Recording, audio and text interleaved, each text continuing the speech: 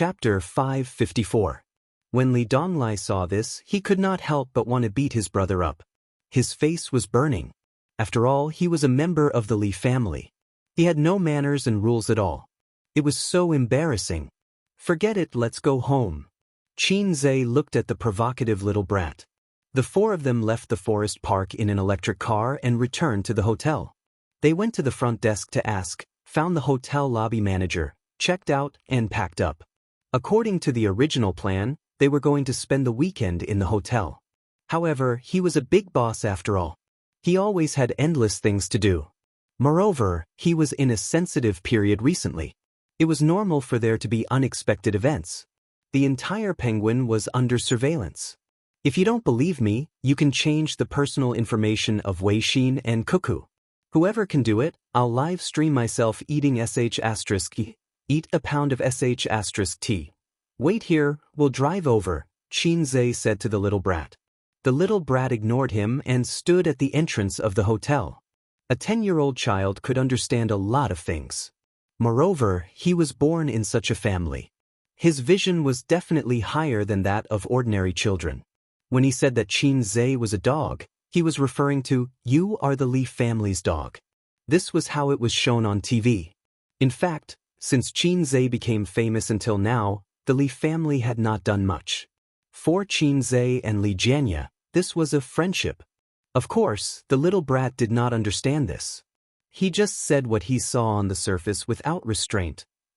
Qin Zhe drove Li Donglai's Audi A6 out of the underground parking lot. When the bumper was raised, he looked back. There were no cars, so he stopped and asked the old man in the guard booth, "Sir, do you have a rope?" The old man first looked at the A6 logo and said kindly, "What kind of rope do you want?" Qin Zhe smiled and said, "Any kind of rope is fine." The old man said, "Yes." The Audi A6 left the underground parking lot and stopped at the entrance of the hotel. Qin Zhe pushed the door open and got out of the car. He stood beside the car like a butler and asked the young master to get in. The young master got into the car valiantly. He seemed a little surprised by Qin Zhe's sensibility and looked up at him. Then he saw the scene in the car and was stunned. Bang! The car door closed. Qin Zhe quickly got into the driver's seat, stepped on the accelerator, and sped away. His impatient look made him look like a human trafficker who was driving a van to kidnap children from the roadside. Inside the car, Li Donglai and Pei Ziki were lying askew in the back seat. Their hands were tied behind their backs, and they were wearing blindfolds. They were motionless like salted fish. At such a young age, Little Wimp had already experienced this feeling and was completely dumbfounded. Li Donglai, Pei Ziki. He shook Li Donglai and Pei Ziki, but the two of them seemed to have fainted and ignored his calls. "What did you do to them?" Little Wimp glared at the back of Qin Zhe's head. "I didn't do anything. I just knocked him out." "Why did you knock them out?" Activating acting proficiency, Qin Zhe laughed wildly. "Of course I'm going to sell it." Little Wimp. If there was a camera at this moment, it would be able to record a 10-year-old child's dumbfounded, nervous, and scared expression. A 10-year-old child, facing such a sudden turn of events, was a little confused. He sat in between Li Donglai and Pei Ziki and was stunned for a long time. I want my father to beat you to death," Little Wimp forced himself to say. Qin Zhe laughed loudly, turned his head, and gave Little Wimp a wild and arrogant expression, completely like a villain in a TV drama. "Your father can't find me. Since I dared to do this, naturally I'm not afraid of your father." His acting was a little exaggerated. A real bad guy should be reserved and sinister. However, the target was a child. He acted as a reserved and calm bad guy, and it was not effective. Little Wimp was obviously frightened by his expression and subconsciously leaned back in his seat. Qin Zhe's expression was ferocious, and his tone was fierce. "I'm going to sell your sister and brother, not to buy them as children, but to sell their organs." Little Wimp's eyes widened. "Dig your brother and sister's heart out, dig out their eyes, dig out their intestines, and sell them all. You can earn a lot of money." Qin Zhe laughed sinisterly. Little Wimp was scared and trembled. He said in a sobbing tone, "Don't sell them." Qin Zhe was stunned, and his tone was still fierce. Fine, if I don't sell them, then I'll sell you. Little Wimp cried on the spot. Ooh, don't sell me, don't sell me, you can sell Li Donglai and Pei Ziki. Pei Ziki can be sold as someone's wife, someone worth more than me. Ooh, burp. Qin Zhe saw Pei Ziki's mouth twitching from the rearview mirror. He did not hesitate to sell his brother and sister. This child had a future. Qin Zhe said fiercely, "Shut up, if you cry again, I'll tie you up like them, and dig out your heart and eyes. Your mother told you before, human traffickers are inhumane." Little Wimp immediately shut up, and his little shoulders trembled. Everyone had heard a joke or a warning in their childhood. You were picked up from the trash by your mother. Don't talk to strangers, be careful not to be kidnapped by human traffickers. Therefore, everyone's childhood was shrouded in the shadow of human traffickers. Little Wimp was no exception. He met the terrifying human traffickers that his mother spoke of. "But I won't dig out your eyes, I'll ask your father for a sum of money to redeem you. As long as you listen to me and cooperate, you'll be fine. Otherwise, you'll be like your brother and sister." Qin Zhe said in a low voice. "Do you want to have your eyes dug out and your heart dug out like your brothers and sisters?" Little Wimp choked. No. He looked pitiful as if he wanted to cry but did not dare to. The car left Chongming and drove onto the Yangtze River Bridge. Qin Zhe did not say anything along the way. Pei Ziki and Li Donglai quietly adjusted their positions midway. They had been lying crookedly for a long time, and they were tired. Not long after, Li Donglai's snoring sounded. He had fallen asleep. Little Wimp was in a state of nervousness and fear. His small body was straight and his eyes were slightly red. Sometimes, he would look pitifully out of the window. He was probably praying in his heart that Spider-Man or Superman would come down from the sky and save him. No, at his age, he should be praying to Big Bear, Bear 2, or Xiangyang. Or, blah blah blah, Xiaomoxian? What grade are you in? After crossing the Yangtze River Bridge and entering Shanghai, Qin Zhe could not help but strike up a conversation. Little Wimp did not react.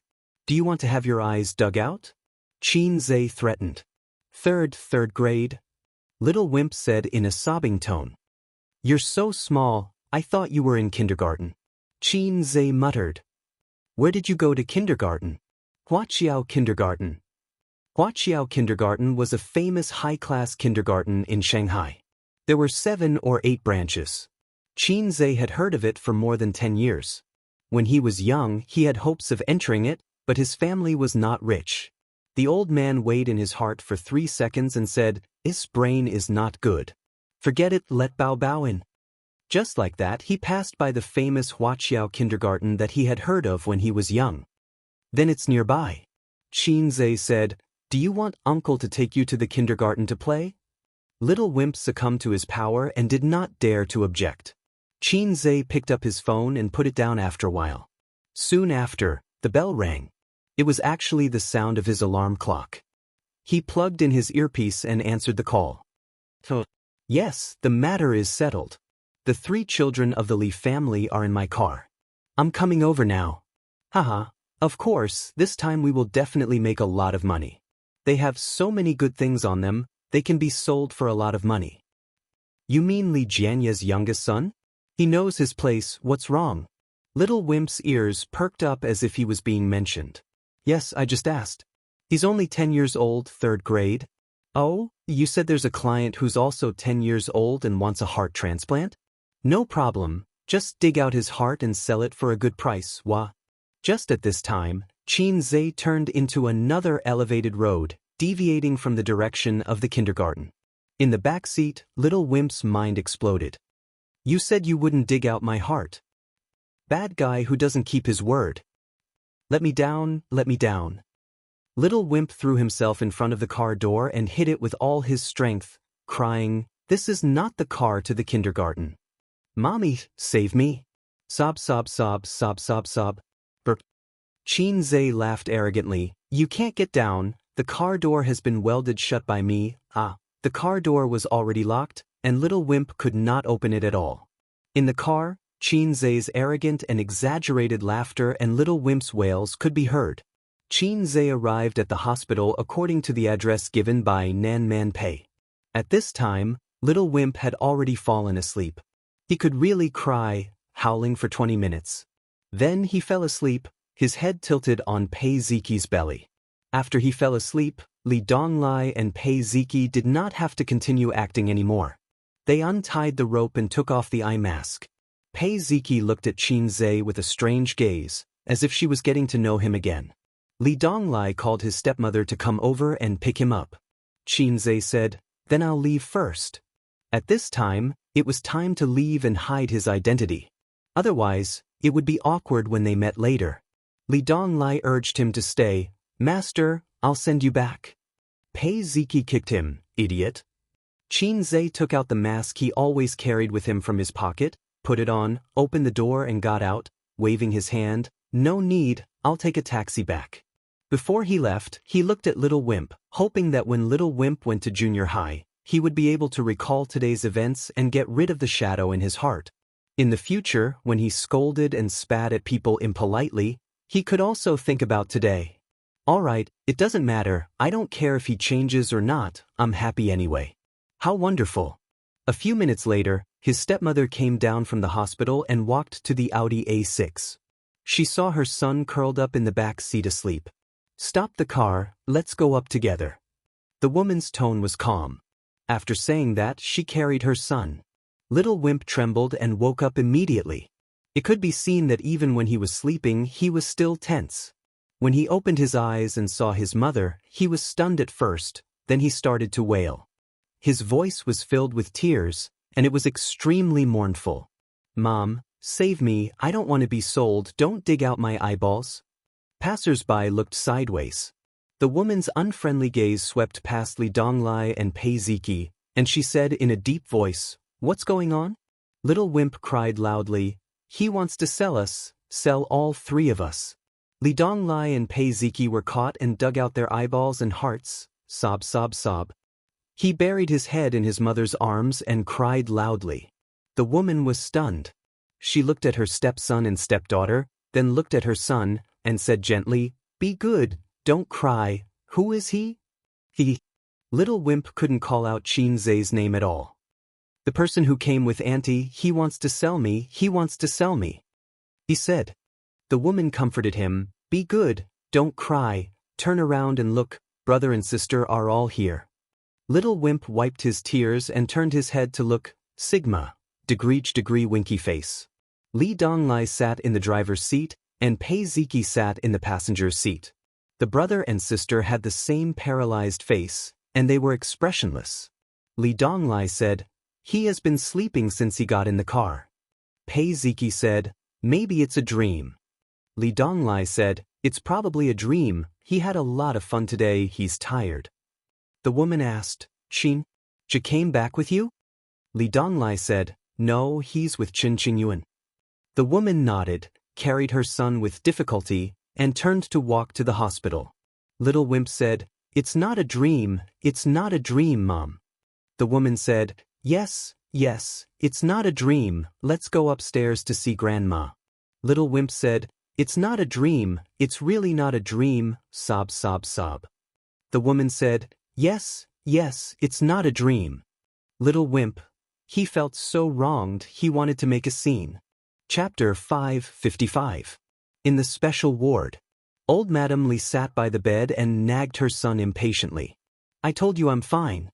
It's just a little pain. I've been through worse in the past and didn't see a doctor." Li Xianxia said helplessly, "Mom, you're old now. You can't be careless when it's just a little pain." They did a blood test and urine test, as well as an ultrasound. Everything was normal. Li Xianxia wanted his mother to do a full body checkup. Illness comes like a landslide, but goes away like silk. Old man Li was infected with liver cancer for no reason. He was in the late stage when they found out and passed away after lying in the hospital for a few months. It was useless. Even if there were professional caregivers and medical teams, when the King of Hell called for you, even the 5-star red flag couldn't protect you. Nan Man Pei agreed. "Old Madam, you should be more careful at your age." Old Madam Li didn't have a daughter. She treated Nan Man Pei like her own daughter and pulled her to the bed to chat. Li Xianxia listened in silence. He looked at his mother and sister-in-law's beautiful face from time to time. It really felt like a younger sister chatting with her mother. When he first met Nan Man Pei, she was 13 years old. He was just a small cadre in a small town. In the blink of an eye, more than 10 years had passed. He had a son and a daughter. She was still single. Li Jianya thought that it was probably because he was born with a bad temper. When he was dating her sister, Nan Man Pei didn't like him. Later on, he went to Shanghai to seek refuge with the Li family. In fact, Nan Man Pei never asked the Li family to do anything for her. However, as her brother-in-law, he had to be self-aware. How did the unself-aware brother-in-law get half of his sister-in-laws? But although Li Jianya had no interest in his sister-in-law, he had to do his best to help her gain a foothold in Shanghai, regardless of whether it was for the sake of the friendship between the two families or for the sake of his wife. It was because of this that Nan Man Pei tolerated him all these years. Ziki and Dong Lai had resentment, but she didn't? Impossible. The woman carried her son in. It was a little difficult for the woman to carry a 10-year-old boy, but the little brat was sobbing in his mother's arms, making her unable to harden her heart and let go of her son. Pei Ziki and Li Donglai followed behind. Seeing this, the old lady frowned. Donglai, Ziki, are you bullying your brother again? Li Jianya turned a blind eye to it. During his tenure, Li Jianya was famous for his pragmatism. He was not an honest official, but he was definitely a good official who was influenced by his father. He had a good reputation in the government, but his attitude towards educating his children was thought-provoking. Li Donglai, Pei Ziki, and the little brat Li Hao had never seen their father scold them for doing something wrong, nor would he praise them for doing something good. Even when his ex-wife's children and his current wife's son were scheming against each other, he was just a bystander. Li Donglai and Pei Ziki's childhood had unlimited freedom and room for self-creation. It was not a good or bad thing. It might raise a child with a strong personality and charisma, but it might also raise a wastrel who could not do anything right. Old Master Qin was good at teaching and educating people, and he was also good at educating his children. He could reason with them and beat them with a stick. But be it Qin Zhe or Qin Bao Bao, they rarely did anything out of line in their childhood and adolescence, and they would not try things that others did not dare to try. Stealing their parents' pocket money to buy popsicles and lick them did not count. They were nailed to a certain frame and followed the rules of the frame. Look, the little brat thought it through and did not dare to do it. Sister wanted to let it go, but still did not dare to do it. It was really hard to tell which was good and which was bad. Dad, he wants to sell me and dig out my eyes and heart. The little brat cried to his father. Before Li Jianya could say anything, the old lady frowned. What's going on? Who wants to sell you? The woman hurriedly said, It's okay, Mum. How fell asleep on the way back and had a nightmare. He's throwing a tantrum. He had a dream. The old lady heaved a sigh of relief when she heard that. The woman smiled as if nothing had happened. Man, is Qin Zhe still in the forest park? Or did he go back to Shanghai? Nan Man Pei caught a glimpse of Li Donglai from the corner of his eye. He was slightly surprised and said, I'm not sure. How still wants to play in the park, so I came back first. The woman said, Oh. After sitting for a few more minutes, Nan Man Pei said, Old madam, if there's nothing else, I'll go back. The old lady urged him to stay. Stay for dinner tonight. Nan Man Pei shook his head. I'm still used to eating my own food. It suits my taste. She glanced at her nephew and niece. Li Donglai and Pei Ziki said in unison, Auntie's cooking is the best. It was so painful to lie against one's conscience. In the elevator, Nan Man Pei said, What's going on? Why is Hao crying? Who wants to betray him? Pei Ziki betrayed Qin Zhe first. It's Qin Zhe's prank. He immediately described everything that had happened. He described it vividly, and even the little brat's cries were not missed. Li Donglai said, It's so satisfying. Qin Gu has so many ideas. Nan Man Pei was speechless for a long time after hearing that. This guy used a very popular online slang, Li Shizhen skin. He had so many ideas. To put on a show for a little kid, should he say that he was bored or had a headache? Nan Man Pei didn't put herself in Qin Zhe's shoes. If it were her being spat on and scolded by a little kid over and over again, she didn't need to say anything. She would see him at the Huangpu River tonight. Leaving the elevator, Nan Man Pei took out her mobile phone and opened a chat group. This group was not Qin Zhe's salted fish harem group. There were only 4 women in it. The meaning of its existence was to serve as a battlefield for Qin Bao Bao and Su Yu's quarrel. Occasionally, Wang Zijin would get involved. Nan Man Pei mostly watched. Sometimes, when she saw Su Yu being attacked by 2 women and retreating, she would jump out and give a fatal blow for her best friend. Today's chat record at noon, cross-dressing big boss. It's so boring. The heartless little red guy hooked up with Nan Man Pei and was taken to romantic Turkey by her. A little bird, damn brother complex, you can't live without Qin Zhe, right? Cross-dressing big boss, yes, what's wrong? A little bird, damn pervert sister. Cross-dressing big boss, Zijin, scold her for me Qingqing Zijin. Qingqing Zijin, in the face of ironclad facts, any attack I make is pale and powerless. Cross-dressing big boss, a little bird, cross-dressing big boss, Qin Zhe said that your company is going to shoot a TV series again, right? Cross-dressing big boss, yes. A little bird, reserve a leading role for me, not a small supporting role, but a big supporting role. Cross-dressing big boss, okay. A little bird, you actually agreed so quickly? Then send me the show. Qin Zhe only told her that Tianfang was going to shoot a TV series and that he would still write the script, but he did not say that he and Qin Bao Bao would not act in it. Su Yu thought that the siblings would still be the female lead. She couldn't wait to book a role, preferably with Qin Bao Bao. Cross-dressing big boss, but I have something to ask you. How much is Qin Zhe's monthly salary and bonus at Baoza Investment? A little bird, 7 million yuan. Cross-dressing big boss, so little? Shocked expression, Baoza Investment was Qin Zhe's most profitable company at present, half a notch higher than Tianfang Entertainment. As far as Qin Bao Bao knew, most of Baoza Investment's shares were in Qin Zhe's hands, because it was the company he built single-handedly. It should be mentioned that Qin Zhe only received his salary and no bonus every month. The money was deposited in a company account for emergency use. For example, this time when he ran away with the money. A little bird, because now I am the major shareholder of Baoza Investment. Cross-dressing big boss, degree, Qingqing Zijin, degree, a little bird, I bought it from him a long time ago. Didn't he tell you? Cross-dressing big boss, I want to kill him. Qingqing Zijin, same. A little bird, that's it. Give me the script, I will look for a role first. Cross-dressing big boss, the electronic version of the script is at the company, not at home. There are only copies at home.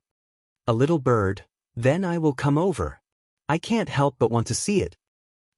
After hesitating for a long time, Nan Man Pei chose to take a screenshot and send it to Qin Zhe. Chapter 556. Qin Zhe's head was scorching, wearing a mask, and he waited for a while on the side of the road before he got a taxi. The summer in Shanghai was particularly hot. In addition to the hot sun, there were thousands of air conditioners delivering heat and tens of millions of cars emitting exhaust fumes. Just standing on the side of the road for a moment, he was sweating. A blue taxi passed by, Qin Zhe waved, and the car stopped at the side of the road. Where are you going? The taxi driver asked. Royal View Mansion. Qin Zhe said, Oh, you live there? The driver looked at Qin Zhe through the rearview mirror in surprise. Yeah. Qin Zhe nodded. Which way to go, you tell me? The driver asked. Qin Zhe said it again in Shanghai dialect. The driver replied with an oh, and didn't say anything else. There was no problem in the conversation, but the driver was actually testing the passenger. If the passenger was not clear about the road, the driver could quietly take a few laps. How to quietly find out whether the passenger was a local was the professional cultivation of every taxi driver. This trick was very popular a few years ago, but it doesn't work very well now because even if the passenger is not clear about the road, he can use his mobile phone to navigate. With the development of technology, the drivers can earn less and less, which seriously affects the life and welfare of the taxi drivers. Evil technology, Damn it. Qin Zhe leaned against the back seat, blowing the air conditioner, and felt alive again. My life was given by the air conditioner. The phone rang. Qin Zhe took out his mobile phone and found that it was a message from Nan Man Pei. He crossed his legs and leaned against the back of the chair, the posture of a big boss. Opening the phone, it was a screenshot. Looking at it again. Salted Fish Zhe was stiff and unconsciously put down his legs and straightened his back. It became the posture of a little rookie facing a big boss. Suyu, what are you doing? Why did you tell them about the equity transfer? Do you think that by saying that you bought it, you can dispel their suspicions? Ridiculous, you know nothing about IQ. You pig teammate. And then, they are now, at this time, if nothing unexpected happens, at home, in Royal View Mansion. That's Azura Field. We still have 15 minutes to reach the Azura Field and are on the way to our deaths. Master, if you don't mind, why don't we drive around Shanghai? Qinze asked. The driver looked at him blankly through the rearview mirror and thought, is this passenger testing me? I didn't take a detour. I'll definitely send you back as soon as possible. The driver said, I don't mind if you take a detour. Driver? What was wrong with his brain? In the luxurious residence of Royal View Grand Garden, Qin Bao, Su Yu, and Wang Zijin were sitting on the sofa, each with a tall glass in front of them. There was red wine in the glass and a large plate of half-melted ice cream. It could barely be considered ice cream. It was Qin Bao's failed creation. The cream was mixed with shaved ice, and the surface was covered with a layer of soft mango paste, like a pile of fresh hot shit. The three of them were playing cards and running fast. This time they didn't play with money. Su Yu had suffered. If they played with money, she would be besieged by two women. The rules of playing cards were that whoever had the most cards in their hands at the end had to do a shameful thing according to the requirements of the winner. Zijin, she only has 2 cards. Let's join forces to trap her. Qin Bao urged. Su Yu's face changed. At this time, Su Yu had 2 cards in her hand. Qin Bao had the most, followed by Wang Zijin. Wang Zijin glanced around, her eyes looked up, pondered, and nodded, okay. Pair of 3. Wang Zijin played her cards. Su Yu suddenly smiled and threw out the last pair of cards in her hand, pair of 8, I won. On Qin Bao's face, the smile gradually disappeared. She stared at Wang Zijin with wide eyes. Wang Zijin looked shocked and innocent. Oh, I didn't expect her to be a pair in the end. I thought she was a single. I miscalculated. 3. Qin Bao, you degree. Go away, you fake best friend. Su Yu laughed twice. Let me think about what to do this time. She got straight. When there were no interests, the 2 best friends were not of one mind. If they played with money, Qin Bao and Wang Zijin would unite to ensure that the interests of themselves and their best friends would not be lost. But in normal life, the 2 of them were not united. Especially when they could see the other party embarrassed. Of course, Su Yu herself had lost several times and was forced to do some shameful things. For example, just now, Qin Bao made her crawl around the sofa 3 times. It was so shameful that she almost had a dog chain around her neck. There was the sound of a password being entered outside the door.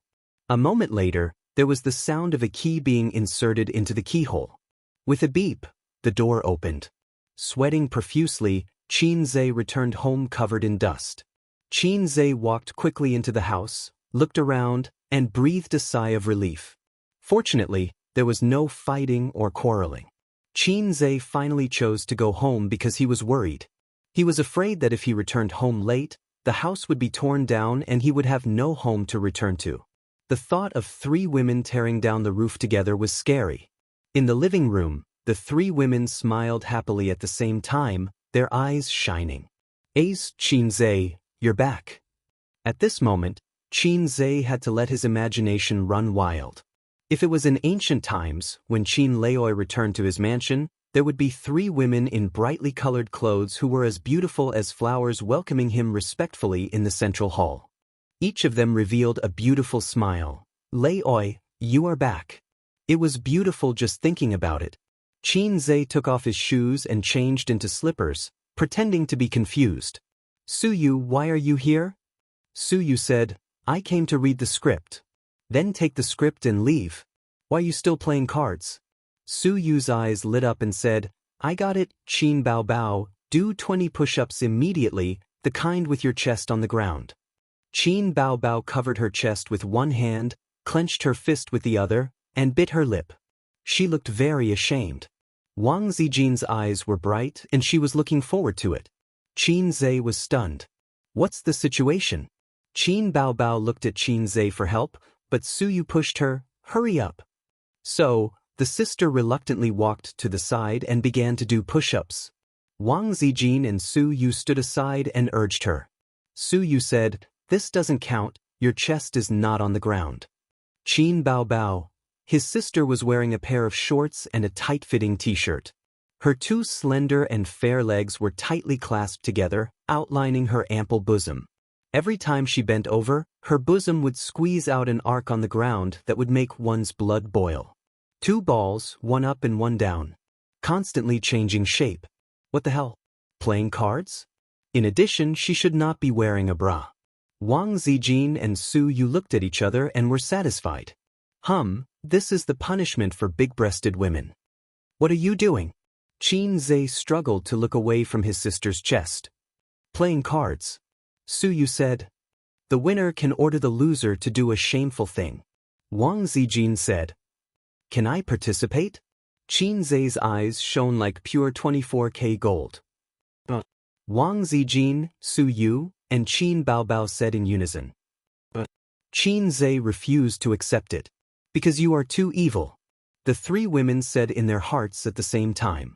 Moreover, they were hurting each other. As long as they thought of making Qin Bao Bao or Wang Zijin do shameful things, Su Yu trembled with excitement.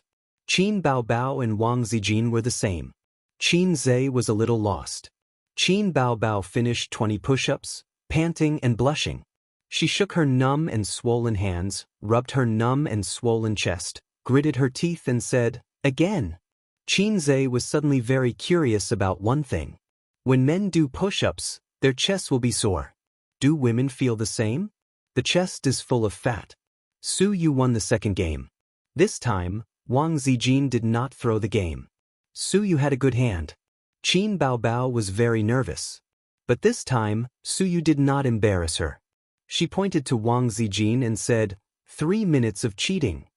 Wang Zijin's small face was white. Qin Bao Bao was surprised that Su Yu did not scold her. Of course, she did not know that if it was before, Su Yu would definitely catch Qin Bao Bao and scold her. But now, Su Yu's hostility to Wang Zijin is actually more than Qin Bao Bao. Wang Zijin gritted her teeth, trembled, and sat down slowly. Qin Zhe found that her delicate body was trembling slightly, and her face was not very good. Su Yu said, split to the end. As she said, she pressed Wang Zijin's shoulder hard. Wang Zijin moaned and split to the end. A split. For 3 minutes, Wang Zijin struggled to hold on. Qin Bao Bao and Su Yu tasted red wine and enjoyed the cold wind from the central air conditioner. 3 minutes later, Wang Zijin lay on the ground and could not get up. Qin Zhe hurried forward to help her. Is it that painful? He wondered. Wang Zijin grabbed Qin Zhe's arm tightly, and her small face was pale. She said bitterly, this is the 6th time I've split. It hurts. Her walking posture was very strange, clamping her legs and following. It reminded Qin Zhe of Su Yu when he lost his virginity for the first time. So, all the girls who have practiced the split can experience the feeling of losing their virginity in advance? Qin Zhe was a little annoyed. Why bother? Forget it as long as you're happy. The three women shuffled the cards and started the next game.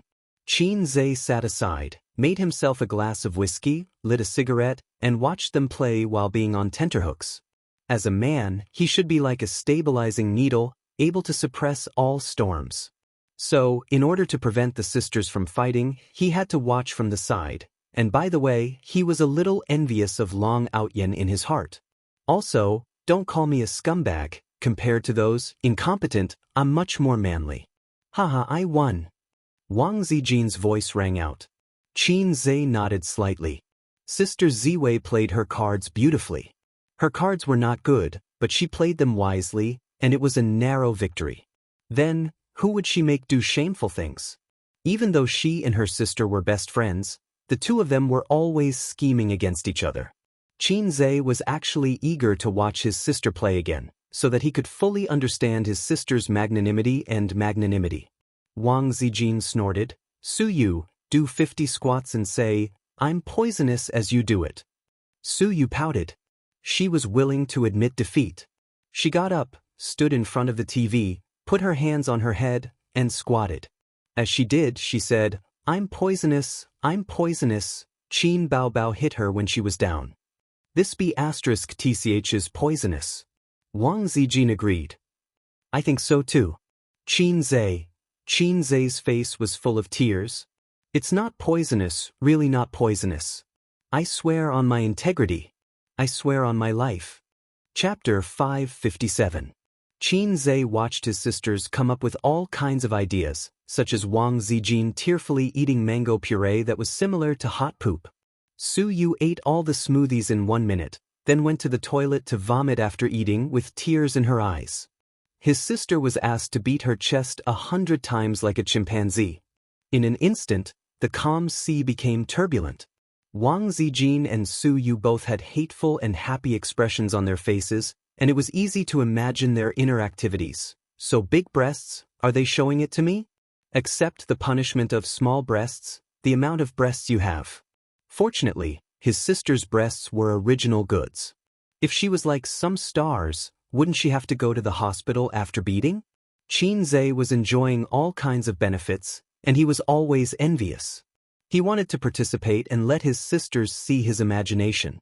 He might as well play something more exciting, such as putting the fat girl on his head or wearing a bra outside. Thinking about it made his nose hot.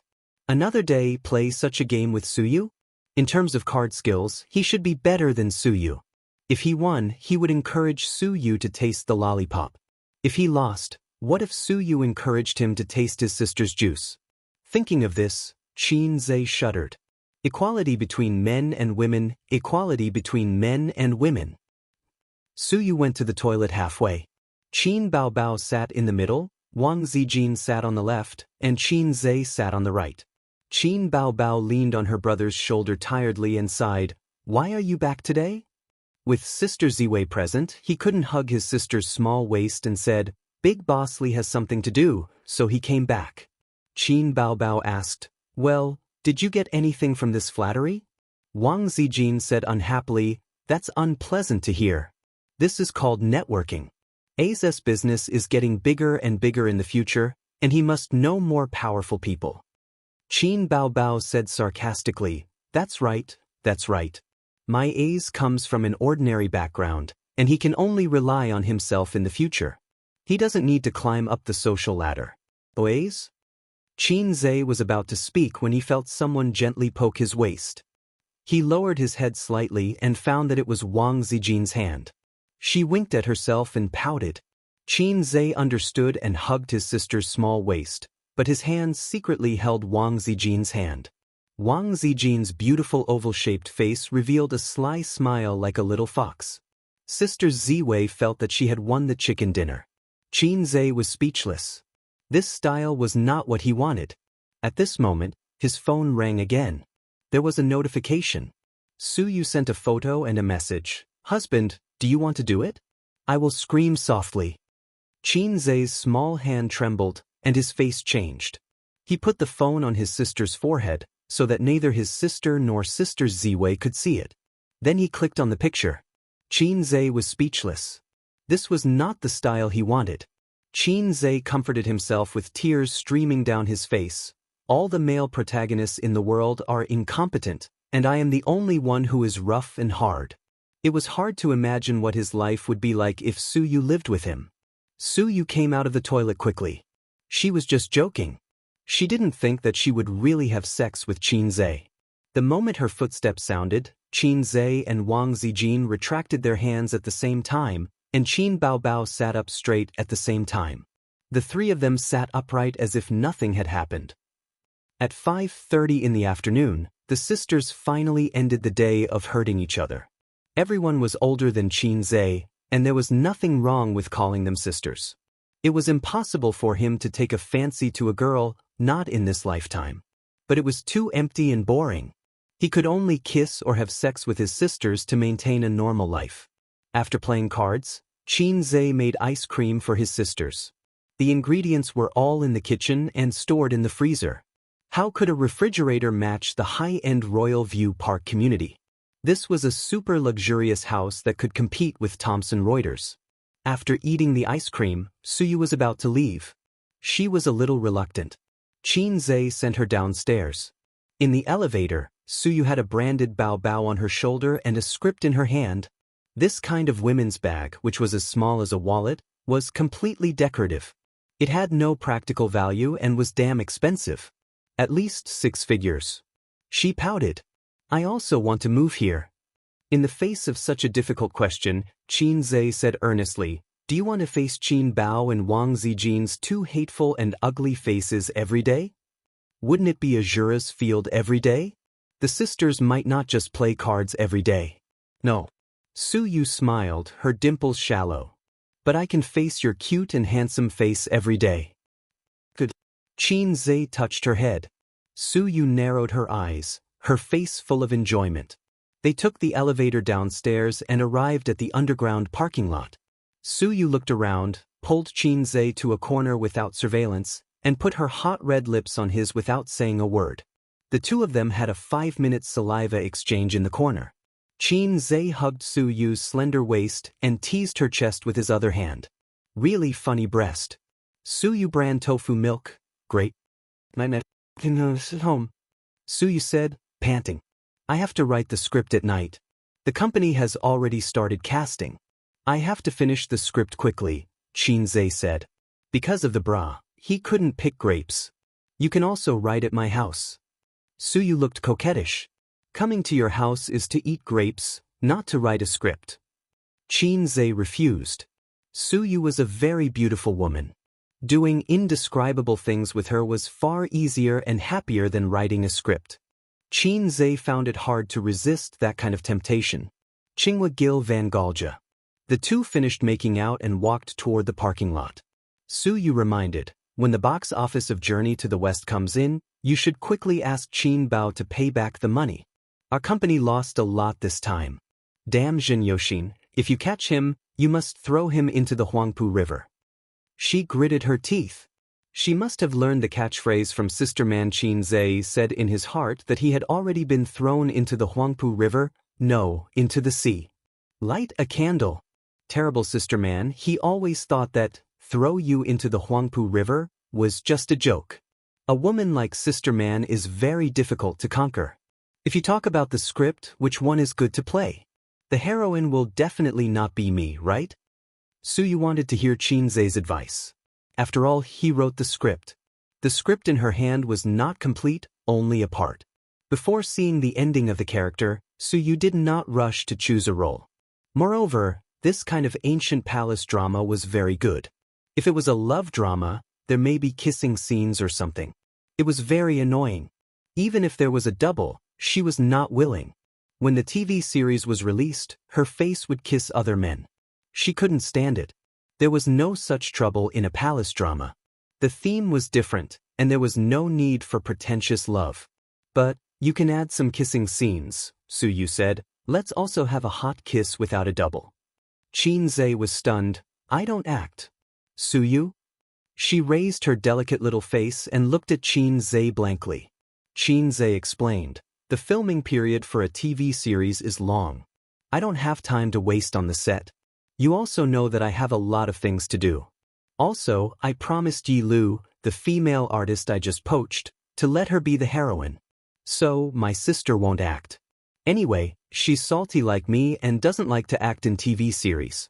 I think she's the only one who's busy filming outside and is worried about me. Suyu looked at the script and then looked at Xianxia. Her little face gradually turned ferocious. No wonder that little b***** Xianxia agreed so quickly. It turned out that she and Xianxia were not acting at all. Smash. Suyu imagined herself smashing the script and said angrily, then I don't want to act either. Xianxia expressed that he did not care. Suyu was not good at acting. She was not even as good as Wang Zijin's acting. A woman who had been pretending to be cold and depressed for a long time found it hard to let go of her emotions like an optimistic person. To put it simply, it was too boring. It was only when the two were deep in communication that Su Yu was more open. She could act as a cold teacher, a cute student, and an obedient maid. Maybe her talent was in the wrong place. Ever since she got together with him, her personality became more and more cheerful. This was a good thing. Qin Zhe liked to see the optimistic and positive Su Yu. He hated a depressed and oppressive life.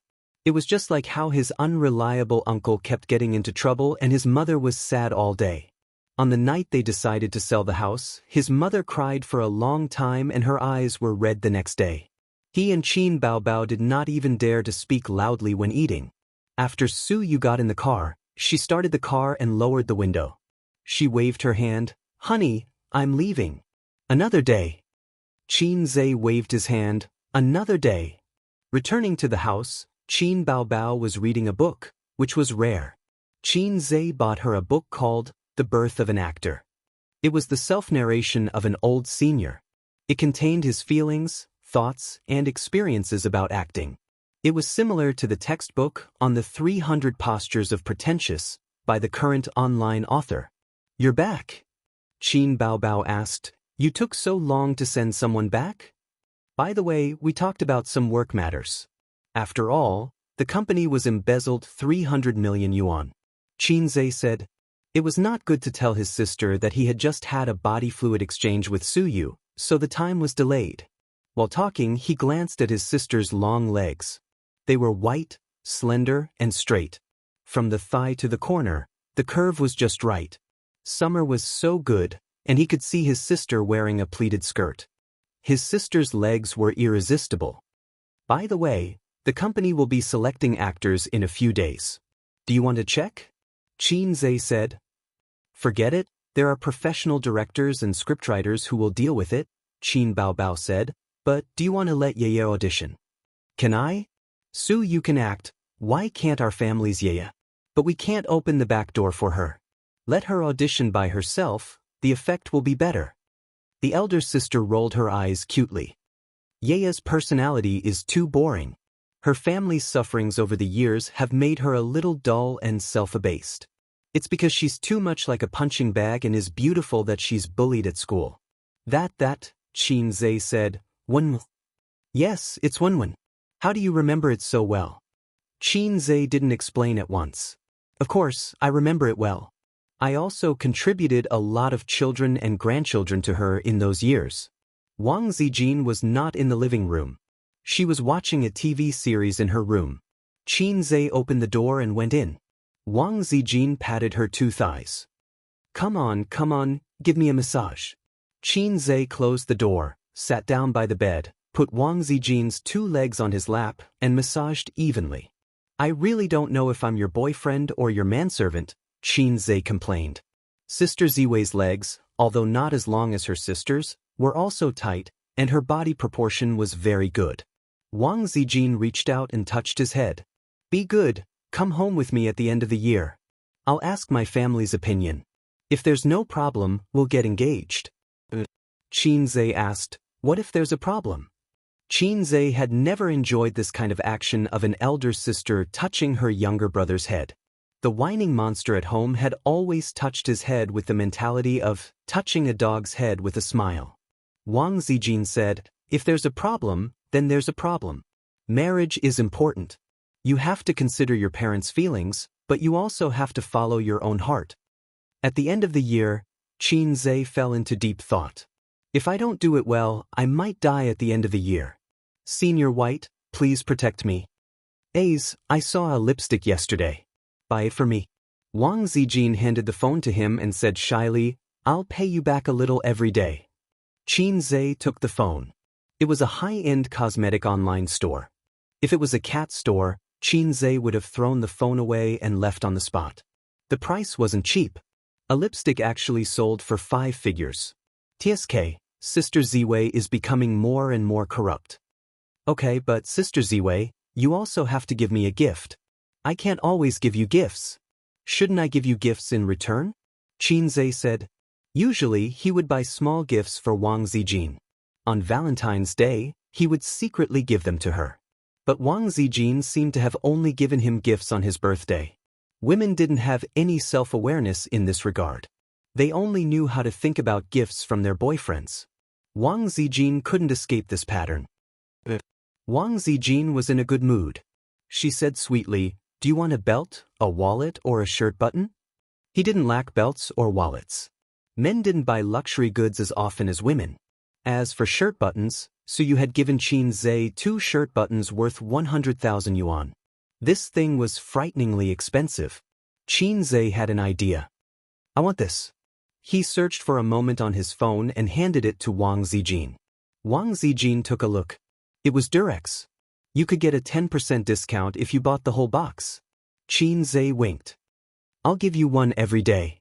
Wang Zijin. Chapter 558. "You only know how to flirt," Wang Zijin said as she rolled her eyes. "I'm not flirting. I gave you a lipstick worth tens of thousands, and you gave me a small gift worth tens of dollars. I'm not asking for much." Qin Zhe wrapped his arms around Wang Zijin's waist and pressed her against the headboard. His face was buried in her chest, which was not very big but was still quite big. Wang Zijin raised her hand and slapped him twice. "Although you're ugly, you wish." TSK, this woman was really naughty.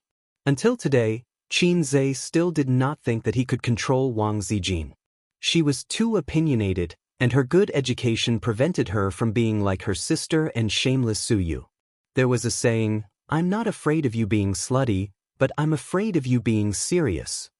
After chasing Sister Ziwei for so long, the most outrageous thing he did was that night when she was handcuffed, he took out the 20,000 miles under the sea and rubbed it against her. "Host, I have a trick here called Monkey's Intelligence Subtraction. Do you want to try it?" The system jumped out again. "Such a high-end function, can you do it? Is there going to be another version upgrade?" Qin Zhe was shocked. "Strictly speaking, I can only interfere with brainwaves, but it's not a true intelligence subtraction. That kind of rule involves the rules of the universe, and it's not something that a normal system can do." The system seriously found an excuse for itself. At this moment, Qin Zhe was very excited. He imagined countless scenarios of time stop. "System, if you have this kind of function, then I think it's worth it no matter how many points I spend." Qin Zhe swallowed. Wang Zijin glanced at him with a smug look in her eyes. Sister was indeed charming. She was just lying there without showing off, but Ace was already drooling. "Well," the system's voice said, "it's not that I can't do it, but this function doesn't require points. It requires a huge amount of energy, and it will drain your body. There might even be a bit of backlash." Qin Zhe. "No need to explain, I understand." The system was speechless. "I never had high hopes for a low-level system, because that would be an insult to my intelligence. The basic operations and skills of other people's cheat-like systems were taboo techniques in his system's eyes. How sad." "Ace, regarding Purple Crystal's development, I have an immature suggestion." Wang Zijin wrapped her legs around his waist, hugged his back with her small hands, and rested her chin on Qin Zhe's head. Fortunately, she was only a B-rank boss. If she was a D-rank boss like his sister, who was 36 years old, Qin Zhe would have suffocated. "Tell me your immature suggestion. Maybe I'll have a bold idea," Qin Zhe said in a muffled voice. He stuck out the tip of his tongue and licked her chest. Wang Zijin had goosebumps all over. She patted her head lightly and said coquettishly, "Don't mess around." She gently touched Qin Zhe's head again and said softly, "Our Golden Shield antivirus users have exceeded 1.5 billion domestically and overseas, and the number of users in the client is even more. Let me tell you a secret, we make a lot of money, even more than Qin Baobao's Tianfang and Suyu's Baoza. But I won't say it he." She smiled like a sly little fox who had stolen a chicken. She squinted her eyes, and her fair and beautiful face had the innocence and sweetness of a girl who had licked a lollipop. Qin Zhe was speechless. Making a fortune in silence, pretending to be poor. This was very Wang Zijin. "And then, what's your immature suggestion?" Qin Zhe asked. "Don't you want to ask how much money we've made?" Wang Zijin was stunned. She was still waiting for Qin Zhe to ask, and then she would throw out a shocking number to receive her boyfriend's praise. Money isn't important, as long as you're happy. Qin Zhe said, "Do you know, the moment I met you, I heard God whisper 4 words into my ear." Wang Zijin asked instinctively, "What 4 words?" Qin Zhe said, "You can't escape from your doom." Wang Zijin stared at him blankly, her eyes gradually blurring. "Lighting, shine it over here. Cameraman, focus the camera over here." Waha, good acting skills were indeed a godly skill in picking up girls. He didn't ask how much money he had made. He was the one who gave the purple crystals to Wang Zijin. No matter what happened in the future, he was the one who gave the purple crystals to Wang Zijin. It might be worth tens of billions, or even hundreds of billions, but Qin Zhe didn't care. He had the confidence to not care. Even if he didn't have the purple crystals, he still had Tian Feng and Bao Zhe.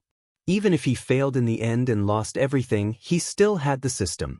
It was a little low, but it was still the system. You couldn't treat the system that was kicked out of the group as the system.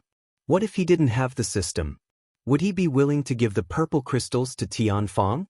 Would he be willing to give most of the shares to Su Yu for free? Don't mess around. It was impossible for Salted Fish Zhe to hook up with the 2 goddesses. Salted Fish Zhe's fate was to be a silly boy under his sister's legs. No, he couldn't even get his sister.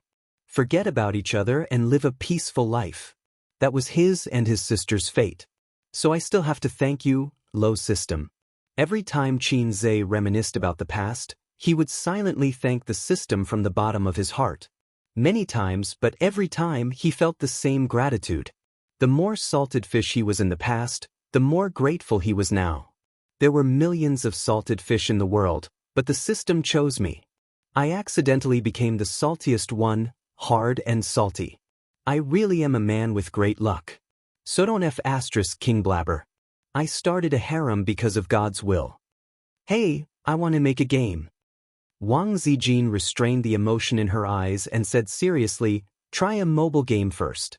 Smartphones are so developed now. An excellent mobile game, the income is not worse than online games, and the cost is less than online games." Qin Zhe nodded slightly. Sister Ziwei seemed to have made preparations. But even if it's a mobile game, it's not easy to do well. There are millions of mobile games, and there are too few really outstanding ones. Qin Zhe said. He couldn't exchange mobile game data or anything with the system. The points had to be used to deal with the risk of failure of the next task. Wang Zijin said, "I've already thought about it. We can use it as a reference." She took out her mobile phone and searched in the App Store. She said, "Do you know the Parade of Frogs that is very popular recently? The mobile game in Japan is unexpectedly popular in China." She handed the mobile phone to Qin Zhe. Qin Zhe took it and looked at it. There was a software in the App Store. It had the same color, the same icon, and the same name. Parade of Pandas, a domestic product by Penguin. I've played it before. It has the same design, the same template, and even the color and background are 90% similar. It's a shameless plagiarized work. But this game is very popular in China. There are many people playing it. Penguin must have made a lot of money this time. They don't need the designers to rack their brains, and they don't need the scriptwriters to write the script. They just need a group of programmers to copy it easily and put it on the shelves. They can just sit there and collect money. Wang Zijin became more and more excited as she spoke. She put on a "working people are the most glorious" attitude. Ace, this is a huge business opportunity. There is no game that can't be plagiarized. If there is, then by Qin Zhe, Sister Ziwei, has she been tainted by the big dye vat of the industry so quickly? Brother Ma, please return the pure and innocent Sister Zine to me. Qin Zhe's face was full of tears. Sister Ziwei had once again broken through herself and stepped into a higher level of life. She had gone from being a young lady to a veteran of the internet to a game designer. Sob, sob, sob. Wang Zijin was full of pride. This time, I'm definitely going to use King of Glory as a reference and develop a mobile game of my own. Qin Zhe shook his head. Don't, you'll be sued. Wang Zijin snorted. You think I'm afraid? Qin Zhe. Go, Sister Ziwei. Let Brother Ma also feel the fear of being plagiarized and the shame of being dominated by piracy. Piracy was a word that could never be avoided in China. Perhaps it could be beautified with the word pirated, but at the end of the day, it was still piracy. It was a world-famous pirated culture. It was really shameful to think about it. Don't blame foreigners for looking down on us. After all, we have too many things to complain about. It's just like how we look at those Hindustanis who treat trains as electric scooters and are looking for trouble. Then, in the eyes of foreigners, we are also labeled as pirates. Don't refute it. The biggest game company in China, a well-known listed company, started and made money from piracy. Even now, it was still tirelessly on the road of piracy and plagiarism. There was no way to refute it. Qin Zhe hoped that one day he could lead the world, clear the name of his motherland, and let the world know that Red Flag Nation didn't only have piracy. Just thinking about it made him happy. Stop, he couldn't go on indefinitely. With such a grand theme, if the system gave him a grand task of leading the world, Qin Zhe wouldn't have to wait until the end of the year to die. In mid-August, Qin Zhe wrote, copied, the entire script and revised and perfected it himself.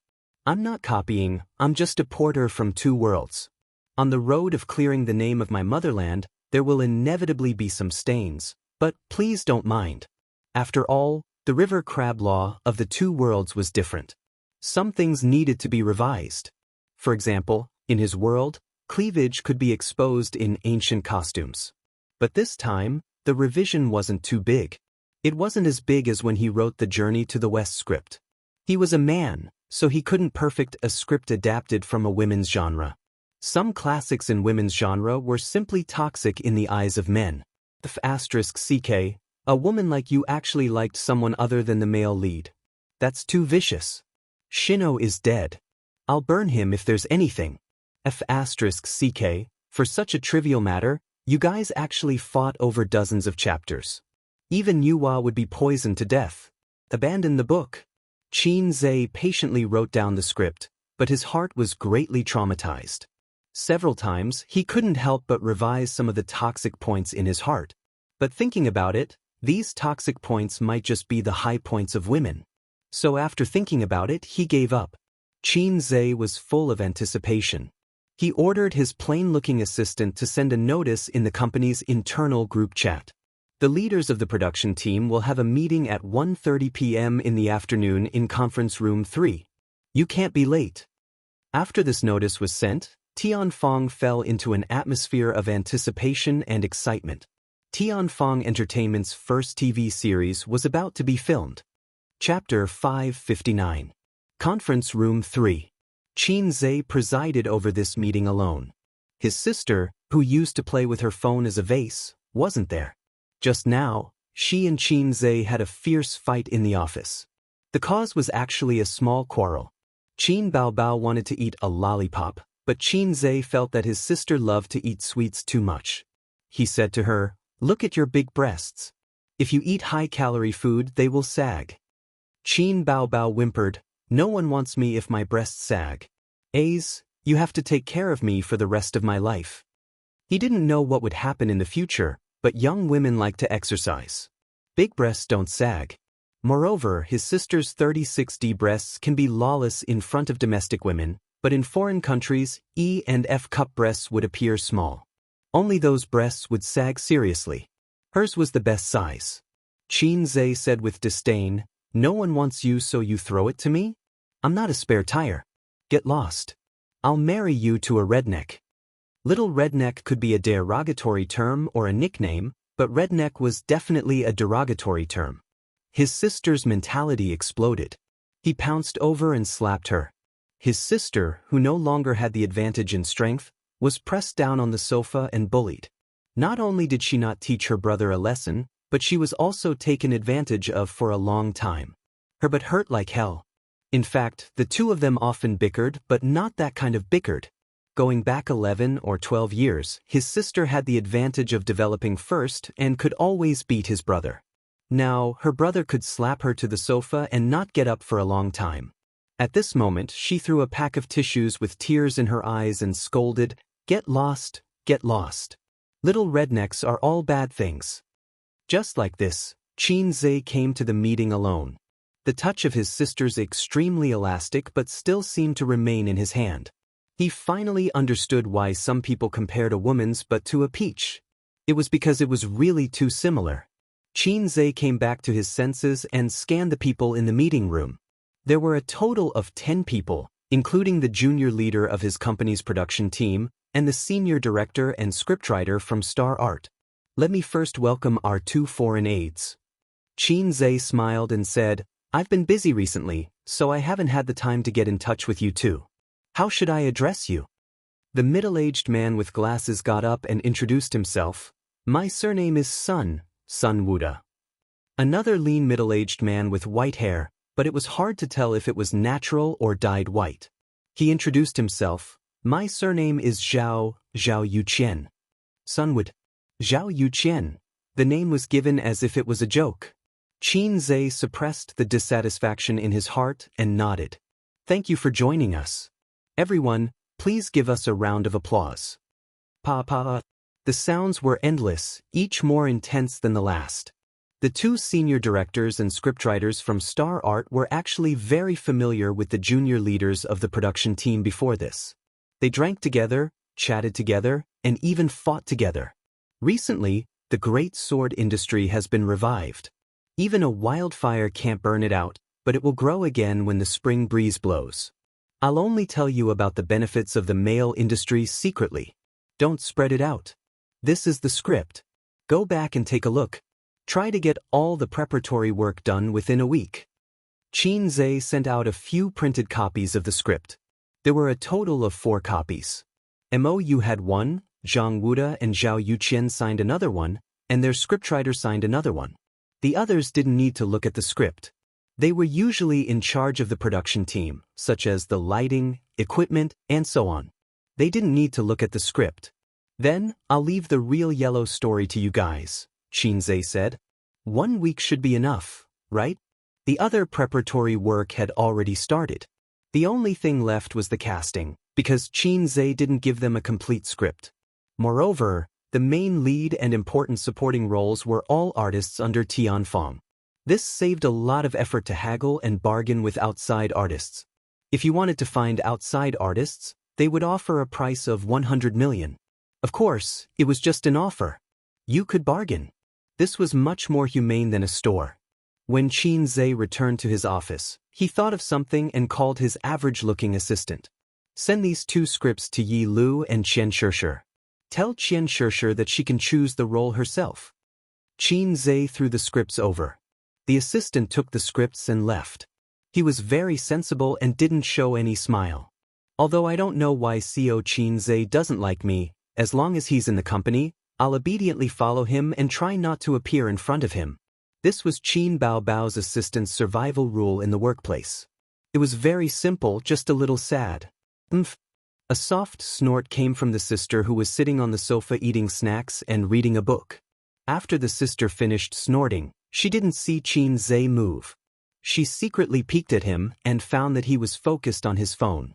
The sister emphasized. If it was Salted Fish Zhe, he would be sensible and go over to flatter the sister and make her smile. Anyway, to Salted Fish Zhe, the easiest thing in the world was to coax the sister. But Hai Zhe King only glanced at her indifferently. The sister snorted and crossed her arms in front of her chest. Qin Zhe still ignored her. The sister snorted again. At the same time, she clenched her fists and rotated them from her lower abdomen to the top of her head. Then, she put her fists down and crossed her arms in front of her chest. Qin Zhe, wasn't this the signature pose of a fat woman on the internet? How did the sister learn such a naughty pose? It was surprisingly cute. Sister, what can I do for you? Qin Zhe asked. Kneel down and lick my feet. Qin Baobao's posture was domineering. Qin Zhe glared at her. Your butt is itching again. He got up and walked toward Qin Baobao. Qin Baobao shrank to the other side of the sofa in fear and said hurriedly, I'm just joking. Qin Zhe sat down and put the sister's long legs on his lap. He gently massaged them. They were cool, smooth, and elastic. It felt good to the touch. Are you really not going to act in a drama? Although the female lead role is promised to Yi Lu, there are still many outstanding characters in the drama. If you act well, you'll still benefit greatly from it, Qinzhe said. Not interested.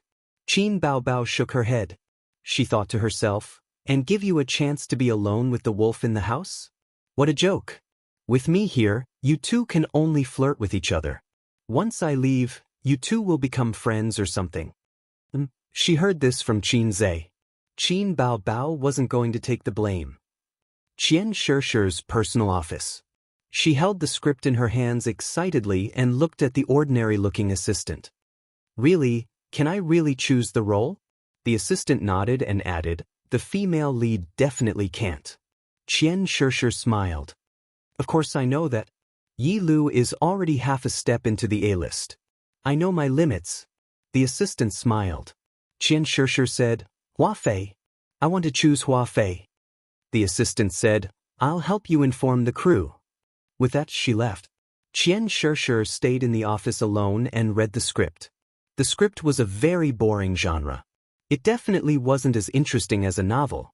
It wasn't meant for people to read. But to professional actors, a good script could make them obsessed and unable to extricate themselves from it. If they had a pen beside them, they would make many notes. Xianxia was a professional and had received systematic and formal training and education. She became more and more excited and felt that she had chosen the right role. About half an hour later, the office door was knocked twice before it was pushed open. Xianxia's manager came in. Her manager obviously wasn't the previous manager. The previous manager was from the original entertainment company. Xianxia and Su Jiao had a falling out with the previous manager. The current manager's surname was Zhou. She was a middle-aged woman who was assigned to her by Tianfeng Entertainment. The two got along quite well. After all, their interests were linked. They were bound together for good and bad. The manager was completely devoted to Xianxia. The manager said, I don't think the ending for the role of Hua Fei will be good. Xianxia had a small part of the original script and the manager had seen it too. Yes, I roughly went through the script just now. Hua Fei is considered the #1 villain. Sister Zhou, take a look. Xianxia handed the script to the manager. The manager took it but didn't look at it. She advised, if you want to return to the film industry, you should find some positive roles. This will help you build your image. Xianxia giggled. What image do I need to build? I'm not a newcomer. To me, roles don't differentiate between good and bad. Instead, they have to hit the soul. This villain role is very challenging and has a lot of scenes. It's almost as good as the female lead. As long as I can take this role, it won't be difficult to return to the film industry. You know Li Wei, right? Before she entered Tianfeng, she was only at the bottom of the B-list. She was only slightly more famous than me. But she acted in 3 of Qinzhe's movies and became more popular with each one. Today, she's already at the peak of the B-list and half a step into the A-list. This is the charm of Qinzhe's movies. She repeated in her heart, it won't be difficult. Xianxia's small chest was burning with raging flames. As a professional and a top performer, she had once become famous in the entertainment industry. She even had the ambition to stand on the stage and win the title of Best Actress one day. But while her dreams were great, the reality was that she was a poor girl with anorexia. Now, she had a chance to clear her name. Just thinking about it made her excited. The script was good, very good. Even though she had been out of the film industry for many years, she still had this ability. Boss Qin was really a strange man. Being multi-talented wasn't enough to describe him. Yi Lu was just as excited as her. According to the news from Yi Lu's assistant, after reading the script, Yi Lu sang and danced in the office. Yi Lu's fame was about the same as Li Wei's. They were both at the peak of the B-list and half a step into the A-list. It sounded a bit like a half-step almighty or half-step emperor in fantasy novels. She had acted as the female lead in many movies and dramas, including war dramas. But it had been a long time since she had seen a script that could lift her spirits. There were many good dramas these years, but she had no chance to be the female lead. After the ups and downs in her career, she had a feeling that she would have another chance to rise up. This was her confidence in the script. even though this confidence was mixed with a beautiful vision. Chapter 560. The leaders of the production team spent about a day going through the script. The next day, they started the audition and choosing the roles. The audition would last for 3 days. The audition location was Tianfeng Entertainment's big dance studio. This time, it was open to all the artists. Tianfeng Entertainment had an unspoken rule that artists hated. The leading roles and important supporting roles in their movies and TV series were always provided to the artists under their company. This was understandable. After all, other entertainment companies were like this. With good resources and good roles, they would naturally think of their artists first. But Tianfeng Entertainment was so stingy that the roles they gave out were much fewer than other entertainment companies. But this time, it was a TV series. Naturally, there were several times more roles in a TV series than in a movie. Therefore, many artists came to audition, but they were all not very famous. Director, what do you think of my performance just now? A tall beauty with chestnut-colored curly hair stood in front of the director's desk. Her hairstyle was somewhat similar to Qin Baobao's. Her chestnut-colored hair was slightly curled at the ends. She also had a short pleated skirt. It looked like she was imitating Qin Baobao's clothes. Perhaps she thought that it would add to her image. Qin Baobao rarely dressed like this in public. After all, it was too casual. But she would post some photos on Weibo, such as wearing a pleated skirt or an off-the-shoulder dress, etc. But before posting the photos, she would discuss, approve, with her brother. Only when Qin Zhe felt that there was no problem and that it was not revealing would she post it. It was equivalent to a benefit for fans. This little artist had put in a lot of effort.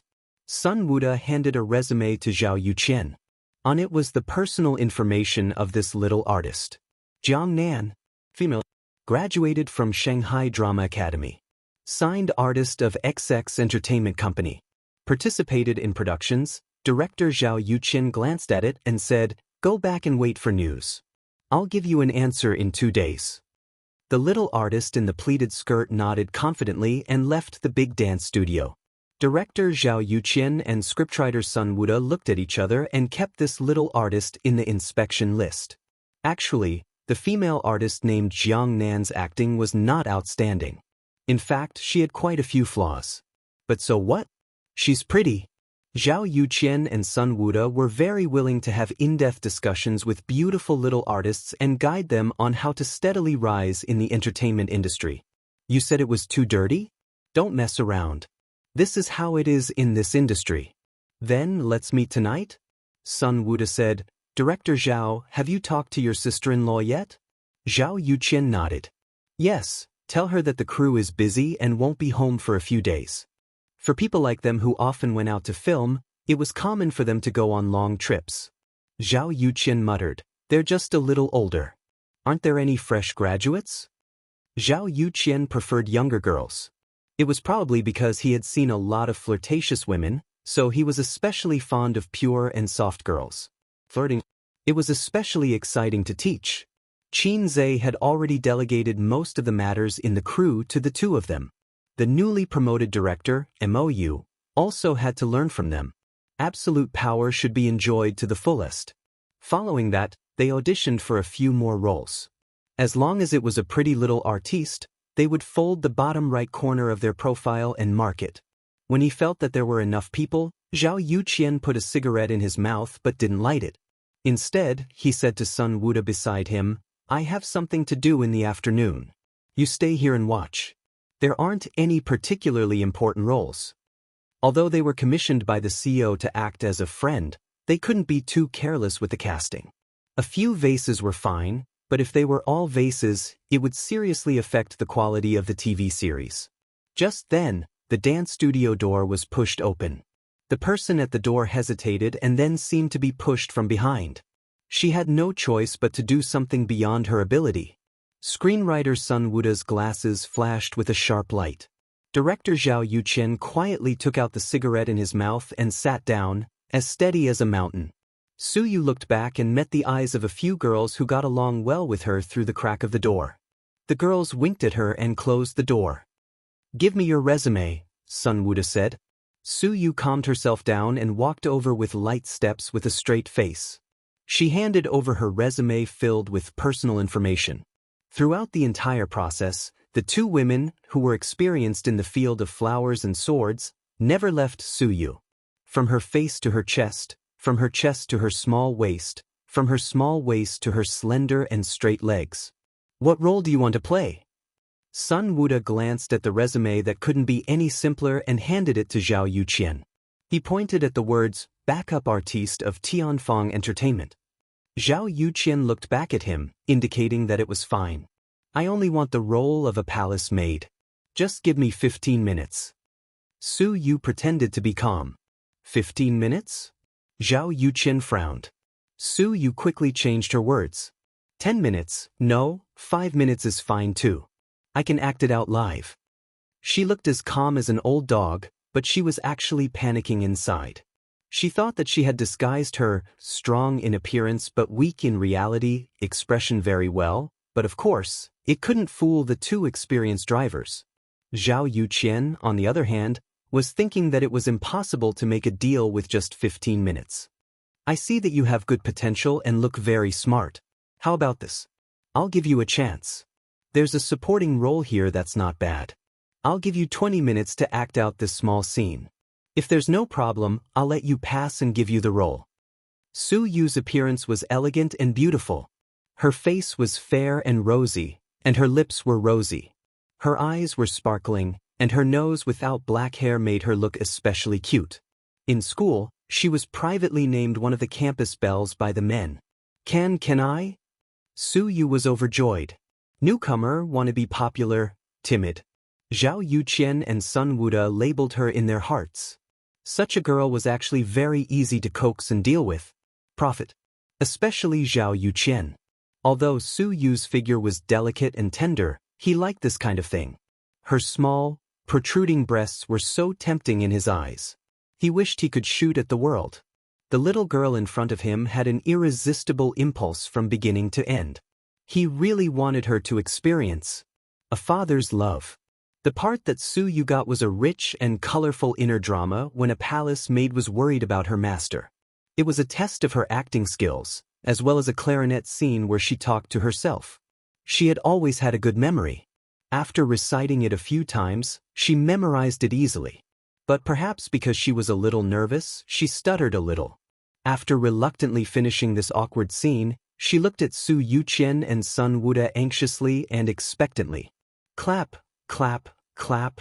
What responded to her was intense applause. Zhao Yuqian said, so talented. Sun Wuda said, little girl, the crew needs talents like you. Su Yu was overjoyed. She didn't want to come, but her cousin called her to come for the audition, so she came.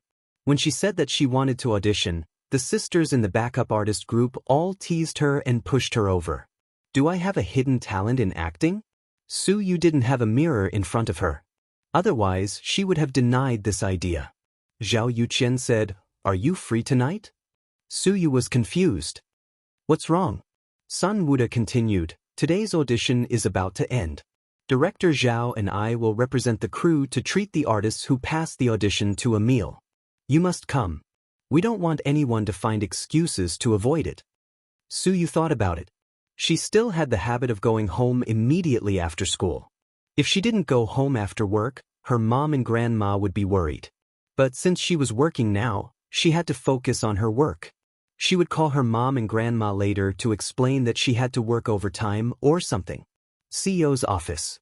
In the spacious room, Qin Zhe and Yi Lu sat on the brown leather sofa. Qin Baobao leaned against the office chair and stared coldly at her brother and Yi Lu, who were talking about the script not far away. This was a rare woman whose legs were comparable to hers. Your legs are long but you're ugly. Your legs are so ugly and you still want to seduce my brother. No wonder Qin Baobao looked jealous. Yi Lu didn't hide her admiration for Qin Zhe at all. Her gaze made Qin Baobao recall how Wang Zijin looked at Qin Zhe back then. Why was it back then?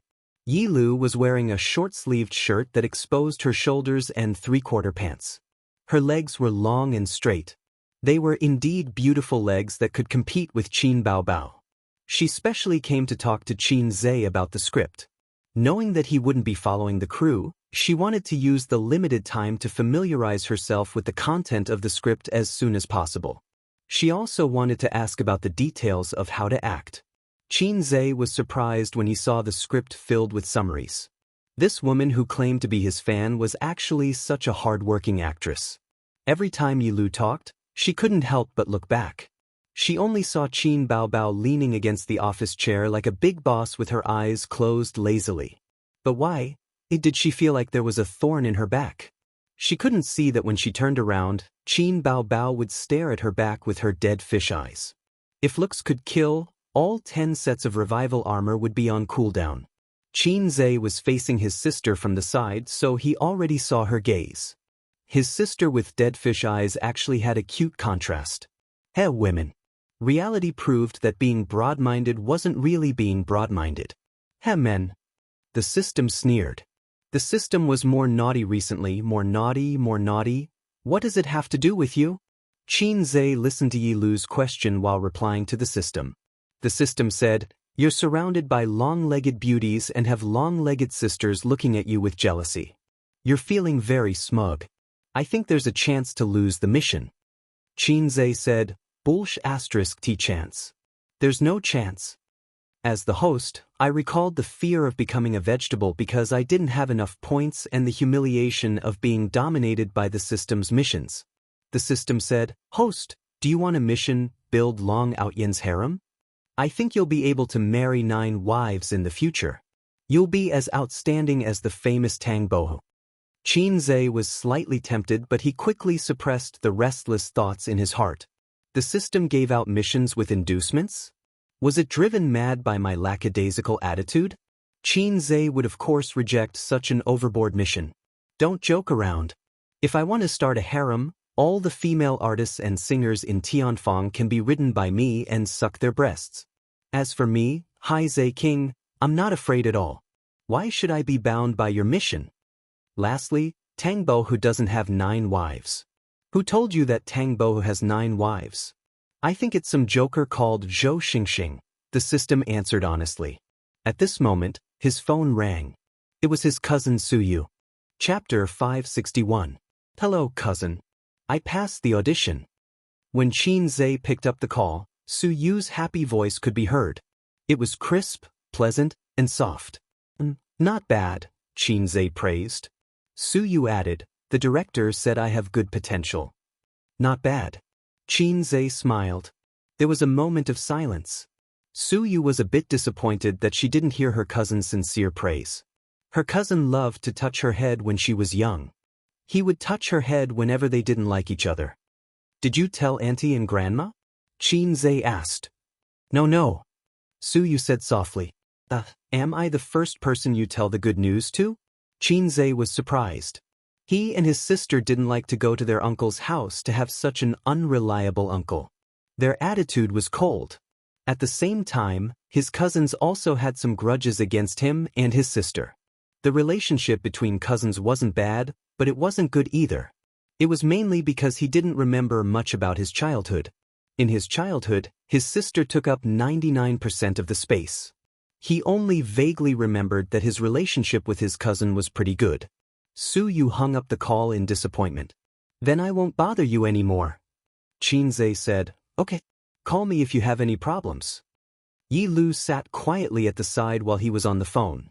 Yi Lu said, Xiao Qin, you spent a week writing this script? Qin Zhe nodded. Why? Yi Lu shook her head. I just find it hard to believe. Writing such a script in a week was already hard to believe. Without considering the time, just the quality of the script made her, a capable actress, gasp in amazement. Oh, he was a fast shooter. He wrote songs so fast too. Qin Zhe pretended to be pretentious and said lightly, not exactly a week. I've been quite busy these past few days and couldn't find the time. I only wrote the beginning. I started working hard the day before yesterday and the script was ready. Yi Lu was stunned. So, this should be the basic operation of a fast shooter? Basic, don't be stupid, sit tight. A man could not be a fast shooter, but this man who was a fast shooter felt so charming. Oh men. Qin Baobao muttered disdainfully. Oh women. Xianxia heard it and sneered. The older sister glared at him fiercely. Due to the presence of outsiders, she didn't PK with her younger brother in real life. Otherwise, she would definitely teach this little pervert a lesson. At 7 o'clock in the evening, Suyu carried her backpack and took a taxi to the hotel. Suyu had never stepped into a hotel of this level before, so she was a little nervous and timid. She pulled on the straps of her backpack, took a deep breath, and stepped in. She went to the private room according to the address in the text message and knocked on the door. "You're here." Sun Wuda opened the door. His face was red, and it looked like he had drunk a lot. Suyu stood at the door and pecked at his head. The moment she entered the room, she was stunned. It was different from the scene she had imagined of a group of people sitting around a table. The private room wasn't big because the table itself wasn't big. There were only 3 people at the table. The scriptwriter Sun Wuda, the director Zhao Yuqian, and a beautiful older sister with makeup, fake eyelashes, and chestnut-colored curly hair. "Come in." Sun Wuda pulled her in. Suyu was invited to sit beside Zhao Yuqian. When Suyu saw Sun Wuda return to his seat, she hugged the older sister's waist. Director, is it just us?" Suyu asked timidly. "Yeah, only you and her passed the audition," Zhao Yuqian said. "Tisk, little sister is so pretty." Jiangnan smiled. "Hello, sister," Suyu replied. "Both of you are good seedlings worth nurturing," Zhao Yuqian said as he wrapped his arms around Suyu's waist. Suyu noticed it, so she turned sideways and blocked it with her elbow. She looked at him with shock and vigilance. This scene made Jiangnan burst into laughter. She raised her glass to dissolve the awkwardness. "Director Zhao, let me toast to you." Zhao Yuqian didn't mind and raised his glass with a smile. Zhao Yuqian knew that picking up girls was like cooking, so he didn't show too much of a desire. For the rest of the time, Zhao Yuqian, Sun Wuda, and the others toasted each other, ate, and chatted. Suyu was forced to drink a few cups. Her little face was burning hot and had an intoxicating blush, which was especially attractive. When her face was full, Suyu stopped drinking. At most, she would take a sip. Zhao Yuqian and Sun Wuda tried to persuade her a few times, but the little girl resisted. Zhao Yuqian gave Jiangnan a look. The latter understood. "Sister, let me toast to you. Let's get along well after we join the crew." Jiangnan raised her glass. Suyu couldn't refuse her, so she took a sip. Jiangnan finished her glass. She was a good drinker. "Let's drink. Cheers, everyone." Suyu had no choice but to drink. She frowned. The smell of beer made her very uncomfortable. It didn't taste as good as Nutri-Express at all. Who would have thought that this cup of wine would be like 2 women who started a conversation? Jiangnan said, "Do you like Xianxia?" Suyu nodded. Of course, she liked him since she was young. He was a gentle and easy to get along with cousin. Jiangnan raised her glass. "Come, let's have another toast. I like Xianxia too." So they had another toast. Jiangnan continued, "Don't you think President Qin is amazing? He can do whatever he wants. This is talent. Ordinary people can't compare to him. Among my sisters, there are many who want to marry him. I say, they're all daydreaming. If someone as cute as my sister can climb up in Tianfang in the future, she might even have a chance to catch President Qin's eye." Such a topic could easily resonate with little girls. It was like a bourgeois woman talking about luxury goods and cosmetics. Jiangnan was very experienced. Suyu smiled awkwardly but politely. "Sister, this isn't ancient times. If cousin likes me, the whole family will explode." By a boom, the whole family was shocked. Actually, it would be fine to just laugh it off, but Suyu didn't have that kind of social experience. She felt that it was impolite not to reply, so she said, "Actually, he wasn't like this before. He was even a little stupid." In terms of IQ, her sister could look down on Xianxia. Her cousin could also look down on him. Although Suyu wasn't a top student, she was still a student. For someone like Xianxia, who had worked so hard to muddle his way into an above-average grade, it was indeed ordinary. He could get into the University of Finance and Economics purely because of his grandfather's hard work. He also used his connections to get in through the back door. Otherwise, due to the admission limit, he wouldn't have been able to get in. Uncles love education plus the low cutoff score for locals plus the back door. So you knew all this? Jiang Nan frowned slightly. She didn't like what she heard and deliberately said, I'm angry. I'm Qin Zhe's fan, you know? Your words offended me. It was half true. She was indeed Qin Zhe's fan. Su Yu was a little embarrassed. Jiang Nan said, drink. Punish yourself by drinking 3 glasses. Otherwise, we won't be sisters. Becoming sisters without a word was something that both the boys and girls were quite disgusted with. For example, when the author was in junior high school, he always heard a group of people calling themselves brothers and sworn brothers. It was very awkward. Su Yu forced herself to drink 3 glasses. She let out a loud burp. Her face was even redder, and her eyes were a little blurry. It was about time. Zhao Yuqian said, Yu, do you know how many people fight to get a role in Boss Qin's movies, even if it's just a small part? Su Yu nodded. She really didn't know. Su Yu said, Boss Qin's movies are very good. She always felt that calling him Cousin Boss Qin was very strange and awkward. Every time she didn't pay attention, she would say, cousin, and then stop. It should be Boss Qin. No one knew that this introverted and shy girl was Qin Zhe and Qin Baobao's cousin. But even if you are good seedlings, there are many good seedlings in the world. Zhao Yuqian paved the way and painted a big picture.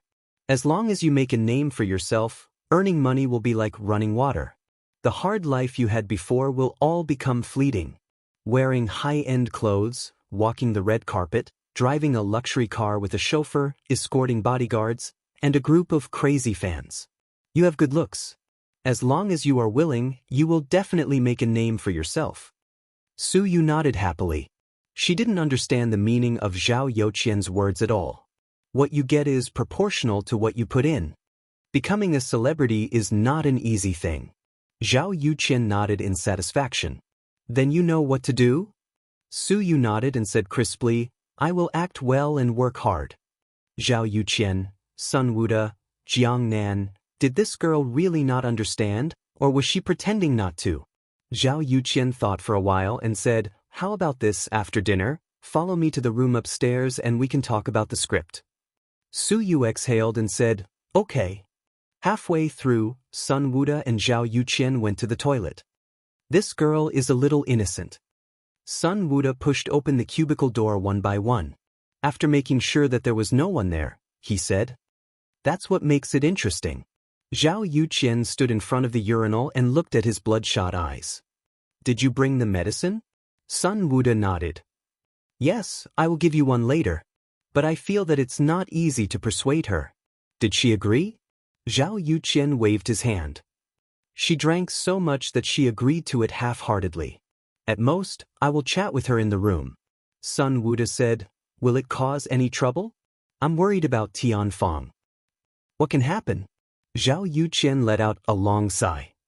It's like this in our line of work. Tianfang is untainted. Look, you didn't say anything. In the entertainment industry, only good female artists can make a name for themselves. Qin Baobao is an exception. But how many Qin Zhe are there in the entertainment industry?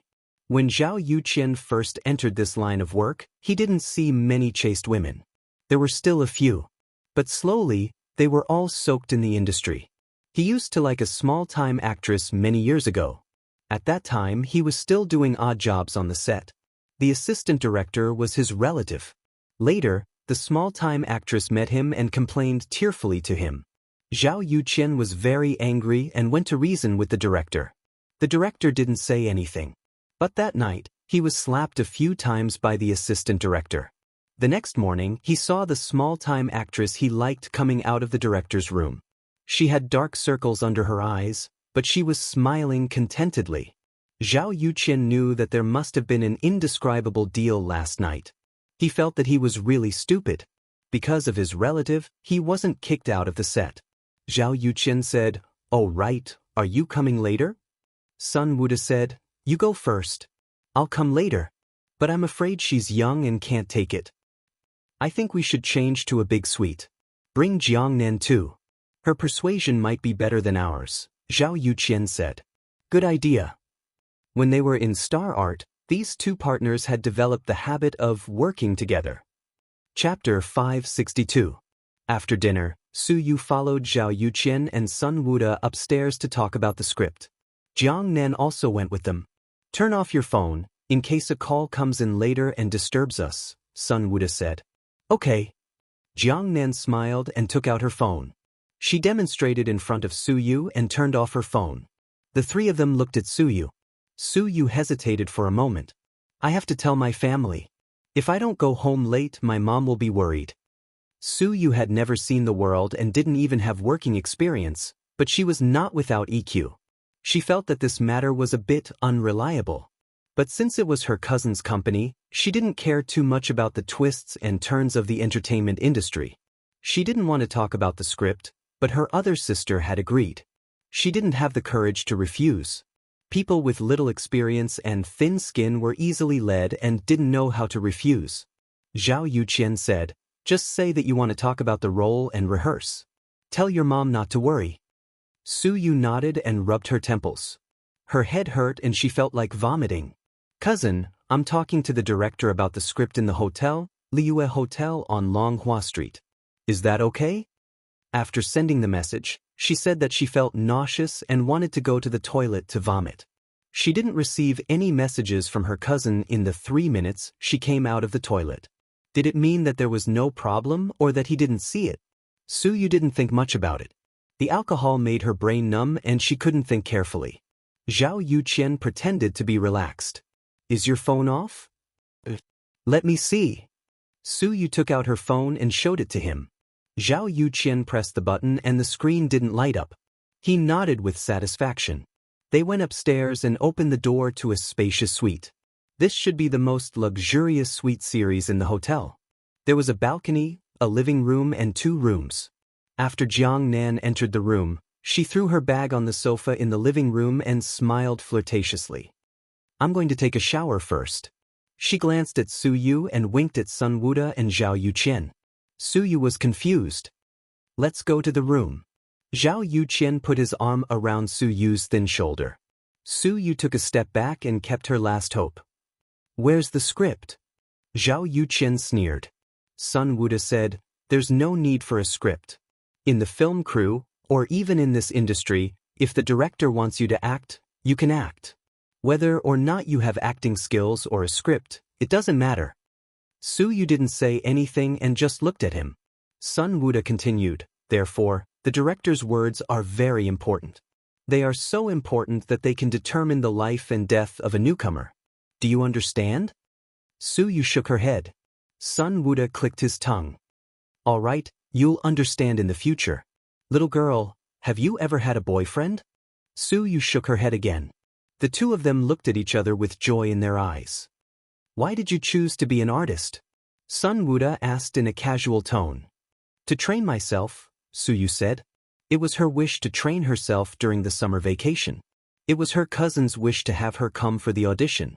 According to her own heart, being able to get along harmoniously with the backup artists was already something worth celebrating. Her recent goal had already been achieved. She didn't have high expectations for herself. You've never thought of making money? Sun Wuda asked. Making money, of course, Su Yu said. With her family's financial situation, if she could earn some money to support the family while working in her cousin's company, her mother would be very happy. That's right. Sun Wuda sighed. But money isn't easy to earn, right? No matter what industry it is, it's not easy to earn money. Celebrities are just like writers. Not only is it difficult to earn money, but there are also a lot of haters. After saying a lot, Sun Wuda saw that he was almost done laying the groundwork.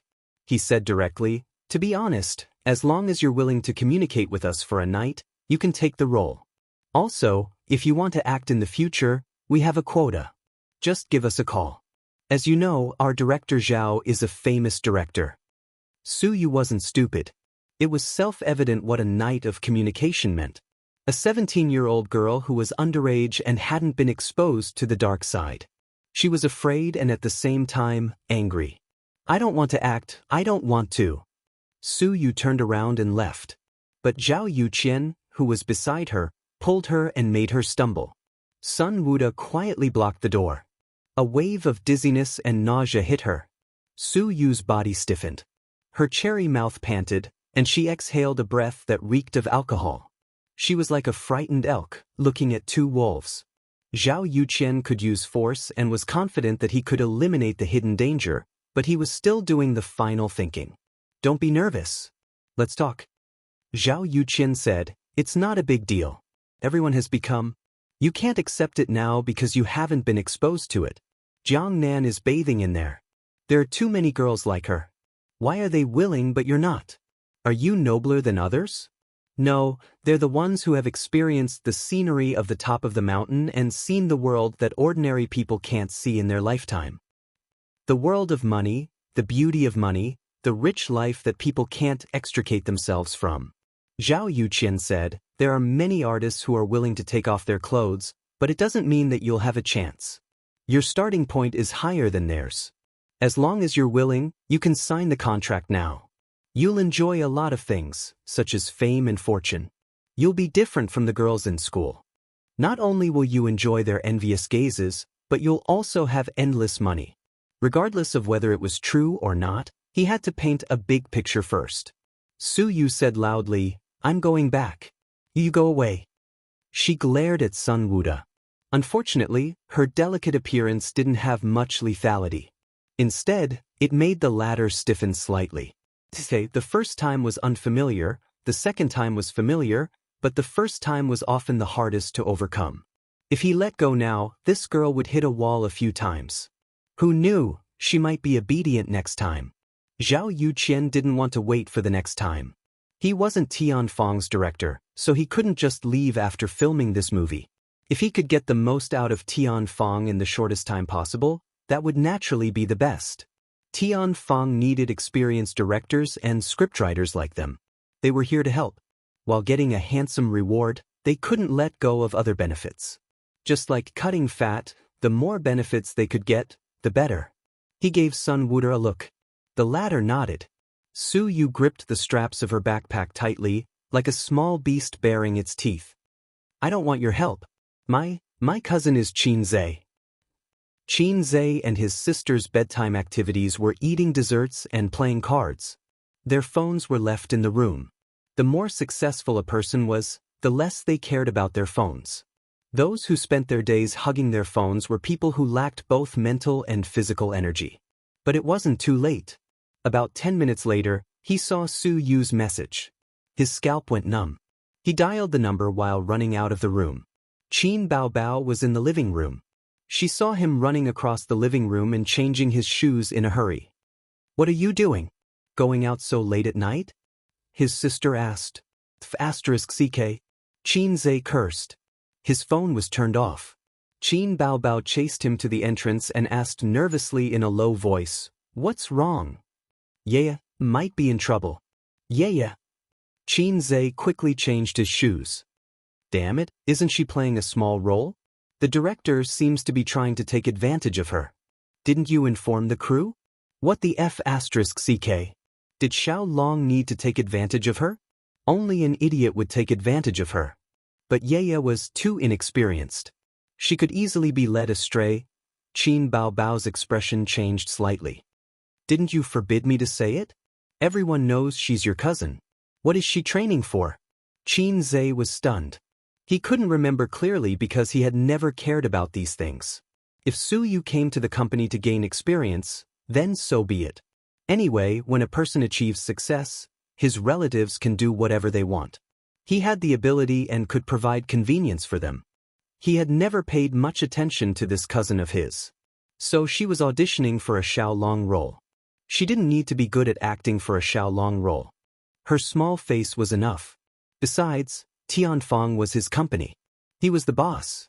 His territory was dark under the light. Qin Baobao shouted anxiously, I'll go with you.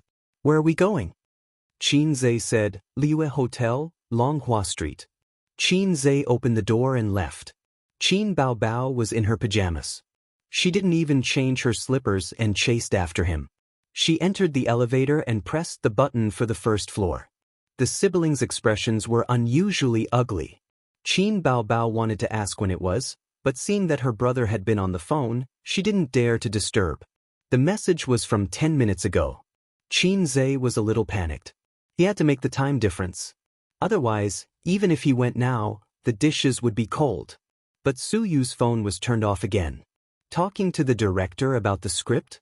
Which director? Xianxia was calling MOU. If it was him, Xianxia would let him know that there was a line in the song, a broken chrysanthemum full of wounds. It wasn't a joke. The call went through immediately. Xianxia said in a low voice, "You're at Liyue Hotel?" MOU was stunned. "I'm at home, truth." "What's wrong, Boss Qin? Give me Zhao Yu's phone number. Immediately, send me a message." With that, he hung up. About 30 seconds later, when the elevator reached the first floor, a message came in. In addition to Zhao Yu's phone number, there was also a question mark from MOU. Xianxia didn't reply. He pressed the number and dialed. Zhao Yu and Sun Wuda looked at each other, full of smiles, but it was just a sneer. Sun Wuda teased, "Is Qin Baobao your cousin?" Su Yu nodded vigorously. Zhao Yu laughed and said, "Good girl. Actually, Xianxia is my long-lost son. Don't be afraid. Come to the room with your uncle tonight for a chat." What a funny little girl. Zhao Yu stood up and tugged at her. "Listen to me. You're rich and famous. Many female artists dream of being with you. If you don't, then you're not obedient. What can a little girl like you do to us?" His phone suddenly rang. Zhao Yu frowned and took it out. It was an unknown number. He hung up. It rang again. And again. Maybe it was something. People of his status often receive calls from unknown people, but it wasn't the kind of trashy advertising or sales calls. It could be looking for cooperation, gifts, and so on. "What's the matter?" He was calm. "Zhao Yu, I'm Xianxia," said the other party. "President Qin?" At first, he was stunned, then he put on a smile. "It's so late. Why are you calling me?" "Are you at the Liyue Hotel?" "Zhao Yu?" "How did he know?" "You want to sleep with my artist?" Well, Zhao Yuqian didn't know how to answer the question of seeing through but not saying anything. "Did you do it?" His tone was cold. "I'm asking you a question." He shouted. No, Zhao Yu's body trembled. He was shocked. "Su Yu is my cousin. Wait for me at the hotel." The call was cut off. The phone slipped on the floor and made a muffled sound. Zhao Yu's face was pale. Chapter 563. I'm Xianxia. Su Yu is my cousin. Zhao Yuqian felt a rumbling sound in his mind as if thunder was echoing. It's over. It's over. She's really Xianxia's cousin? Why would Xianxia's cousin come to the audition? She's relying on her own abilities. Don't be ridiculous. Who would rely on their own abilities if they had connections? This isn't a TV series. What's wrong? Sun Wuda frowned when he saw his strange expression. Zhao Yuqian stared at Su Yu in a daze. Her face was flushed red. She should have looked seductive. Now that he looked at her again, she was as vicious as a snake. Why didn't you say so earlier? Why didn't you say so earlier? You should have just said that you're Xianxia's cousin. You pretended to be an ordinary backup artist and came to the audition. You even hid your identity. You're really Xianxia's cousin? Zhao Yuqian's face was dark as he asked bitterly. I am. That's why I'm not afraid of you. Su Yu gave herself courage. On the side, Sun Wuda froze. His heart skipped a beat. He turned around and looked at Zhao Yuqian in disbelief. Just now, Xianxia called? Sun Wuda's voice was trembling. Zhao Yuqian didn't say anything. He sat on the sofa with his head lowered. His hands were restless as he scratched his head. Sun Wuda was silent for a few seconds. Then he grabbed his bag and left. Where are you going? Of course. Why are we still here? Zhao Yuqian looked exhausted. He told us to wait here. Sun Wuda was speechless. So, should we go or not? Even though the two of them were experienced in life and society, they were at a loss of what to do. Their boss's cousin was an unspoken rule. They were embarrassed and scared at the same time. It was like an employee who saw a super hot girl in the company and bought roses to court her. He said flirtatiously, "Beauty, the moment I saw you, I was like a programmer who found a loophole. He didn't want to do anything but fix it. Then, the beauty said, "I'm your boss's cousin." Coincidentally, his boss was right beside him. But with Qin Zhe's identity and status, he was a big capitalist in the entertainment industry. Did he dare to leave? The two of them looked at each other in silence. Sun Wuda put down his bag and sat on the sofa. "Just say it's a misunderstanding. We don't work for his company. At most, we can just quit," Zhao Yuqian said in a hoarse voice. He was emboldening himself and his partner. "We can look for Director Huang. Doesn't he have a good relationship with Qin Zhe? With this relationship, he won't do anything," Sun Wuda said. The two nodded at the same time. Zhao Yu calmed himself down and felt less panicked. "Why haven't you left yet?" He looked at Su Yu. If this girl left, the situation would be much better. "I'm not leaving." Su Yu glared at her. "My cousin is coming, right?" His words became much more righteous. He was like a child who had lost a fight. One moment he was crying because he felt wronged, but when his father came, he arrogantly said, "This is my father." It was exactly the same. About 5 minutes later, the door lock clicked. Sun Wuda and Zhao Yuqian, who were sitting on the sofa, shuddered. It wasn't the door, but the bathroom door. Jiang Nan, who had just finished showering, came out in her pajamas and was drying her hair with a dry towel. The scene in the room stunned her. Shouldn't it be done by now? But now, the two men were sitting on the sofa dispiritedly. The girl was standing valiantly, glaring at the director and scriptwriter. When she heard the noise, she first looked at herself and then glared at the two men. "What's wrong?" Jiang Nan was confused. Zhao Yuqian and Sun Wuda didn't say anything. Jiang Nan could only say, "Little girl, it's your turn to go in." Su Yu said disdainfully, "Disgusting." "What do you mean?" "I just think you're disgusting." Jiang Nan was so angry that she laughed. "If you're not disgusting, why don't you leave? Why are you standing here like a fool?" Su Yu retorted, "Why should I leave? I'm waiting for my cousin." "Your cousin?" Jiang Nan sneered. "Shut up." Zhao Yuqian shouted. Jiang Nan, an aggrieved expression. "I didn't say anything wrong, right? Then I'll go to the room first," Jiang Nan said in a muffled voice. "You don't have to go. Put on your clothes and leave," Sun Wuda said. "What do you mean?" Jiang Nan's expression changed. Are they changing their minds? Are they not going to let me act anymore? Her expression changed several times. Anger, indignation, annoyance, and other emotions. She went back to the bathroom without a word. When she came out again, she had already put on her clothes and high heels. She picked up her bag and walked out expressionlessly. The sound of her high heels clacking against the floor was crisp and clear. When Jiang Nan walked to the door, there was a loud knock on the door. "Papa." It was very loud and very heavy. It was obvious that the person knocking on the door was very impatient. This time, it was him. Zhao Yuqian and Sun Wuda's expressions were extremely ugly, and they were a little uneasy. Jiang Nan was about to go out when she turned the doorknob and opened the door. A man in short sleeves and big shorts, and a bare-faced woman in pajamas. Seeing the two people outside the door, she was stunned, and then she was pushed away forcefully. Although she was pushed away so violently that her high heels slipped and she fell on the floor, she wasn't angry. Instead, she was confused and stunned. Unbelievable. Qin Zhe and Qin Baobao? Qin Zhe rushed into the room. He saw that his cousin's clothes were still intact and her face was still flushed red. His tense heart finally relaxed. "Yeah, are you okay? Why are you here?" Qin Baobao grabbed Su Yu and gritted her teeth. "Did they bully you? Did they touch you?" Su Yu shook her head. "No, they said they wanted to talk to me about the script, so I came up." Qin Baobao was relieved. She wanted to scold her, but this was not the right place. She held her in her arms and glared at the two people on the sofa. Zhao Yuqian braced himself and got up. "Boss Qin, this is a misunderstanding.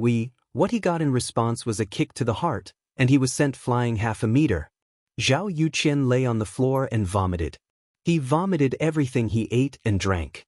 The sour smell spread. "Qin Zhe?" Sun Wuda's face changed. Qin Zhe slapped him with the back of his hand. Sun Wuda staggered a few steps and fell, and then he was punched and kicked by Qin Zhe. Bang bang bang. There was a commotion. Glasses, ashtrays, fruit plates, backpacks. He smashed everything he could get his hands on. Their heads were bleeding and they looked miserable. Qin Zhe looked at them one last time. He didn't scold them or say anything. Instead, he walked to his sister and asked Su Yu, "Are you okay?" Su Yu shook her head.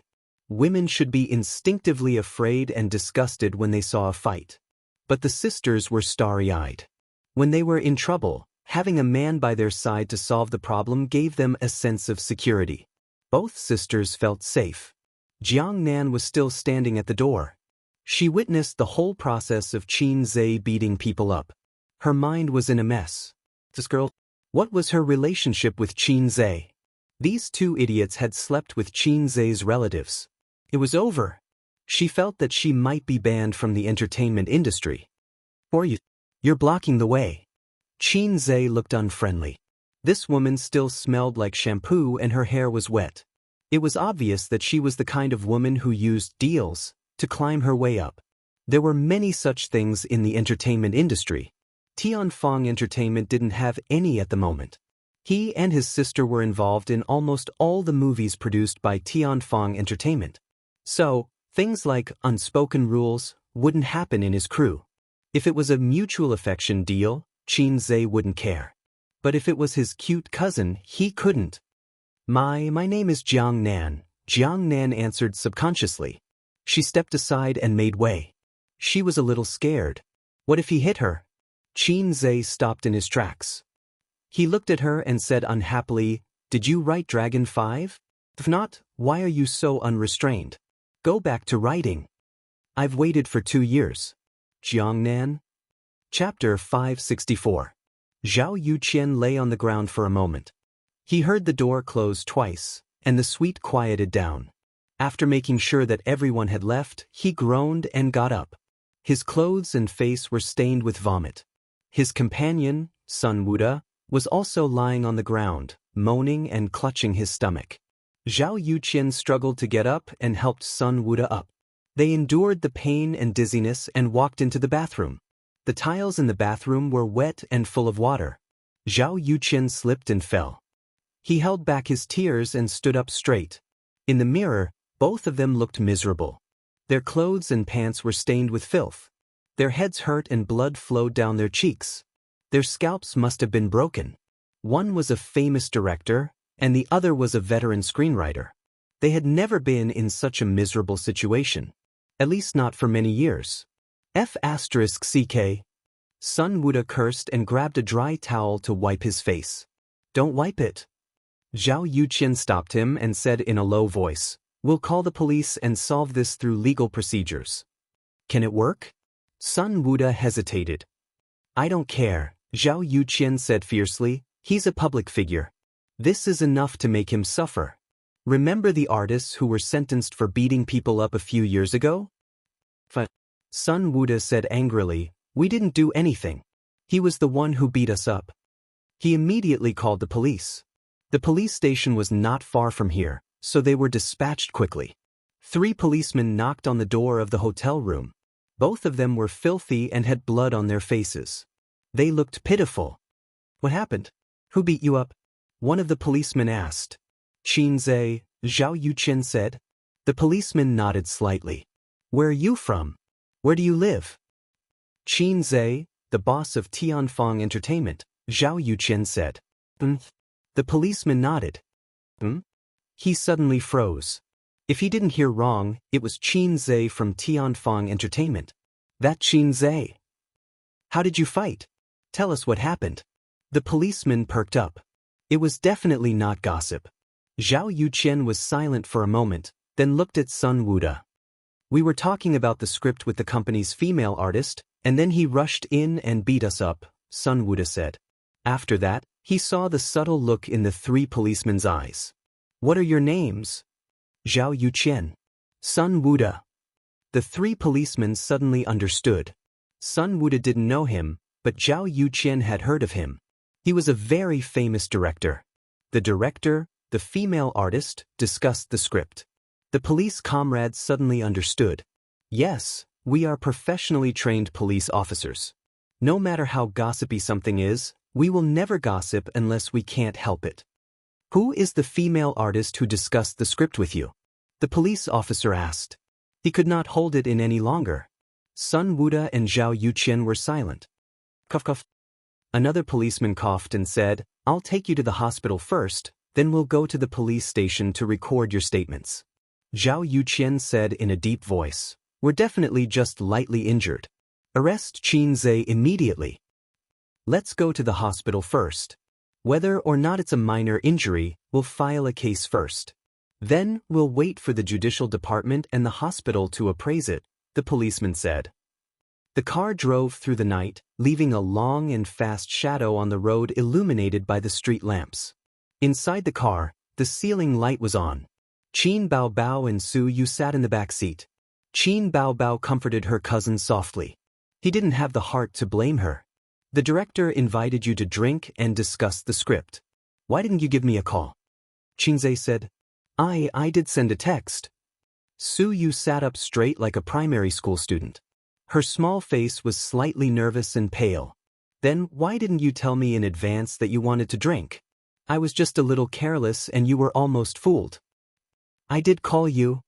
Su Yu lowered her head and said in a low voice, You didn't want to talk to me. She felt so wrong that she wanted to cry. You must have been scared. Qin Zhe sighed. You've seen the rotten side of society. If you encounter anything in the future, be careful.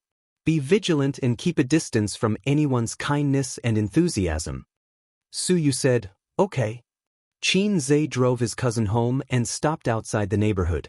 It was a rare night with a cool breeze.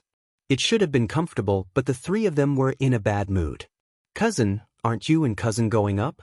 Grandma misses you. Su Yu was sent to the gate of the neighborhood by Qin Zhe and Qin Baobao. Not going.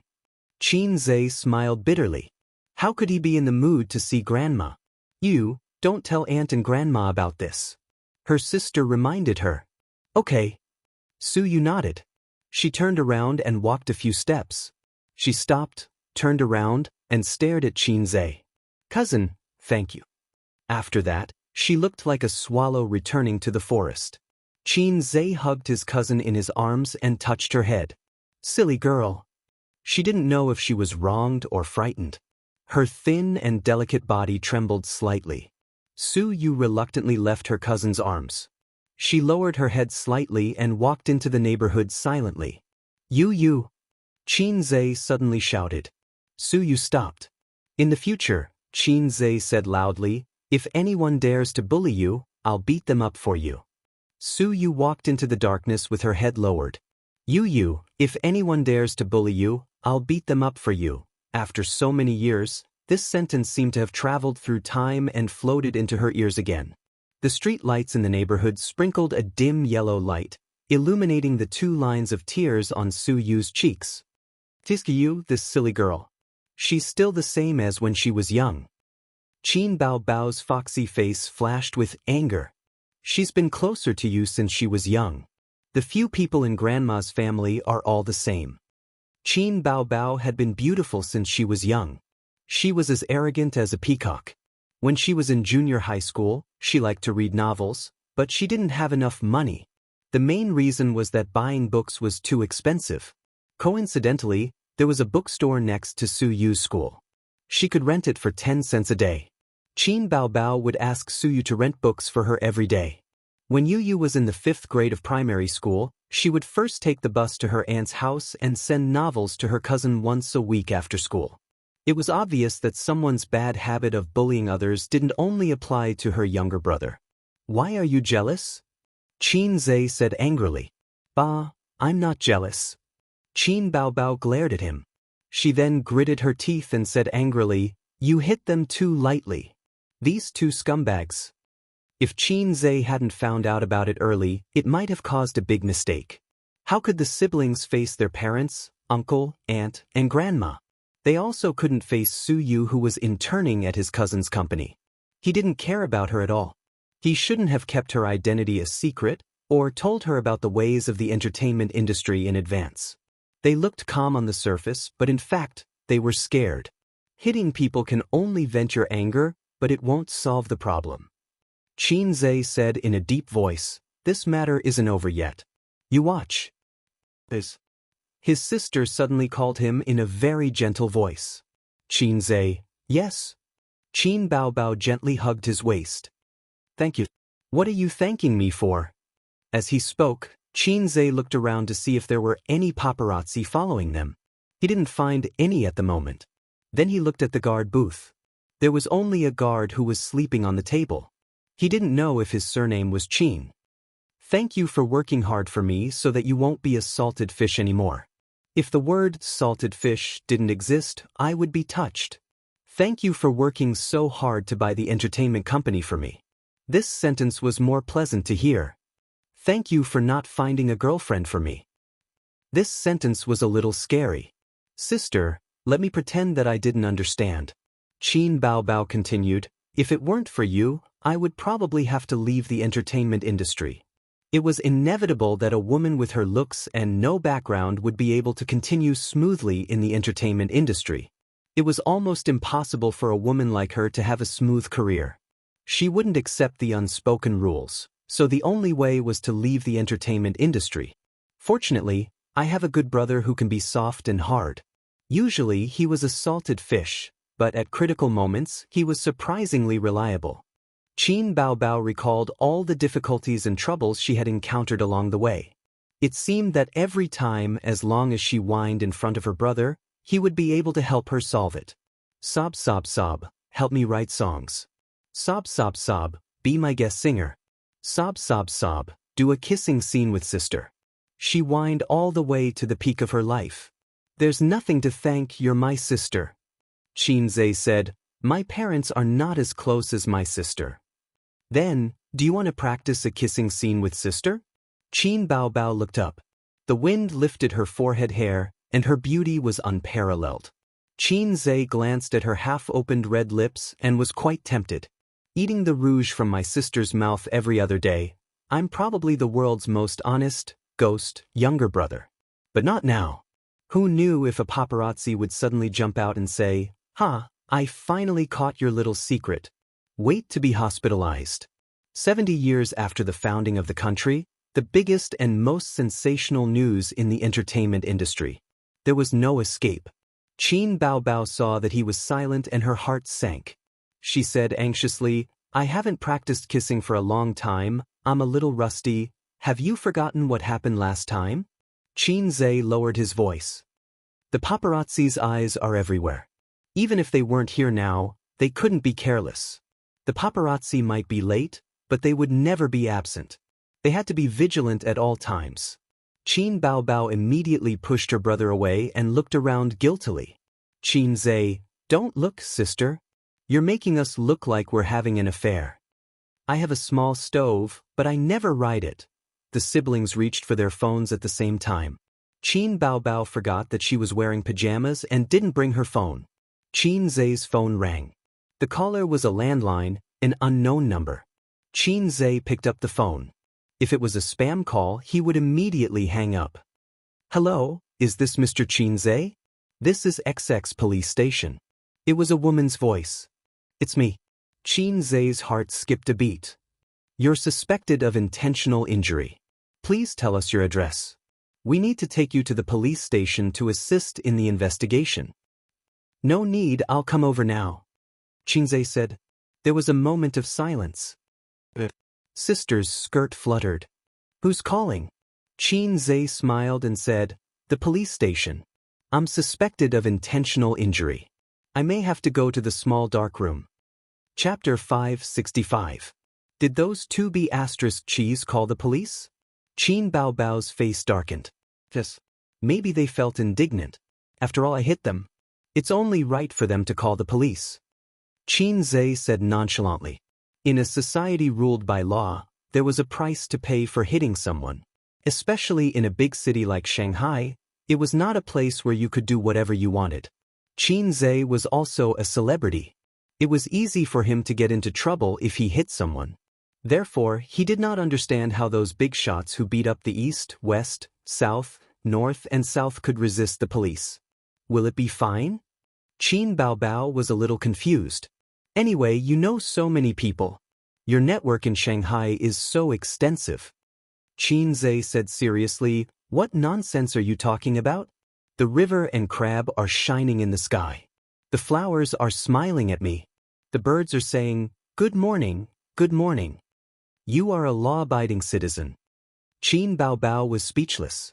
Qin Zhe said as he got into the car, if I really committed the crime of intentional injury, I will accept the punishment.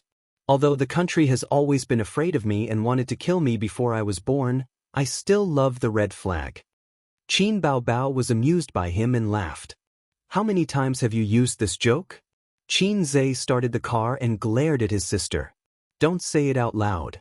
If you don't say it out loud, the readers will not think of it. The phone rang again.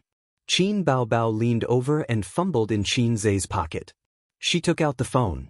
It's Zijin, she said and picked up the phone. Hello, Zijin. Baobao, what's going on? The police came to our house just now and said that Ace is suspected of intentional injury. They asked him to go back to assist in the investigation. When they didn't see him, they asked me for his number. Wang Zijin's tone was calm. He beat up 2 scumbags and they called the police, Qin Baobao said, but Ace looks very confident. It seems that everything is fine. Oh, I'll hang up then.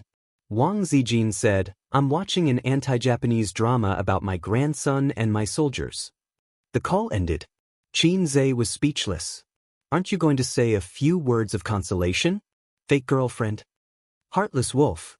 Qin Baobao puffed up her cheeks at her brother. See, it's still your biological sister who loves you. Okay. Qin Zhe nodded perfunctorily as he recalled the details of what happened just now. His attack shouldn't have been too heavy, right?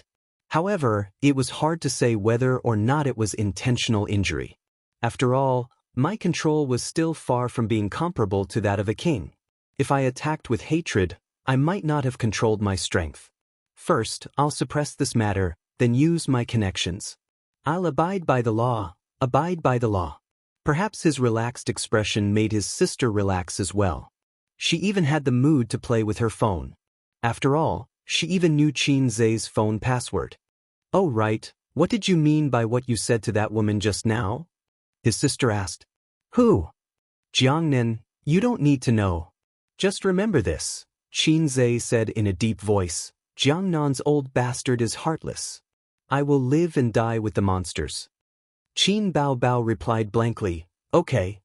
The police station was a little far away.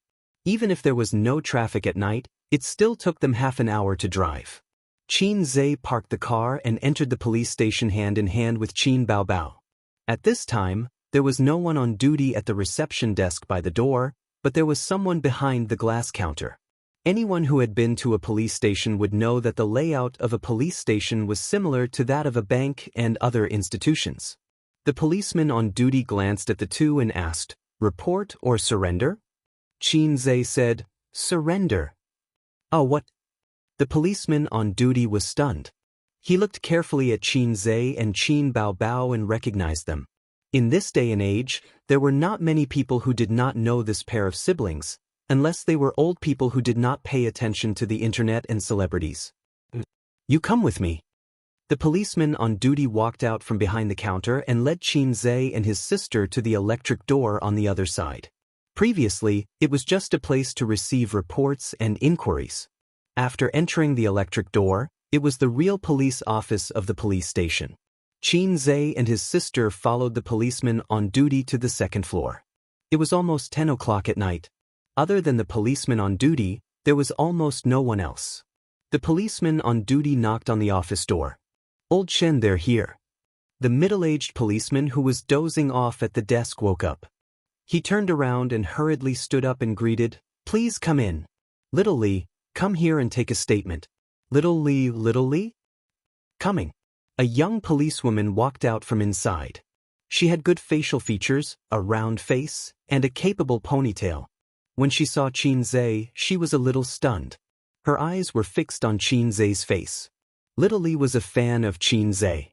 Little Fresh Meat was originally popular with girls, and Qin Zhe was the more unique one. Every song of Qin Zhe's was saved in her phone and computer. For Qin Zhe's A Journey to the West, she went to watch it every day for a week. Her boyfriend, who had always been obedient, was quite dissatisfied with this. He felt that his girlfriend was too obsessed with Qin Zhe and was very jealous. Officer Chen said, "Pour 2 cups of tea." Qin Zhe originally thought that interrogation. He was suspected of a crime, so there should be an interrogation. On TV, he was locked in a small dark room, interrogated one by one, and then there was a one-way glass wall. Behind the wall, there was a small leader watching the interrogation process. In the end, it was just the 4 of them sitting in a row in the office. Little Li was responsible for recording the conversation on the computer. This was because the incident itself was just a fight. The hospital's test results were not out yet. Qin Zhe was only suspected, not really breaking the law. After entering the name, gender, and age according to the procedure, Officer Chen said in a deep voice, "Zhao Yuqian and Sun Wuda reported you to the police. What is the reason?" Qin Zhe said, "They wanted to sleep with my company's backup artist, a 17-year-old girl, underage." Little Li said, "Bah, scum." Then Qin Zhe, "Are you injured?" Qin Zhe said, "No." Little Li said, "That's good." Officer Chen had to remind her, "Focus on recording. Give me a detailed account of what happened." Qin Zhe immediately told her what happened. About 15 minutes later, the investigation ended. Officer Chen sent the siblings out of the office. "Before the hospital and the judicial organization's injury report comes out, I hope you will stay in Shanghai and cooperate with us," Officer Chen said. "No problem. By the way, where's the toilet?" "Go straight, turn right at the end." Qin Zhe said to his sister, "Wait for me in the car first." Qin Baobao shook her head.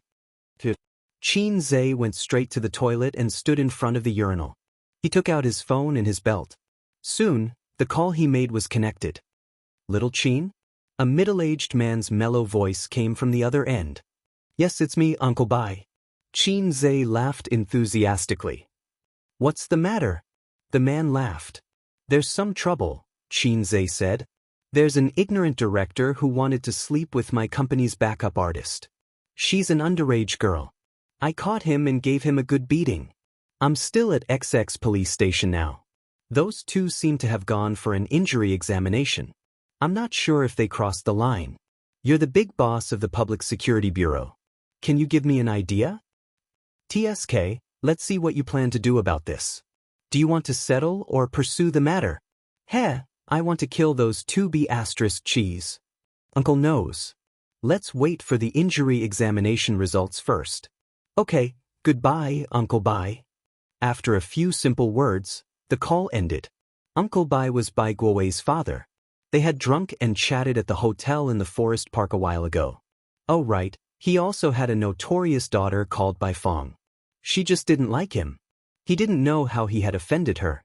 Qin Zhe now had a network of connections in Shanghai. As long as he didn't get involved in prostitution, gambling, and drugs, he could do whatever he wanted. First wave, second wave, third wave. Rowing a boat didn't need a paddle. The Wang family's connections didn't need to be used at all. It was like using a cannon to kill a mosquito. That was why Wang Zijin was so calm. Having many friends meant that he could do whatever he wanted. However, it was better to fight less in the future. He couldn't be bothered to bully ordinary people. For example, if he dared to hit the 2 people tonight, they would dare to call the police. He envied those big shots who beat up people with power and status. They didn't have to worry about legal liability. At the same time, he despised those who had a good social status, money, power, and connections, but chose to swallow their anger after being attacked by the main character's people. Lohax, what did you call me for? The system asked. He didn't call you, Qin Zhe replied. You can continue to hibernate and AFK. It's none of your business. The system said, Oh, I'll continue to deduce the mysteries of the universe. It's been a while since I triggered a mission. Qin Zhe said, Okay, Sir System. He turned around and saw Officer Chen standing at the door. The 2 of them nodded and smiled as if nothing had happened. When they brushed past each other, Officer Chen said, Do you want me to send you off? Oh, she even said, you. Qin shook his head and smiled politely. I have a car. Thank you. Officer Chen was just saying it casually to make a good impression. When Officer Chen returned to her office, Xiaoli was excitedly posting on her WeChat moments to show off that she had met Qin. She was full of praise and joy, but she didn't say what had happened because of privacy issues. Officer Chen was thinking, someone with the surname Bai? The big shot of the Public Security Bureau? Who could it be? The director of her police station wasn't surnamed Bai. Looking further up, there didn't seem to be anyone. Xiaoli, do you think there's anyone with the surname Bai in our organization? Xiaoli was confused. Leaders in the organization? Is there? You're a clerk, you should know better. I don't think so. Xiaoli thought for a while. Oh, the second in command of Shanghai's Public Security Bureau has the surname Bai. He's called Bai Siqing. Officer Chen was shocked. It shouldn't be that person. Do you think Qin knows that leader? Why do you say that? I heard him calling Uncle Bai in the toilet just now. He's from our organization. No way. The two of them looked at each other. Xiaoli was shocked. Qin, a big boss with a net worth of tens of billions. It doesn't seem impossible? Chapter 566. At noon the next day, a piece of news was posted online. Qin beat up the famous director Zhao Yuqian. Qin might be held responsible for his impulsiveness. What happened? The grudge between Qin and Zhao Yuqian. This matter couldn't be hidden at all. Not to mention other things, just Tianfang's side couldn't hide it. The director and scriptwriter didn't come to work during the preparation of True Yellow Legend. After asking, they found out that they were resting at home and were too ashamed to come back. When they asked again, the big boss beat them up. The news spread like wildfire and quickly spread throughout Tianfang Entertainment. Whether it was the ordinary employees, executives, or cleaning aunties, everyone was discussing this matter. The popularity of this gossip was even more attractive than topics like, why do old sows howl every night? Why do old ladies in their 80s have their underwear stolen? Is it the distortion of human nature or the decay of morals? A few people noticed that among the backup artists, there was a girl named Su Yu who didn't come to work. Maybe she was on sick leave? That was the guess of the backup artists. Mou was actually the one who knew the most. Last night, Xiao Qin called him and asked if he was at Liyue Hotel. As someone who had been in the workplace for a long time, he knew what was going on even if he used his toes to think. At this moment he was still a little scared. If he was also involved, he would have been done for this morning. Mou had been in this industry for almost 10 years. Although he wasn't like some big directors who would hide every time they met a beautiful woman, among the top directors, there were one or two who were famous for being slutty. The number of female celebrities who had slept with them could circle the earth. But he wasn't a gentleman either. In this day and age, where would there be a gentleman? If the situation allowed it, he would be more than happy to open a room with the female celebrity to talk about the script. However, both Xiao Qin and Xiao Qin disliked this kind of phenomenon and explicitly forbade it. Therefore, even if the company's executives wanted to, they didn't dare to be too flamboyant. At most, they would contact the female celebrities in private. After all, they couldn't stop the female celebrities from working hard to improve themselves. If they forced them, it would be over if they were found out. Speaking of which, only Qin and Qin Bao had such confidence and ability. Would another entertainment company be able to do it? There was a lot of discussion about this matter online. It would definitely make the headlines and become a trending topic. This kind of thing was much more exciting than having an affair, getting her hair done, or sleeping with her manager. It was about Qin and a famous director. Fighting. You may be held criminally responsible. Every word was filled with excitement and gossip. Qin is up to something again? What's going on this time? Why are they fighting for no reason? It has to be fake. So far, neither Qin nor Zhao Yuqian have come forward to say anything. But there's no clarification either. Besides, there's so much news. It can't be groundless. If this is true, then Qin might be in trouble.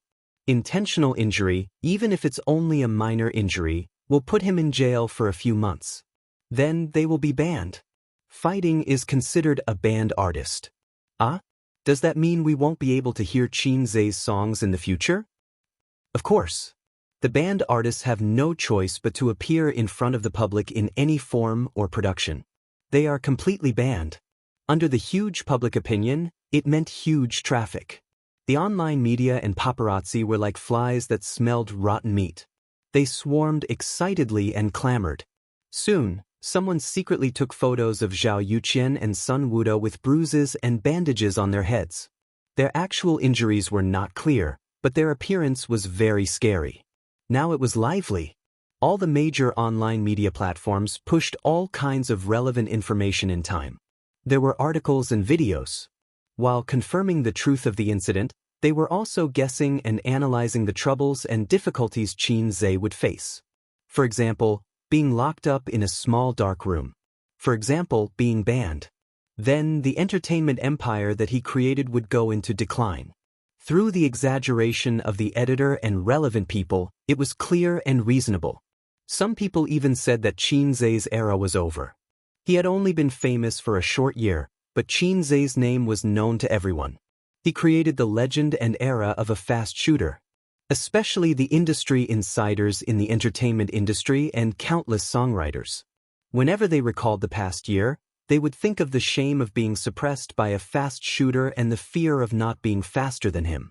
Some people gloated and felt proud that they were finally no longer suppressed by a fast shooter. Some people regretted that a musical genius of a generation might have to bid farewell to the entertainment industry. It's over.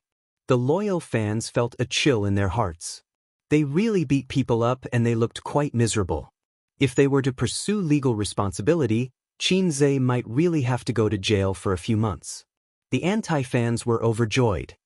Bah, this kind of person should be banned. Young success, arrogant and reckless. He should pay the price for beating people up. Ban him, hurry up and ban him. I like director Zhao Youqian's work very much. This time, I will support him no matter what. I strongly request that Qin Zhe be banned. It's wrong to beat people up for no reason. They are all adults and should pay the price for their actions. So, Qin Zhe is done for. Old Master Qin was a respectable person when he was alive. Burn some incense before you leave. Lu Sun once said that China people are ignorant and arrogant, inferior and proud. It's so disgusting that it makes one's hair stand on end. I can't make up any more stories. Lu Sun is more wrong than Dou. Anyway, we just need to ban Qin Zhe. There were too many people waiting for the follow-up of this incident. However, this matter could not progress too quickly even if Qin Zhe was secretly pushing it. According to the normal process, the case verification, investigation, and injury evaluation by the judicial department should be done in half a month. The government could not be blamed for not doing enough. China was so big and there were so many things to do. They were very busy and did not provide private services. Similar government agencies such as hospitals. It was said that medical treatment was free for Americans and the government would pay for the medical expenses. However, you definitely did not know that from the time you got sick to the time you queued up, you would have to go to the crematorium 100 times. It was not a joke. Hence, most Americans who had some money would choose private hospitals, the kind that spent money. Qin Zhe could not possibly wait for half a month for such a trivial matter. He asked people to speed up the process and strive for the evaluation results. Even if there were connections, it could not be done in a day or two. The evaluation was not a big deal, but the process had to be followed. This was the most time-consuming process. In these 2 days, Qin Zhe received many calls. His friends in the entertainment industry, his friends in real life, and especially his university roommates. They called to ask about the situation. They were not the gossipy type but were concerned about his situation. The friends people made when they had nothing were the most precious. Then there were the calls from his parents and grandmother.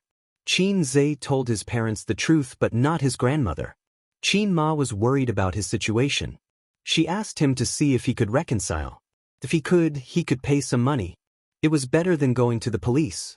The old master only said 3 words, "Good call." In the villa, Zhao Yuqian and Sun Wuda were on the phone. You've seen the news online, right? Zhao Yuqian asked. I've seen it. It's impossible for this matter not to leak out, Sun Wuda said. Seeing Qin Zhe being criticized miserably on the internet, the two of them felt a sense of satisfaction from revenge. However, in reality, they did not want this matter to be exposed. Things like the unspoken rules would ruin their reputation and embarrass them. He didn't make a statement? He didn't criticize us. Zhao Yuqian found it hard to understand. He probably wants to wait for the injury report to come out before he talks to us in private. So, he should leave a way out, Sun Wuda analyzed. If it were not for the beating incident, the two of them really could not afford to offend Qin Zhe. But now, they did not panic. At least, they did not panic before the injury report came out. After a few words, Zhao Yuqian asked, Did you pick up the call from President Huang? Yes, he wants to be the middleman and let us settle it in private with Qin Zhe. 100 million, or don't even think about settling it in private, Zhao Yuqian demanded. Can it work? 100 million is not a lot to him. And once our injury report shows that it's a minor injury, he's finished. Okay, then you'll talk to President Huang? Of course, I'll talk to him. Qin Zhe received a call from Huang Yizong on the morning of the third day. These two bastards, I'll teach them a lesson later. Huang Yizong's tone was angry. Before you send people over, don't you know what kind of person they are? Qin Zhe's tone was full of dissatisfaction. Hey, that's childish. Huang Yizong said, Which director in the entertainment industry is a gentleman? Do I need to say something that's common? Isn't your company like this?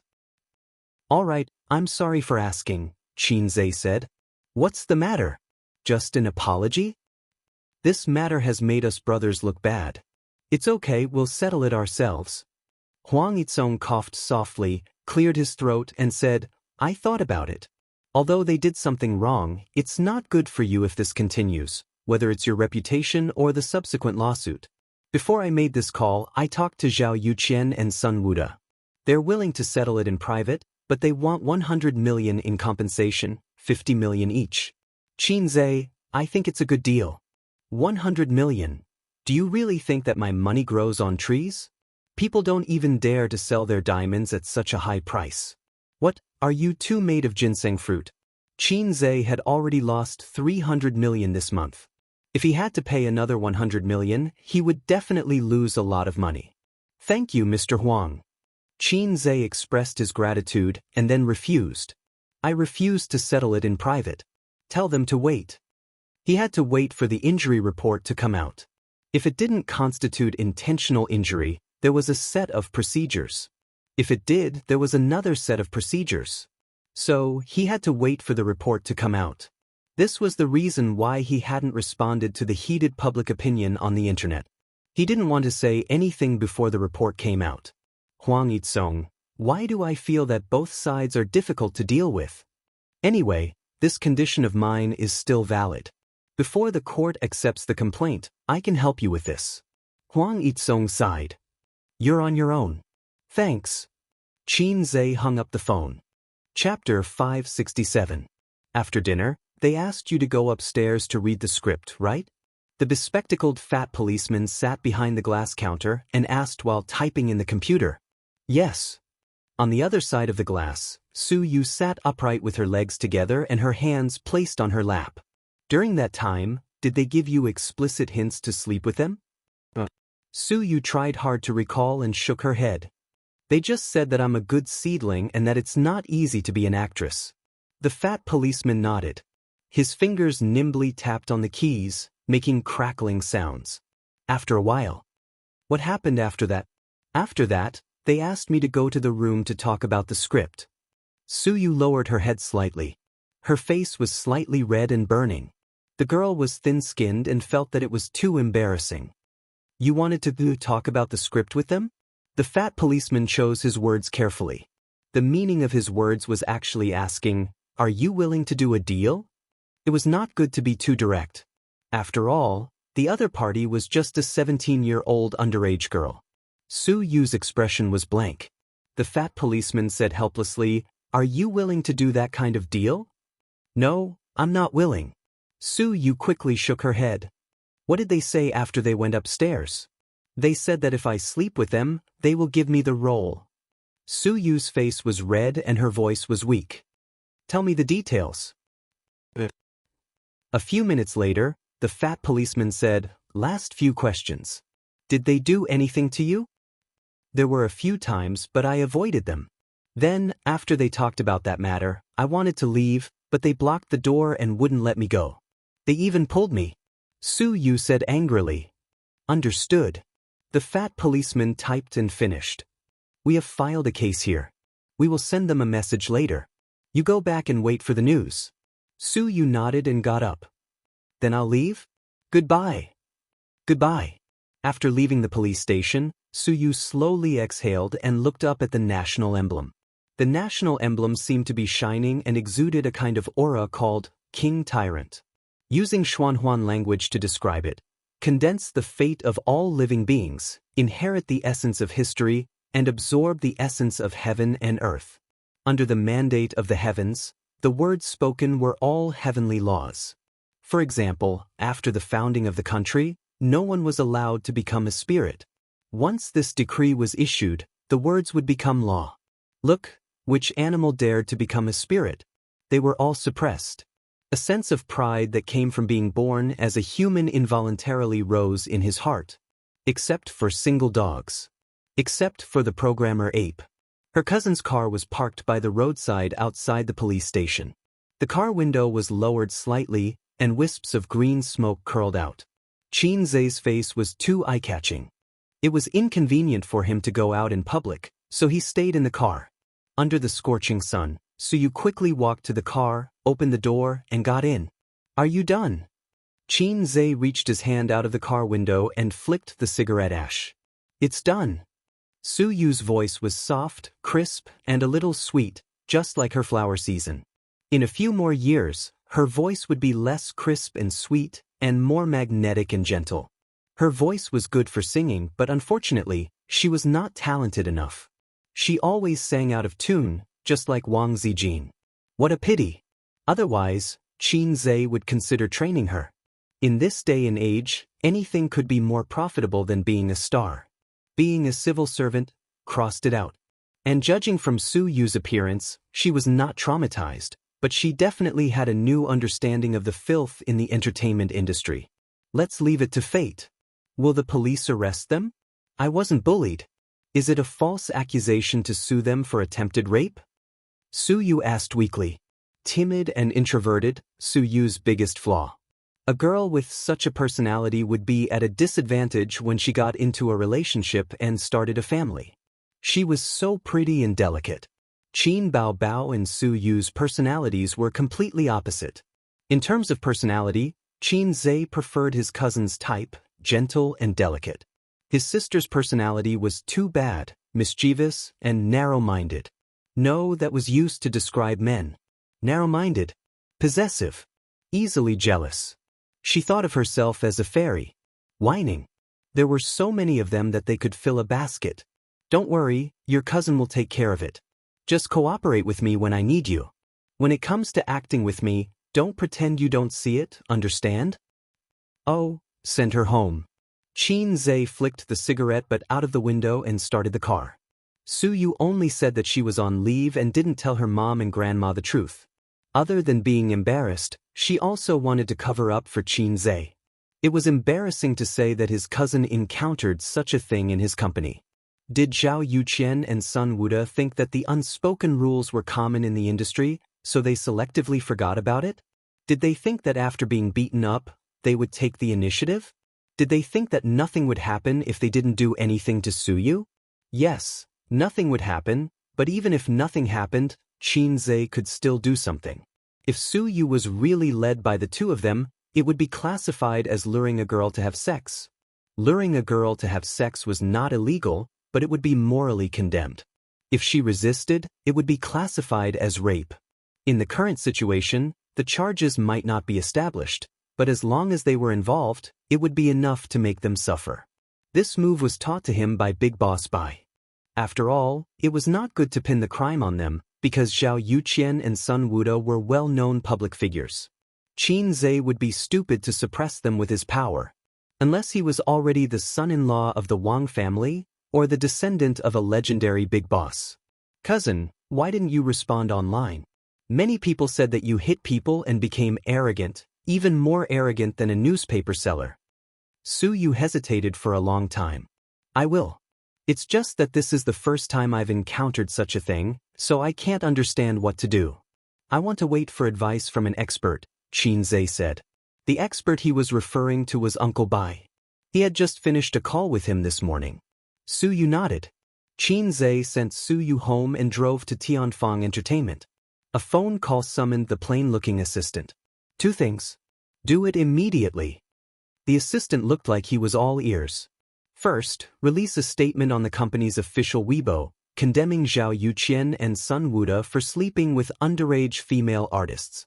Second, hurry up and contact a well-known film and television director in the industry. 3 days. I want to see them in 3 days.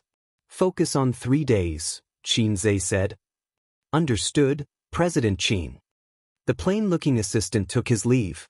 You're finally going to clarify things? Qin Bao, who was sitting cross-legged on the sofa and playing games on her phone, turned her head and shouted. Yes, sister. I already know how to deal with this trouble, Qin Zhe said. That's good. Come, let's go solo? Qin Bao chuckled. Sister's skills have improved a lot recently. Qin Zhe was stunned. He went over to take a look and found that his sister was playing a mobile game that imitated Honor of Kings. The style was different, but the controls were the same. These days, anything could be pirated. Anything that was popular would be pirated. This game, Chaos World, his sister said crisply. The characters in it are all legendary figures. It's quite fun. The controls are the same as Honor of Kings. Last year, there was a mobile game called Honor of Kings that was very famous. However, Qin Zhe and his sister did not play it because last year was a turning point in their lives. They both gave up on League of Legends. Who knew that that period of time was the final glory of League of Legends? Thinking back, it was quite melancholy. After all, the siblings spent a year and a half of their youth in that game. What's so fun about this kind of imitation game? Qin Zhe said disdainfully. Are you sure you don't want to play it? There are quite a lot of people playing it. Qin Bao was dead. No, her game character was dead. She looked up at Qin Zhe and said, it's a mobile game developed by Purple Crystal. Qin Zhe, there was no game that could not be copied. If there was, then he would buy it. Sister Ziwei's impassioned voice rang in his ears. Sister Ziwei had finally taken that step. Let me download it and take a look, Qin Zhe said. It was hard to believe. How long had it been? Wasn't making a game a waste of time? With a few clicks, 10 to 20 minutes would be over. Those who said they took more than half an hour were inexperienced. Because that was the ability of the Teddy Kidney Pregnant Me. Even if it was plagiarism, it would not be so fast. The only possibility was that Sister Ziwei had been planning this for a long time. That day, she was just reminding him. After all, whatever path the company took in the future, she had to inform him, the founder, loudly. Qin Zhe thought to himself, damn, although I gave you Purple Crystal, Sister Ziwei, you can't let yourself go like this. Like Brother Ma, you will be criticized behind your back in the future. The company's network was fast. It downloaded in 10 seconds, registered, logged in. His sister pulled him to sit down and started the game excitedly. 2 people solo. The old rules were that the first to destroy 2 towers or die more than 3 times would be considered the loser. Qin Zhe chose Zenyuanzi, a girl in a busty, crab, Daoist robe. God knows why Zenyuanzi was a girl. The designer may have some misunderstandings about primitive characters. While playing, he looked at the details of the skills. His sister played a mage. She stepped on a lotus platform, Guanyin in white fluttering clothes. The skills were very gorgeous. Lotus flowers and willow branches flew together. Qin Zhe persisted for 2 minutes and was exhausted to death by his sister. Qin Bao pinched his thumb and middle finger and gave out the signature, thick laughter of a green tea bitch. Your sister is still your sister. Your uncle is still your uncle. Qin Zhe curled his lips. In the next game, he was exhausted to death again, and then a tower was destroyed. Qin Zhe died twice and lost a tower. Guanyin stepped on the lotus platform proudly. Suddenly, a girl jumped out from the grass diagonally. She simply used a set of combo moves and killed him instantly. Qin Baobao's eyes widened. Got it? Got it. Qin Baobao put away her pride and played seriously. But at this time, she was no longer playing under the tower. She had to follow the army line to Qin Zhe's second tower. Zenyuanzi burst out of the bushes again. Qin Baobao has learned his lesson this time. He has low HP and flashes away before he dies. Qin Zhe followed her with displacement skills. He beat her all the way, killed her under the tower, flashed away and pushed the tower. Qin Baobao bit her lip and stared. Bastard, I pushed your tower and chased after your sister halfway. The result of the solo game was undoubtedly Qin Zhe's victory. Qin Baobao's hand speed was good. She was better than other women, but she couldn't beat Qin Zhe, who had a unique skill. The times are calling. Qin Zhe patted his sister's shoulder and looked at her pouting expression. He said earnestly, "Your brother is still your brother, but he will occasionally become your father." Chapter 568. Then, Daddy, do you dare to play a second round? Qin Baobao was unconvinced. Wow, this daddy is so coquettish. Holy Paladin will definitely like it. Come on, Qin Zhe said. The outcome was predictable. After familiarizing himself with the skill, Qin Zhe finished off his sister as quickly as possible. I lost again. His sister knelt on the sofa, her body lying down softly with her butt sticking out. The dress wrapped around her round and perky butt, making it look like a full moon. Qin Zhe thought of a picture he saw online for some reason. It was a girl's back view with an extremely perky butt that was no worse than his sister's. It was clear that there were still many awesome people in the world. There were endless beauties. There was a comment below, "This is the most beautiful butt I've ever seen. Promise me, don't use it to poop." It exploded instantly, outshining everyone else. If this was applied to Qin Zhe himself, this is the longest, thickest, and scariest weapon I've ever seen. Promise me, don't use it to pee. With that thought, Qin Zhe smiled happily. After finishing the game, Qin Zhe sent a message to Wang Zijin. I've played the company's mobile game. Have they started making it long ago? A few minutes later, Wang Zijin replied, yes, they've been making guilty expression for 2 months. Sure enough, she's already started her horse learning plan behind my back. 2 months. Although Qin Zhe didn't know much about online games and mobile games, he knew that making a mobile game in 2 months was as crazy as those authors who wrote 10,000 words a day. Considering that it was plagiarism, it was understandable. It was like writing a 3,000-word novel and typing a 3,000-word novel. Of course, the former was brainless and the latter was faster. What do you expect? Nothing, it's just practice. If it's good, I'll continue to operate it. If not, I'll cut it. I've played the game. It's quite fun, and they put a lot of effort into making it. Hee, because your sister killed 2 programmer apes to worship the heavens. Killing programmer apes was good. Programmer apes were the best offerings to worship the heavens. If there were programming apes in ancient times, there would be no need to worry about droughts and floods. They could guarantee a bountiful harvest every year. Back then he was determined to become a programmer, but unfortunately, he was led into the finance department by his grandfather. How are things going? She asked without thinking, and Qin Zhe knew what she was talking about. I just brought Yaya to the police station today. Alright, try to follow the procedure. Don't use your privileges and don't do anything unnecessary. Recently, things have been tense. Understood.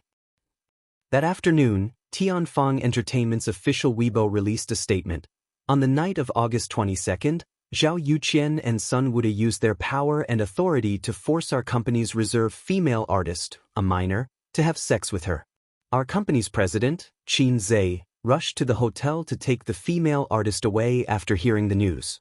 Our company once again announces that from today onwards, any artist who cooperates with Zhao Yuqian and Sun Wuda will forever be blacklisted by the company and all collaborations will be rejected. A few hundred words. Like a meteorite smashing into the already turbulent internet, it set off a huge wave. First, This Weibo post received widespread attention. The number of comments exceeded 10,000 in half an hour. Then it was reposted and became a trending topic on Weibo. Next to it was hashtag #Xianxia beating people hashtag. At night, all the major internet media platforms and mobile apps released articles and videos about this incident to gain popularity. This statement revealed two pieces of information. First, it indirectly explained the reason why Xianxia beat people up. Second, Tianfeng Entertainment wanted to ban Sun Wuda and Zhao Yuqian. When the netizens saw this statement, they were all stunned. There was actually such an inside story behind the Xianxia beating people up. They were all waiting for the follow-up of the incident. Unexpectedly, they received another piece of shocking news. All crows are black. The director and screenwriter are dogs. These two used to have unspoken rules with female celebrities. They have a criminal record.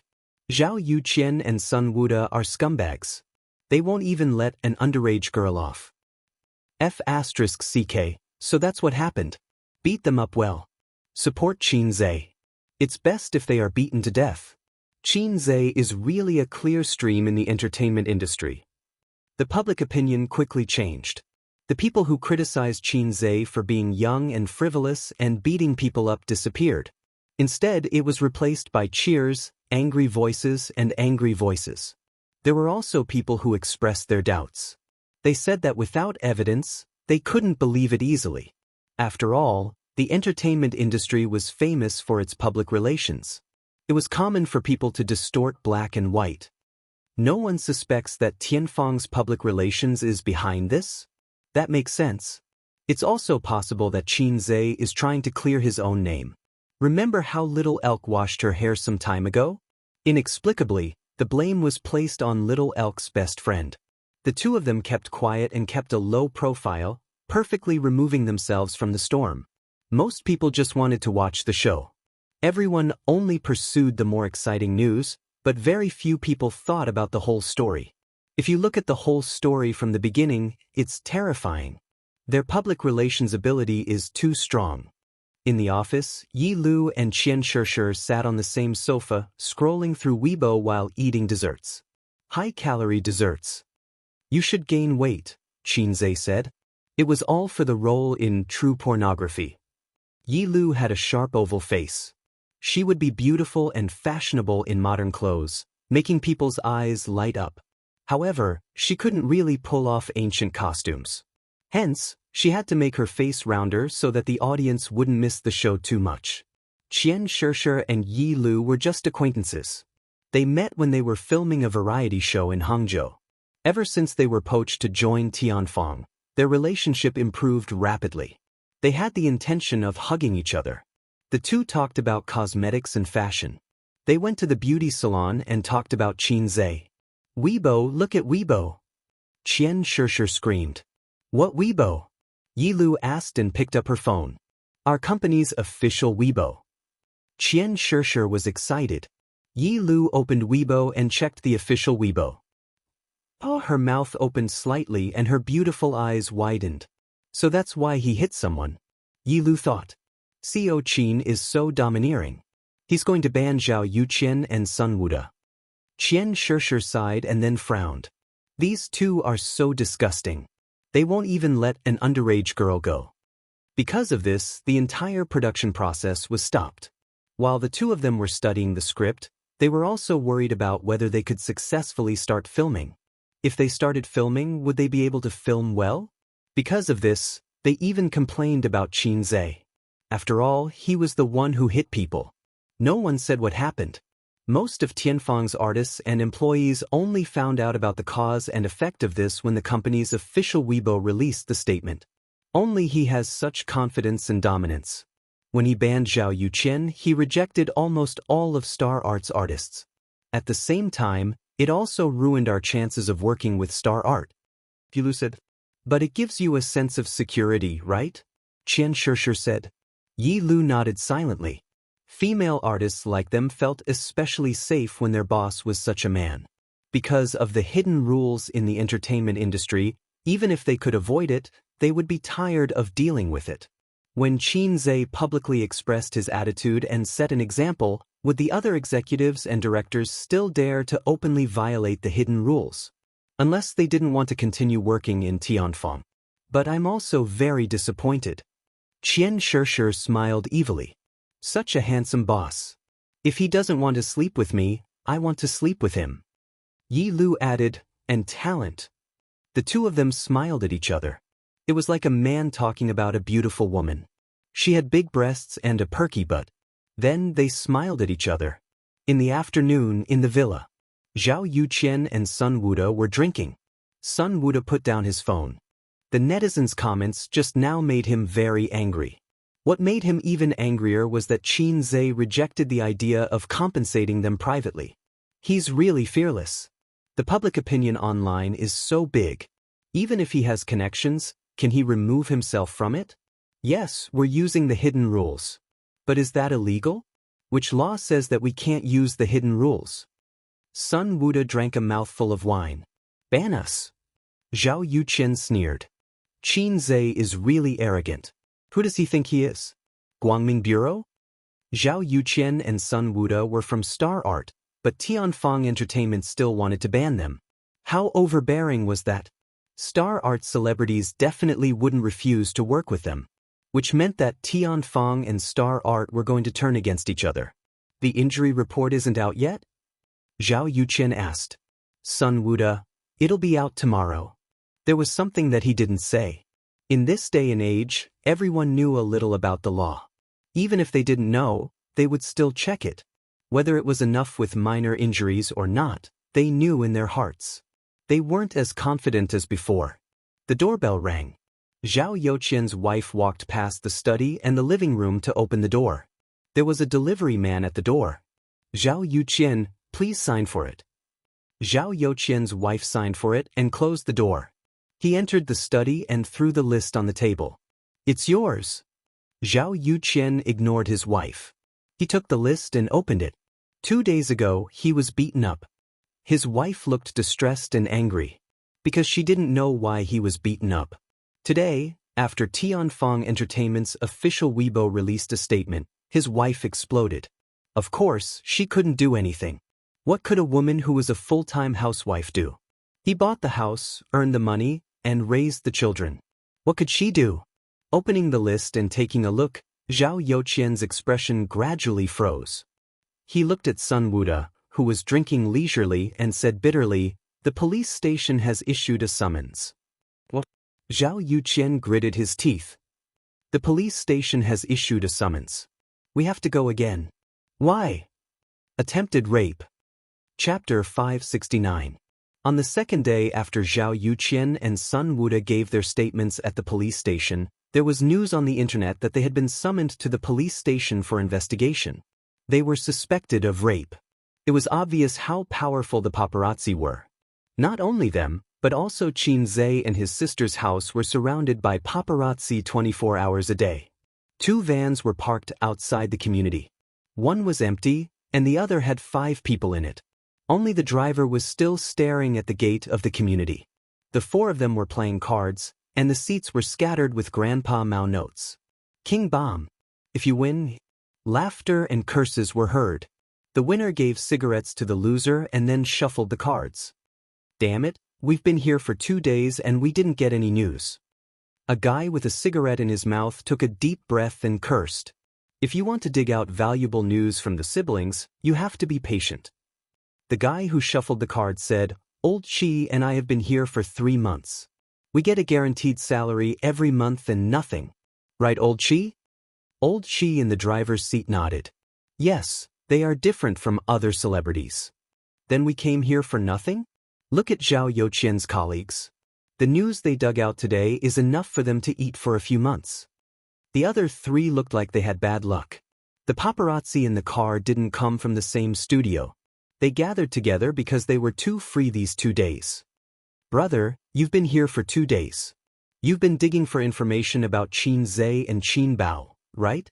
Brother, you're the same. Hey guys, let's talk? Just like that, they gathered together.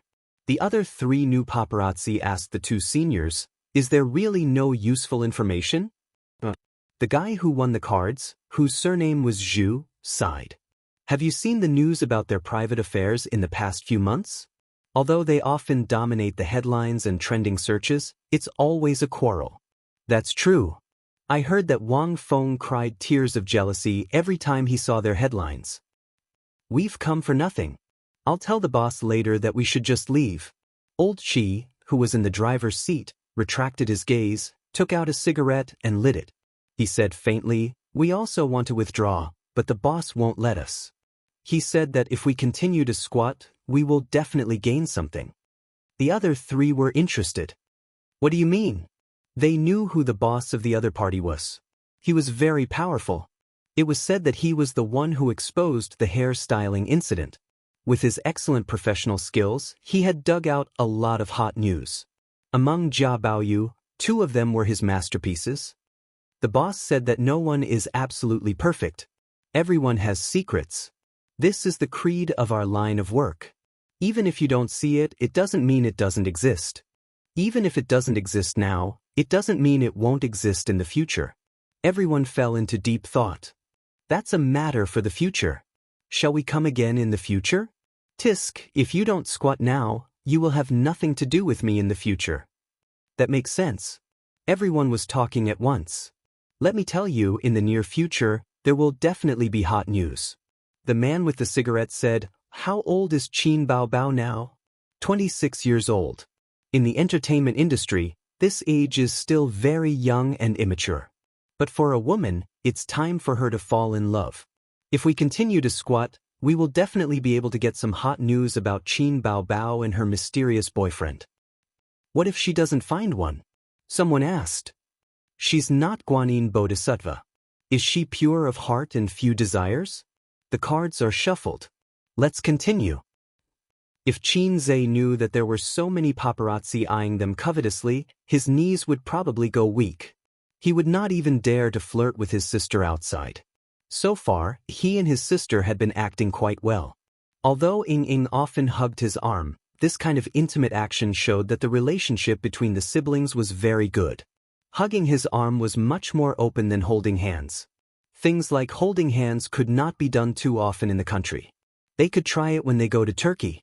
Wasn't there a song that went like this? "I want to take you to romantic Turkey.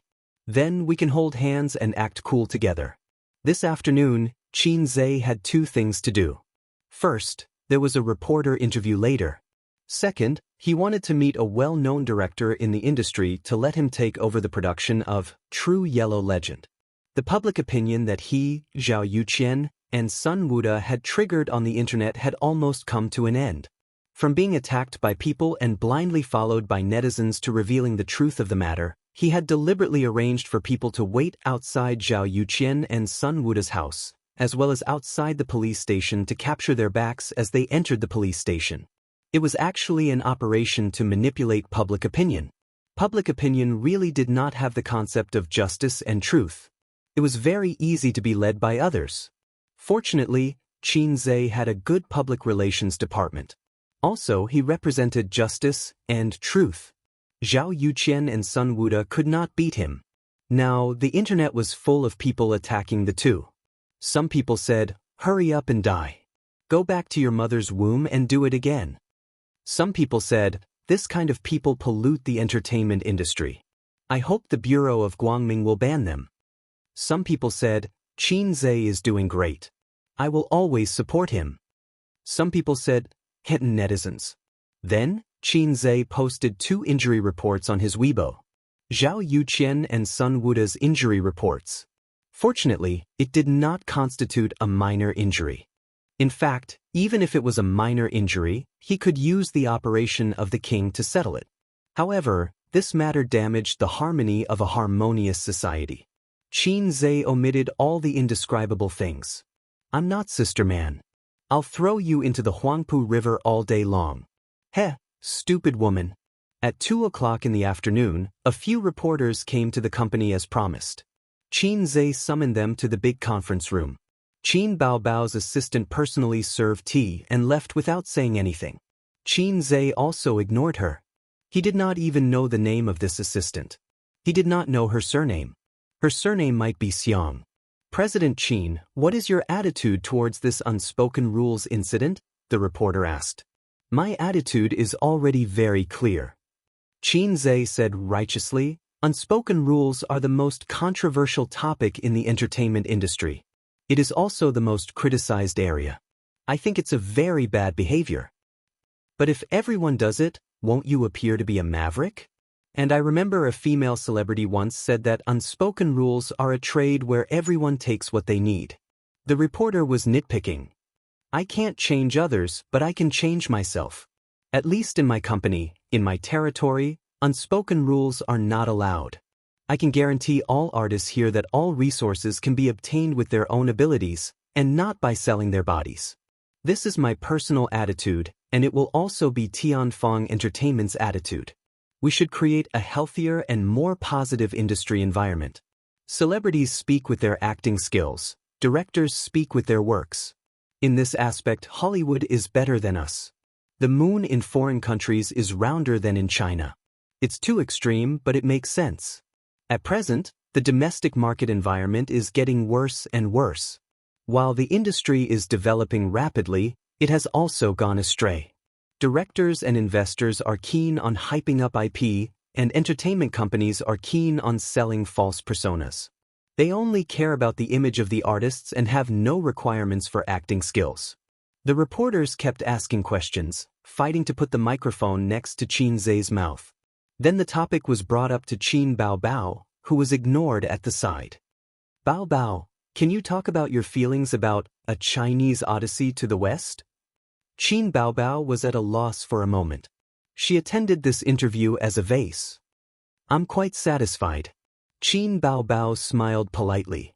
Those who have watched A Chinese Odyssey to the West should have been touched by your love. I have a question that I've always wanted to ask. You don't have a boyfriend yet, right? Is Xianxia your ideal partner? The reporters perked up. This topic was more interesting than resisting unspoken rules. Xianxia, Qin Baobao. The siblings looked at each other. Suddenly, there was a sense of panic as if he had received a fatal blow. Xianxia was shot in the knee. First of all, it should be the love between Xianxia and Joker. Then why did you ask this? Qin Baobao asked. Because we have watched A Chinese Odyssey to the West, we can all see that the look in your eyes when you look at Xianxia is not just acting. There is definitely true love in it.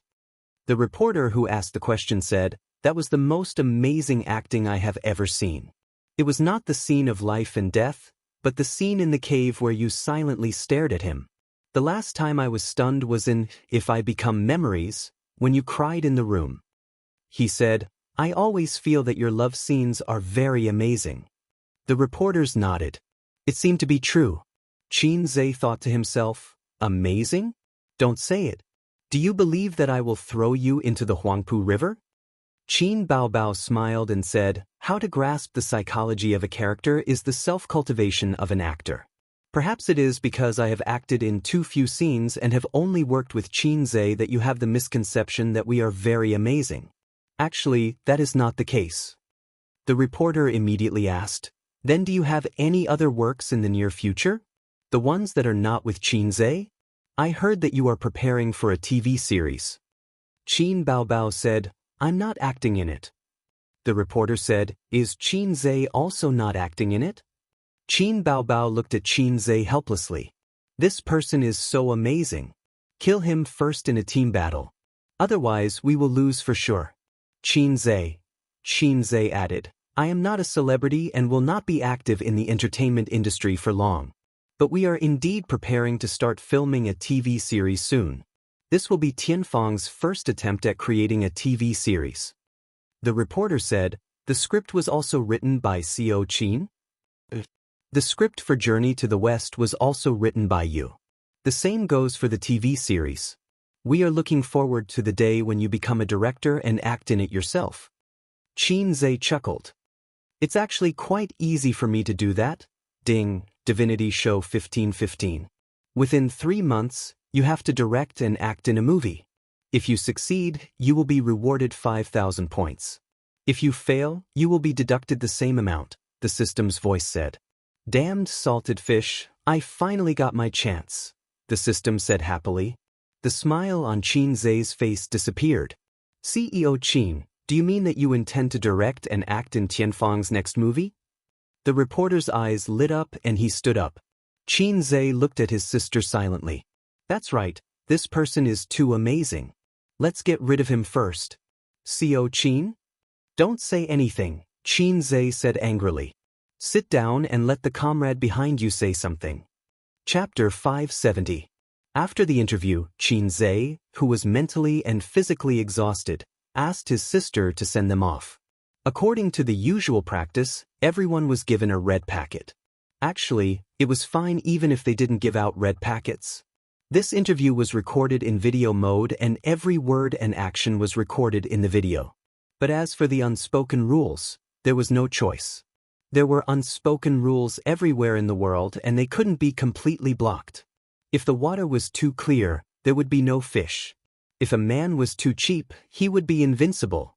For example, Lu Shu. Qin Zhe knew that he was not as despicable as Lu Shu. Thus, he occasionally had to follow some unspoken rules that did not hurt him. Qin Baobao sent everyone to the door and returned to the office. She found her brother scratching his ears and cheeks like an irritable monkey. She thought that her brother was uneasy because of the question just now. She went forward to comfort him. No matter what the reporters say, we are open and above board. Don't bother. Qin Zhe couldn't help but glance at her, thinking about the meaning of his sister's words. What did she mean by open and above board? Whether we are open and above board, doesn't his sister know? Forget it, I can't be bothered. Qin Zhe wasn't worried about the interview with Mao Zedong. He was worried about the system's mission. Mission details. No cheating, no letting others write the script. Please use your own talent to self-direct and self-act in a movie that doesn't belong to If I Become Memories. Although compared to those real cheats, Qin Zhe's cheats were as insignificant as a small patch. But cheats were cheats after all. No cheating meant that he couldn't redeem the script in the points market. Not letting others write the script meant that he couldn't adapt the popular IP like If I Become Memories. I don't have the ability to complete a script on my own. I don't have the experience of being a director. I'm just a funny salted fish struggling under my sister's crotch. Qin Zhe was a little flustered. He had the panic of being beaten back to his original state after getting rid of the system. He felt that the system must want to get rid of him and then happily change the host. What a rebellious system. You can do it, the system said in his mind. You are no longer the salted fish you used to be. Even if you lose me, your physical fitness, your knowledge, your experience, your intelligence, and your range of knowledge are far beyond that of a normal human. In fact, you've long become a Superman in another sense, but you subconsciously feel that you're still a salted fish. You can't do anything, you're just one of the millions of mediocre mortals. So, host, whether or not you can get rid of the title of salted fish depends on this mission. Qin Zhe, I don't want to get rid of the title of a salted fish. I want to get rid of the title of a fast shooter. Do you have any ideas? The system was silent for 3 seconds. Let's continue talking about salted fish. Qin Zhe said unhappily, I say, can you not always give me these messy missions? At least give me a series of missions. This makes it hard for me to perform. The system said helplessly, the divinity show is a series of missions. You spent an entire year to complete the first series of missions. In other words, you spent an entire year in the novice village with the village chief who gave out the beginner missions. Your rhetorical skills are problematic. Your language was taught by your physical education teacher, wasn't it? The system said, don't change the topic. At the end of the day, it's because you don't have any dreams. If you want to destroy the entertainment industry, or destroy Big Ma and Little Ma, you won't need to perform anymore. Qin Zhe said, then I'll choose to perform. The system said, salted fish. Qin Zhe said, you're the salted fish. I had a dream in the past too. My dream was to be a D-cup, but now, the system said, I don't have OCD, but please finish your sentence. Otherwise, you'll look like an idiot. Qin Zhe sighed, but now I'm still in airport runway, and my sister has become a D-cup. The system said, so your dream is to get her? Qin Zhe was speechless. Breast-grabbing dragon claw, I'll use both my hands to fulfill your dream. At 4 o'clock in the afternoon, the well-known director in the industry arrived as promised. The director's surname was Zhen, and his name was Zhen Deswang. This fame was like a joke. His parents were really careless. Qin Zhe met him alone in the meeting room. "Chairman Qin, the reason why I'm here is because of the script." Director Zhen went straight to the point. It sounded arrogant, but he was actually flattering Qin Zhe without leaving a trace. For example, there was a video online where my future father-in-law said that my daughter was unruly and willful, and that she was bad. Then the male lead slapped him and said angrily, "Don't talk bad about my wife."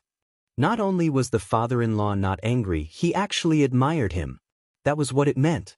Of course, this was just a video, so don't imitate it. Otherwise, the single dogs would be overjoyed. "The only regret is that I can't choose the roles myself," Director Zhen said. "The female lead and some important supporting roles will remain unchanged. As for the other roles, Director Zhen can decide on your own." Qin Zhe smiled. Zhen Deswang was asking for benefits. The director, investors, scriptwriters, and other big shots could decide on the roles. This was a huge power, and because of this, they could sleep with celebrities. Of course, the benefits were definitely not limited to sleeping with celebrities. This kind of cultured director liked to sleep with women the most. Since ancient times, those who called themselves cultured were all dumas. In ancient times, if you didn't go to a brothel, you would be embarrassed to call yourself a scholar.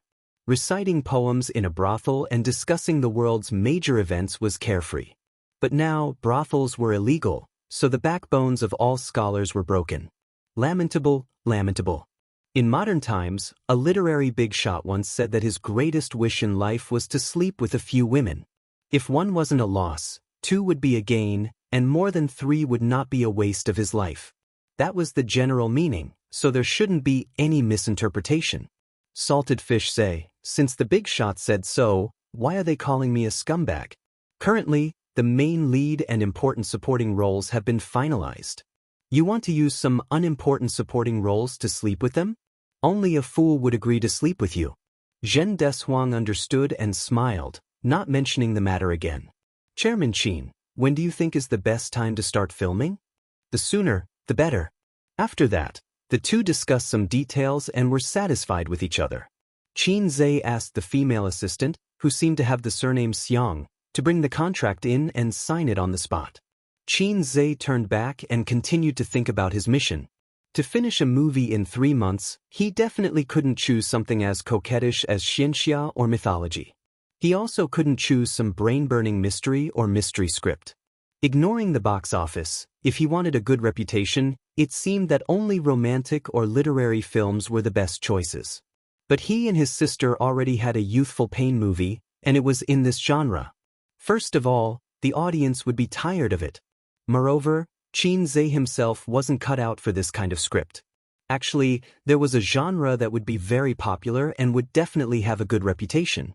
For example, Tokyo Hot. For example, a bento. It would definitely have a good reputation. Qin Zhe returned to the office and asked his sister, who was sitting behind the desk and reading documents, "Bao Bao, what kind of movie do you think has a good reputation?" Qin Bao Bao's delicate body trembled, and she inexplicably blushed. "Crazy, Bao Bao is for you to say that? Lunatic crazy." It was as if a bolt of lightning had split open his mind, bringing with it a tidal wave of inspiration. Generally speaking, for a movie that had a good reputation and a movie that didn't make a hit, the more unpopular the better. Romantic, hipster, hot-blooded, paranoid, crazy. A movie with these elements, if it could be made with the essence, would have a good reputation. Qin Zhe had seen a movie before. The entire movie was shot in one room. It was a heart-to-heart talk between a female technician and a male drifter. It was a very artistic and cold film. The box office wasn't high, but the movie had a good reputation and won an award in the end. Qin Zhe felt that he could make a movie with a crazy theme. There were many such movies in the country. Some were flops, some did well at the box office, but they belonged to the unpopular series.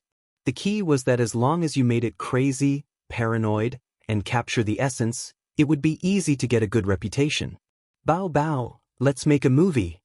Her delicate body trembled, and she was angry. "Bao Bao, who are you to say that? I'll hit you if you say it again."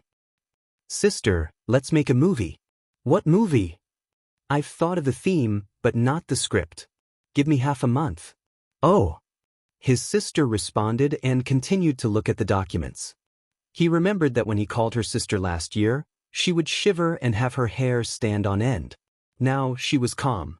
If he called her Bao Bao a few more times in the future, she would probably get used to it.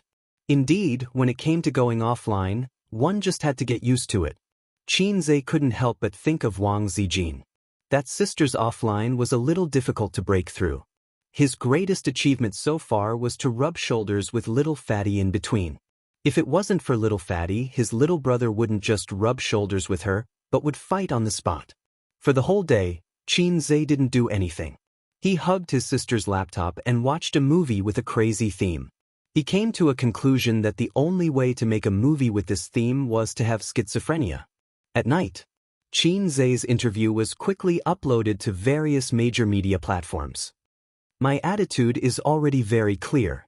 Unspoken rules are the most controversial topic in the entertainment industry, and it's also the most criticized part. I think this is a very bad behavior. I can't change others, but I can change myself. At least in my company, my territory, I don't allow unspoken rules to appear." The bullet screen slid past. Netizens praised Xianxia for being a clear stream in the entertainment industry. These days, everyone knew about the unspoken rules in the entertainment industry, but no star or director had discussed it in depth. Because it was inconvenient to say, if you scolded, your peers would be unhappy. Moreover, how many of them could be untainted? If you didn't scold, the audience would question you and criticize you. Most of the time, you chose to avoid talking about it. Xianxia was probably the first to stand up and criticize this behavior in recent years. He wasn't putting on a show. He was really disgusted. Because of his sister, he changed his way of doing things in the beginning so that he could protect his sister from the unspoken rules. In the second half of the video, during the segment where the reporter asked Qin Bao Bao questions, the bullet screen was obviously several times more popular. Netizens joked that this was a series where lovers finally became siblings. To be honest, Xianxia and Qin Bao Bao are quite compatible, if you don't consider their sibling status. Let me tell you a secret. Qin Bao Bao has a brother complex. The crazy brother flaunting has already exposed her brother complex. I'm always envious of them. They have such a good relationship. They are the model siblings in the entertainment industry. This reporter is crazy. He's always looking for trouble. Look at Xianxia's embarrassed face. I don't think he's looking for trouble. I know what the reporter is talking about. After watching Journey to the West, I really felt that there was no problem with them being a couple. There was no sense of disharmony at all. That gaze is so classic. It's definitely true love. The person who said it was probably just joking, but the person who watched it was a little flustered, probably because of a guilty conscience. At midnight, the air conditioner blew cold air. In the room, under Qin Bao Bao's recommendation, Wang Zijin pulled Xianxia to watch the video together. Salted Fish Zai said angrily, "Isn't there a real name system on the internet? I'm going to sue them for slander. My girlfriend is obviously Sister Ziwei." Sister Ziwei. Wang Zijin exited the video software expressionlessly, locked the screen, and crawled under the quilt. Salted Fish say, "Then can I sleep here? Aren't you afraid that your sister will check the room? What's there to be afraid of? Slap her to death." Oh. Then there was a muffled sound under the quilt. Xianxia crawled under the quilt and hugged her slender waist from behind. The summer quilt was very thin, and his abdomen felt her firm and perky little butt. "Can I rub against you? Get lost." Chapter 571. When City. This was a city full of controversies. The city's infrastructure could only be considered third tier. It was not even as good as some small counties, but it had produced many rich people. Since the reform and opening up, this city, which had always been mediocre in history, rose and became the pioneer of China's private economy and the front line of reform and opening up. The rich people who left Wen City had a strange phenomenon. They did not seem to be interested in returning to the city where they grew up.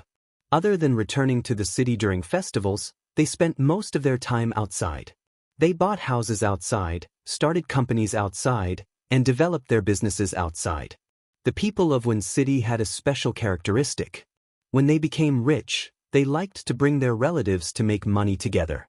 They were very united. In other places, when you brought your relatives to make money, it was rare for them to part on good terms. It was common for them to set up their own businesses. It was good enough that they did not poach you. Black Crystal Building.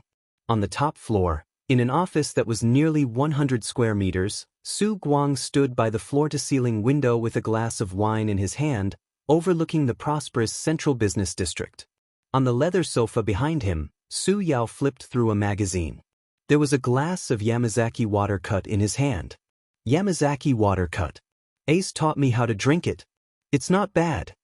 Su Guang raised his glass. The ice ball in the glass reflected a diamond-like light. Try it. When Su Yao heard this, he immediately took a small sip from his cup. He was not used to drinking this. The wine was brought by Su Guang. This morning, he suddenly visited, and Su Yao pushed away a few meetings to accompany him. He did not feel that it was a pity. Money was endless, but the number of old friends was limited. In this world, like old wine, the only things that could change over time were old friends. Back then, we were poor boys with nothing. Now, I still have nothing, but you are worth tens of billions. Su Guang sighed. We grew up in the same village. You only scored a few points more than me. Su Yao corrected him. It's not just a few points more. You barely passed and I got full marks every time. This is the difference between a top student and a bottom student. Su Guang rolled his eyes. Did the bottom student eat your food? Su Yao sneered. The bottom student took my money. A few million. Su Guang chuckled. We are brothers. We've been friends for decades. Besides, you used to be a man who wanted to be my brother-in-law. Su Yao frowned. Does your brother-in-law agree with what you said? Su Guang was speechless.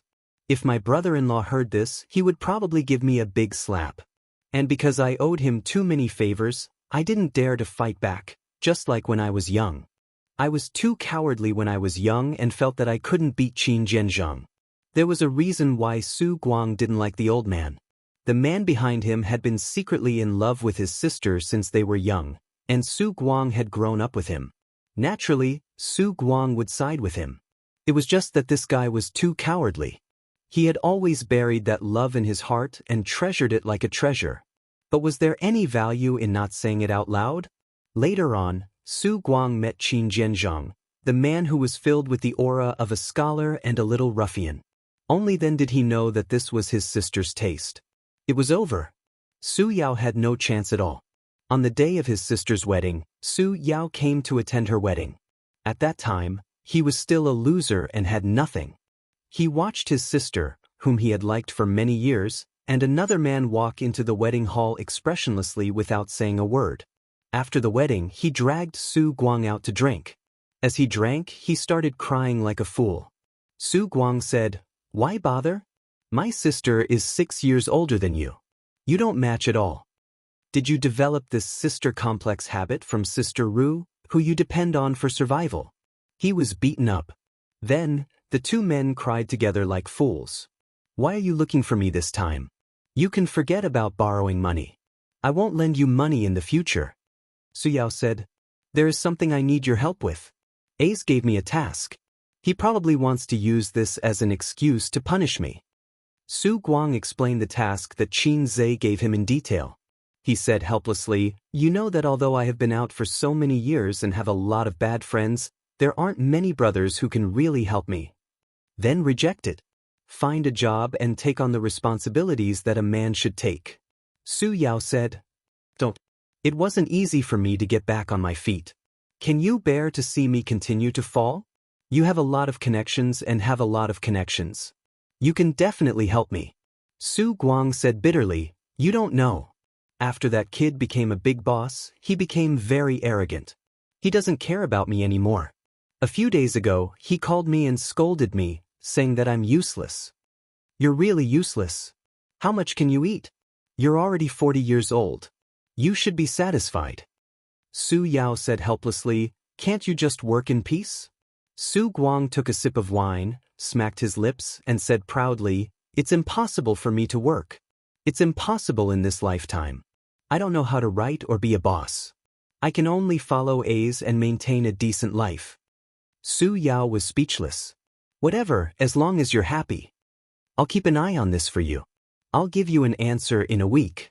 Su Yao took small sips of wine. The morning sun shone in through the floor-to-ceiling windows. His back was straight, and his hair was already slightly gray. A man in his early 40s was at the peak of a man's charm and career. Even if his body was declining, he shouldn't have gray hair so early. It was obvious just by looking at Su Guang. With his thick black hair and handsome appearance, when he went upstairs just now, the female employees kept looking back. Su Guang was overjoyed. We're brothers in this lifetime. Is this how it should be? Su Yao said in a low voice, I want to meet him. Su Guang's smile gradually disappeared. Su Yao said, it's just a meeting. Su Guang's smile gradually became ferocious. Su Yao said, really? Su Guang sighed. But, you're still as stubborn as before. Don't disturb their peaceful life. Sister and brother-in-law respect each other and love each other. A's and Bao Bao have a good relationship. Their family is harmonious. What does it have to do with you? But since you asked, I'll agree. Who knows, I might even meet A's girlfriend. I'm not sure if she counts as a girlfriend. Su Guang sighed. This guy isn't loyal enough when it comes to relationships. He's not like me or you. He paused for a moment and didn't continue. Although Su Guang was good-looking, he wasn't a womanizer. Otherwise, with his looks, the number of rich women who would throw themselves at him would be uncountable. He could rely on his looks to make a living, but he chose to rely on his strength. In the end, he failed for more than 10 years. When God opened a window for you, he would also close the door. It made sense. Knock, knock, knock. There were a few knocks on the door. Su Guang and Su Yao both fell silent. After a few seconds, Su Yao said, come in. It was a 17 or 18-year-old girl who pushed the door open. She was dressed fashionably, with curly hair and no makeup. Dad, Uncle Su Guang. The girl greeted them and sat down on the sofa. She hugged Su Yao's arm and asked, when will my acceptance letter come? Su Yao said lightly, probably in a few days. The girl didn't ask any more questions. She let go of her father's arm and played with Su Guang. My niece has grown up. Not bad, not bad. Su Guang laughed. Have you become prettier? You look 60% like your dad. How am I pretty? The two guys who were a few rounds apart in age were fooling around without restraint. The girl's name was Su Yanyan, Su Yao's eldest daughter. She had graduated from high school and was going to college in September. Su Yanyan's grades were not bad, but they were still far from Fudan University. However, this girl was determined to go to Fudan University in Shanghai. She didn't dare to argue with Su Yao, so she went to her mother. In the evil capitalist society, the cutoff points and whatnot were just floating clouds. Su Yao had no choice but to ask his connections to get her an acceptance letter. There was nothing in this world that money couldn't solve. If there was, then it was not enough. After that, Su Yao asked his daughter why she wanted to go to Fudan University. If I go to college in Shanghai, I can meet Qin Zhe. I can take a picture with him and get his autograph. Su Yanyan replied. Su Yao was in a bad mood.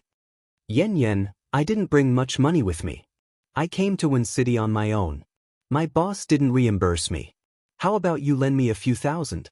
Su Guang said shamelessly. I don't even have my pocket money for this month. I'm not lending it to you. I know you have some money. Be good, just a few thousand. I'll help you get Qin Zhe's autograph. Su Yanyan giggled. You're bluffing. If you can get Qin Zhe's autograph, I can lend you 100,000. I'm not lying. If you lend me 100,000, I'll let Qin Zhe go on a date with you. Really? Can I really go on a date with him? Then I'll give you all my money. Su Yanyan smiled. She and this father of hers liked each other very much. Perhaps it was because he didn't have the dignity of an elder. Every time they met, he would smile and even bring her gifts. Su Guang didn't learn much, but he had a lot of tricks up his sleeves. Every time he was rejected by Su Yao, he would go to his house and ask for money. Su Yao coughed twice. He thought helplessly that Su Guang didn't know how to act like an elder. He was too casual about his life and work. He lacked rigor and wolf nature. That was why he was such a failure in this life. For example, when the economy was in recession, he advised Su Guang to withdraw his funds first and wait for the market. In the end, this guy didn't listen and lost everything. Reading was too important. Reading wasn't about books. It was about knowledge and thinking. Thinking determined the way out. Su Yanyan transferred $10,000 to Su Guang and waited for him to bring back Qin Zai's autograph. Actually, she didn't expect him to really get the autograph. It wasn't like people from Shanghai could definitely meet Qin Zai, let alone get an autograph. But she just liked this handsome uncle. After Su Yanyan left, Su Guang held his phone and smiled happily. "I'll transfer this $10,000 to my daughter as her pocket money," he said. "Do you have any shame? I'm taking all the money. I'm making a legitimate deal. I'll give her a stack of A's autographed photos." Su Guang sighed. In the blink of an eye, Yan is also going to college. How's your little brat's academic performance? Is there any hope of getting into college? Su Yao answered bluntly, "There's hope for a diploma mill." Su Guang gloated. "Hey, these two kids of yours aren't smart at all. It's not like you. Although my Yaya isn't as smart as her cousin, I never have to worry about her studies. The same goes for her brother. Although I lost to you, my daughter and son are smart." Su Yao glanced at him and sneered. "Did you really win?" Su Guang was stunned. He shook his head and laughed. "Not as good as him." Chapter 572. Qin Zai had been in a state of madness for the past few days. He wrote the script until late at night and then pushed it all back to the beginning. He racked his brains to come up with the plot and highlight the distinctive parts of the script. Difficult. Super difficult. The system did not leave him much time. He could not be like other screenwriters, spending months or even years to come up with a script. Cross it out. If screenwriters put in so much effort, there would not be so many bad movies in the country. Although he was a science student, he was good at writing essays. After all, he was a big shot who won an award in junior high. He was the pen man, who enjoyed the envy and admiration of the girls in his class. But writing essays and writing scripts were two completely different things. Previously, he did not find it difficult to modify the scripts of Journey to the West and Legend of the True Yellow.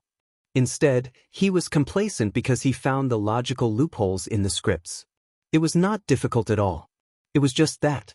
When he started to write a script from scratch, he realized that it was a very difficult and brain-burning task. His current situation was like the difference between traditional writers and web writers.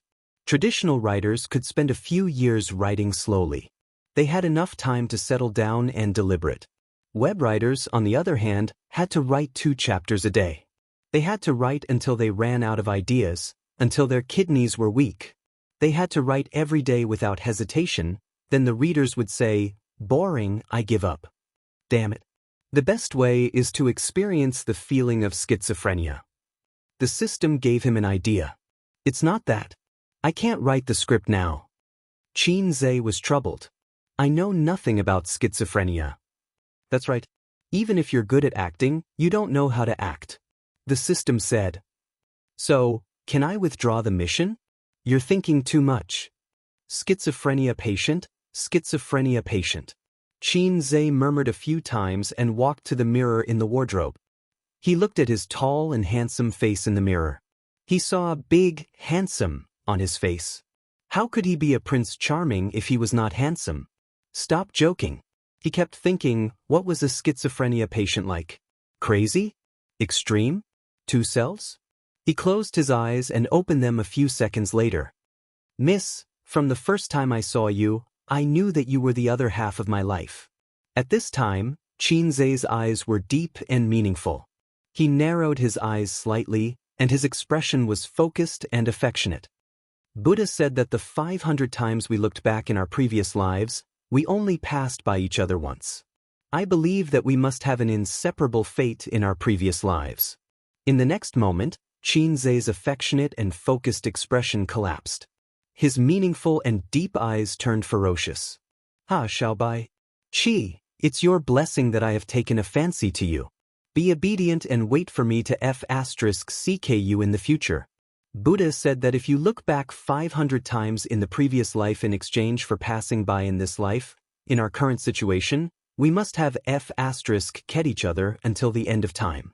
Wah, scream all you want, even if you scream yourself hoarse, no one will come to save you. No one can escape from the Hei's king's crotch. Wild laughter echoed in the room. At this moment, he saw a figure at the door from the corner of his eye. Burp. Qinzhe's laughter suddenly disappeared, as if someone had grabbed his throat and choked him. He turned his head stiffly. It was Sister Ziwei. Standing at the door was Sister Ziwei. Damn, why is she standing at my door in the middle of the night instead of sleeping? I didn't close the door? Wang Zijin stared at him blankly. Her expression was strange and complicated. Shock, astonishment, disbelief, and sluggishness. Translated into one sentence, I didn't expect you to be such a dog. I didn't disturb you, did I? Wang Zijin hugged the pillow in her arms tightly and said timidly, I'm just passing by. I'll go back to sleep first. Sister Ziwei turned around and fled as if her butt was on fire. It was so embarrassing. Qinzhe reached out his hand and made a gesture to ask her to stay, but in the end he was too embarrassed to say anything. In the room, there was a dead silence. It's so embarrassing, I'm just acting. I'm just trying to experience being a schizophrenia patient. However, it was precisely because he was proficient in it that he could imagine how terrifying his face had been when it had crumbled just now. Would it leave some sort of psychological trauma on Sister Xian? This was even more embarrassing than being caught by his girlfriend playing with poop and licking his nose in private. 2nd Battalion Commander, where's your Italian cannon? Shoot me. I don't have the face to see anyone. How should I say this? Although your acting was a bit exaggerated, you did manage to grasp the madness of schizophrenia patients. The system comforted him. Qinzhe. Wang Zijin slipped back to her room, covered her head and fell asleep. She told herself that it was an illusion, that what she saw just now was an illusion. However, the image of Qinzhe's ferocious and deranged face lingered in her mind. Is he really like that? Is he that scary? This feeling was like having a virtuous and cute girlfriend, only to find out that she was actually a crazy woman. No matter how she thought about it, she couldn't feel at ease. So she slipped out of her room again and opened the door to Qin Baobao's room. The three of them never locked the door at home. It was especially convenient for a night attack. At 11 o'clock at night, Qin Baobao was already asleep.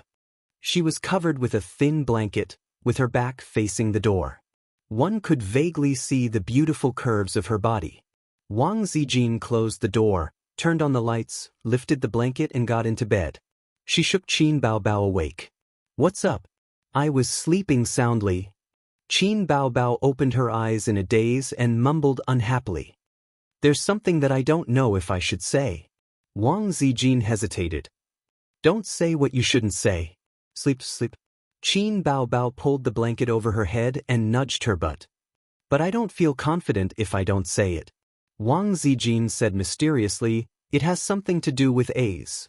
Qin Baobao poked her head out of the blanket. Her messy hair covered half of her face.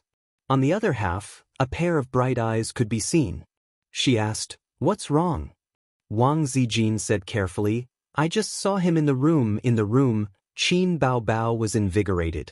She chuckled and said, he was having sex in the room? Brother is a 24-year-old man and has never had a girlfriend.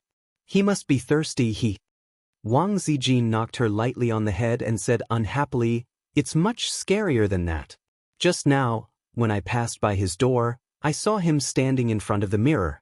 His expression was horrifying, and the words he said were unbearable. Then he started laughing. In short, he looked like he was crazy. Of course, she would not say that she was hugging a pillow and preparing to sleep with her brother. Recently, They had been sleeping together every day. Either Qin Zhe or Wang Zijin would crawl over in the middle of the night. In any case, Qin Baobao was in good health and did not usually wake up at night. In the morning, she would wake up late, so their little actions would not be exposed. Wang Zijin was afraid of being F***ed, but she also wanted to be intimate with her boyfriend. Sometimes, she would even take the initiative. Oh! Qin Baobao pulled the blanket over her head. Wang Zijin was speechless. Oh! Wang Zijin pulled the blanket down and pinched her daughter's face. Is your brother crazy? Why are you so calm? Qin Baobao rolled her eyes and said, he must be acting. What do you mean? Wang Zijin asked. He said that he wants to film an unpopular but well-received movie. The theme is about mental patience. Didn't you notice that he has been daydreaming recently? He is thinking about the script. Don't make a fuss. Sleep. It's not good for a woman's skin to stay up late. I don't have a boyfriend yet. I need to take good care of myself. She pulled the blanket over her head again. Is that so? Wang Zijin was enlightened.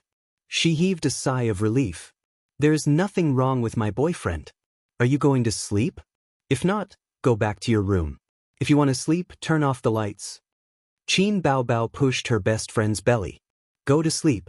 I haven't slept with you in a long time. You must be missing me. Wang Zijin chuckled. Pa! The lights were turned off. Wang Zijin quickly crawled under the blanket and hugged Qin Baobao from behind. She said fiercely, little girl, who are you showing off your big breasts to? I will help you rub them and see if they are fake goods. Qin Baobao shrieked, it hurts. Don't pinch. Who are you showing off to with such a big butt? Oh, it feels good to touch. Wang Zijin, stop fooling around. I want to sleep. Why are you so naughty today? Rub against me.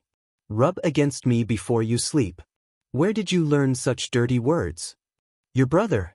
Chapter 573. At the end of August, Qin Zhe received a call from his uncle, saying that he had found a suitable VR manufacturer in Shunqing. Shunqing, a bit far.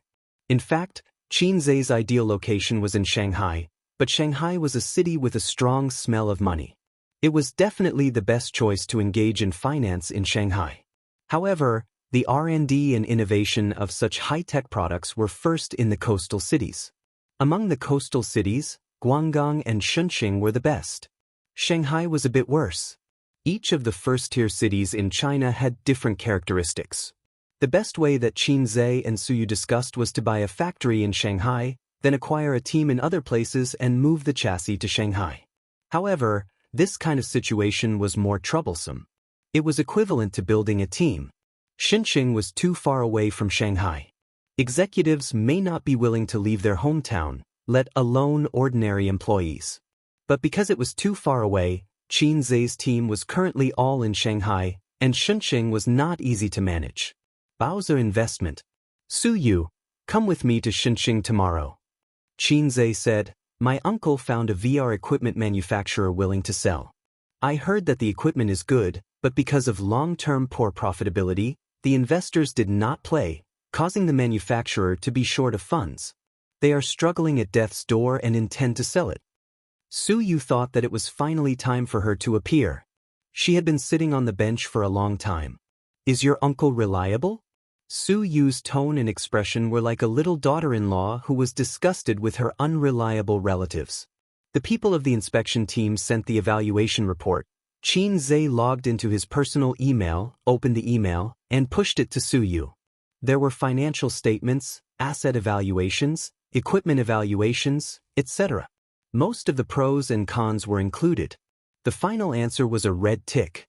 However, the acquisition price required the boss to personally negotiate and field inspection. In the end, it depended on the boss's wishes and the results of the negotiation. Let your assistant buy a ticket. Qin Zhe said. Halfway through, he didn't seem to remember the name of Suyu's assistant. He was the president of Baozi, but he didn't have an assistant himself, or Suyu was his assistant. Suyu had two assistants, both of whom were older, in their 30s. They looked very good, much better than her sisters, but they were a little older, and their figures were a little out of shape. Wearing an office lady suit, They couldn't look graceful and sexy. Oh, women. In some ways, they were all the same. Su Yu grabbed the landline on the table and dialed the phone. Help me book 2 tickets. I will arrive in Shunqing before 5 o'clock tomorrow afternoon. The departure time will be after 1 o'clock tomorrow afternoon. You decide. After hanging up, she said, I still have something to do at the company. I'll try to get it done by tomorrow morning. There's no rush, right? You didn't ask your 2 assistants to go? You're just a troublesome light bulb. Why are you calling him? Qin Zhe nodded, thinking that it would be great if he could have a private jet one day. In the morning, he would go to Turkey to show off. In the afternoon, he would go to Japan to eat Japanese food. In the afternoon, he would go to Paris to experience the most romantic city in Europe. Then, at night, she would bring her sisters to Beijing to breathe in the smog. She would be full and happy. The villagers are really bad. The air pollution is caused by our lack of straw. Understood, the office fell into a quiet state of work. Su Yu occasionally went out for a while, then came back and continued to read documents and sign. During this period, there was a short meeting, probably to explain tomorrow's matters. Qin Zhe was holding a notebook and writing his script in the office. Since Baozi was on the right track and flourishing, he was a bit like a hands-off shopkeeper. The company was managed by Su Yu, and the business was handed over to the department manager. As a boss, he needed to do everything by himself. The boss was like this. When he started a business, he poured his blood and sweat, laid a foundation, and then handed it over to his subordinates to manage and operate. It was a bit similar to the ancestors in Xuanhuan novels. They lived in seclusion for a long time. Once something happened to the family, they would jump out to turn the tide and help the building to collapse. What are you writing? Su Yu didn't know when she sat next to him and leaned over to look at the screen. Script, Qin Zhe said, I'm writing a script. After the acquisition is over, I will concentrate on writing the script, and then make a movie. Then can I be the heroine? Su Yu's eyes were shining. This is not a romance film, Qin Zhe scratched his head. I don't have a heroine. Let me see your script, Su Yu said. Qin Zhe's script was just a draft, outlining a general story framework. The hero in the story had a bad childhood. His father was a gambler. Because he owed a huge amount of money to loan sharks, he hid all day and lived the life of a stray dog. Later, he was caught by the forces of loan sharks and sunk in the Huangpu River. The one who sunk him in the Huangpu River was a ruthless, strong woman. Hey, your character is based on Sister Man, right? It must be her. I'm going to send the script to her. Su Yu laughed. Is it really good for you to hate Sister Man so much? Do you want to be a widow at a young age? Qin Zhe glared at her. Then the protagonist's mother went crazy. She wandered around the village all day, with disheveled hair. The protagonist lived silently, went to school, and took care of his mother. One day, when he came back from school, he found that his mother had been defiled by a ruffian in the village. She was pregnant for 9 months and gave birth to a daughter. It was undoubtedly a devastating disaster for a family that barely survived and relied on the government's relief. Wow, it's the kind of literary film at first glance. I hate tear-jerking movies. When I wrote novels, if I wrote a little bit of abuse, I would call it poison. Su Yu frowned. I'm not writing a novel, I'm making a movie. In the unpopular movies that win in content, this kind of plot is nothing. Qin Zhe said, he's not making a comedy, and he has no comedy talent. The system's task is to complete a movie independently. If Qin Zhe has comedy talent, he will make a comedy. Maybe it will be a box office hit. During this time, he has studied many movies with excellent reviews. First of all, the content can't be plain. There must be twists and turns and bitterness in it. His father was sunk in the Huangpu River, and the family lived happily with the subsistence allowance. This part was scrapped. Qin Zhe has to admit that he actually plagiarized. No, how can a scholar's matter be called plagiarism? It's reference. He referred to a short clip of a movie that he saw when searching for similar movies in the Point store, and then modified it and added it to the script. That's it. Su Yu held the mouse and pulled it down. The script ended here. Just a beginning. She looked at Qin Zhe speechlessly. I can't write it, I'm stuck. Qin Zhe scratched his head. Wisdom limits my imagination, and I can't guess the world of schizophrenia patients at all. The reason why he was stuck was that he didn't know the specific symptoms of schizophrenia patients, their words and deeds, their state after the illness, and what they imagined. You need to go out for a walk, or go to a mental hospital for a field trip, Su Yu suggested. It makes sense. Qin Zhe nodded. He turned his head and kissed Su Yu on the cheek.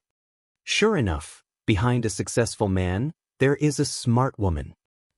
The plane crossed the blue sky and the white clouds. Qin Zhe, sitting by the window, looked down. Houses, fields, and high-rise buildings became mini-models. During the flight, the fuselage would have a stronger shake and tilt. The scenery was very good. Qin Zhe held on for a few seconds and pulled down the window cover. It was terrible, and he always felt that he would fall at any time. Taking a plane was not a good thing for people with acrophobia, but Qin Zhe felt very excited while his heart was beating wildly. The feeling of both fear and yearning. Do you have acrophobia? Next to him, Su Yu's eyes were bright, as if she had found something interesting. Yes, didn't I tell you? Qin Zhe took off his mask and took a sip of water. His beating heart calmed down a little. What does acrophobia feel like? Su Yu asked. She didn't have acrophobia. Why do you think there is such a symptom? It's like people who don't get carsick. It's hard to understand when they see someone vomiting because of sitting in a car. It's the kind of... Qin Zhe put the mask back on and tried to describe. The heart will jump to the throat, the breath will be blocked, the legs will be soft, and sometimes it will be accompanied by breathing difficulties. Su Yu tilted her head, thought about it, and wondered, isn't this the feeling when you and I have sex? Qin Zhe, is this the feeling? Su Yu whispered, it's true, every time I have sex with you, my heart beats very fast, and you hit me so hard that my breathing is intermittent. After that, my legs are soft. Qin Zhe, it turned out that the symptoms of acrophobia were the same as the feeling of having sex. The long posture. Husband, would you like to bungee jump with me? Su Yu whispered. Psycho. Qin Zhe rolled his eyes. But Su Yu couldn't see it. He was wearing sunglasses, blocking his eyes. You really love Wang Zijin more. If she asks so, you will definitely agree. Su Yu pouted and looked pitiful. No, if she asks for this, I won't agree. Qin Zhe waved his hand. What if I die suddenly? Even if Wang Zijin asks so, he will refuse. Bungee jumping makes him feel weak in the legs. In his life, he has only ridden a roller coaster with his sister. But at that time, they were brother and sister, and after they came down, both of them became mentally retarded. Qin Zhe leaned against the seat and closed his eyes to rest. Last night, he thought about the script and wrote intermittently until 2 o'clock in the morning. At 5:30, he got up for a morning run with Sister Ziwei. He felt a little tired. Physically, he was okay, but mentally, he couldn't bear it. Su Yu felt a little bored and happened to see a girl in the next seat watching Journey to the West on iPad with relish. After Journey to the West was taken off the shelves, the online version was put on the shelves and sold for a high copyright fee. This girl can sit in first class, and she is certainly not short of money, but she still watches Journey to the West, which shows that she really likes this movie. Your country's movies, the special effects are very good, but the plot is not good at all. Next to the girl, a foreign man said, I think it's very good. The girl said, I've seen this film, and the logic is not very good. The foreign man said, this is a mythical love movie, not a mystery movie. The young girl retorted. The two of them conversed in English. Chapter 574. Behind the young man and woman, another blonde foreigner with blue eyes said, I've seen this movie. Several actresses are very beautiful, but the plot is not good. The special effects are good. His judgmental tone was filled with disdain. The girl turned her head and said unwillingly, China's box office is the first, and it broke the record. That's because Hollywood's blockbuster happened not to be released at the same time, otherwise the first place would always be in our country. The foreigner behind him was a little older, but only relatively speaking, he was at most 30 years old. And its foreign box office should not be good. China's movies don't sell well abroad, but your country's market is very big, So even if the quality of the movie is not good, it can sell high box office. It was really an irrefutable statement. The foreigner also specially checked the box office of A Journey to the West on the internet.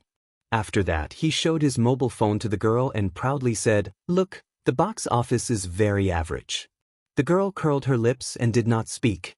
Suyu added a sentence and asked the girl, "Do you also like to watch A Journey to the West?"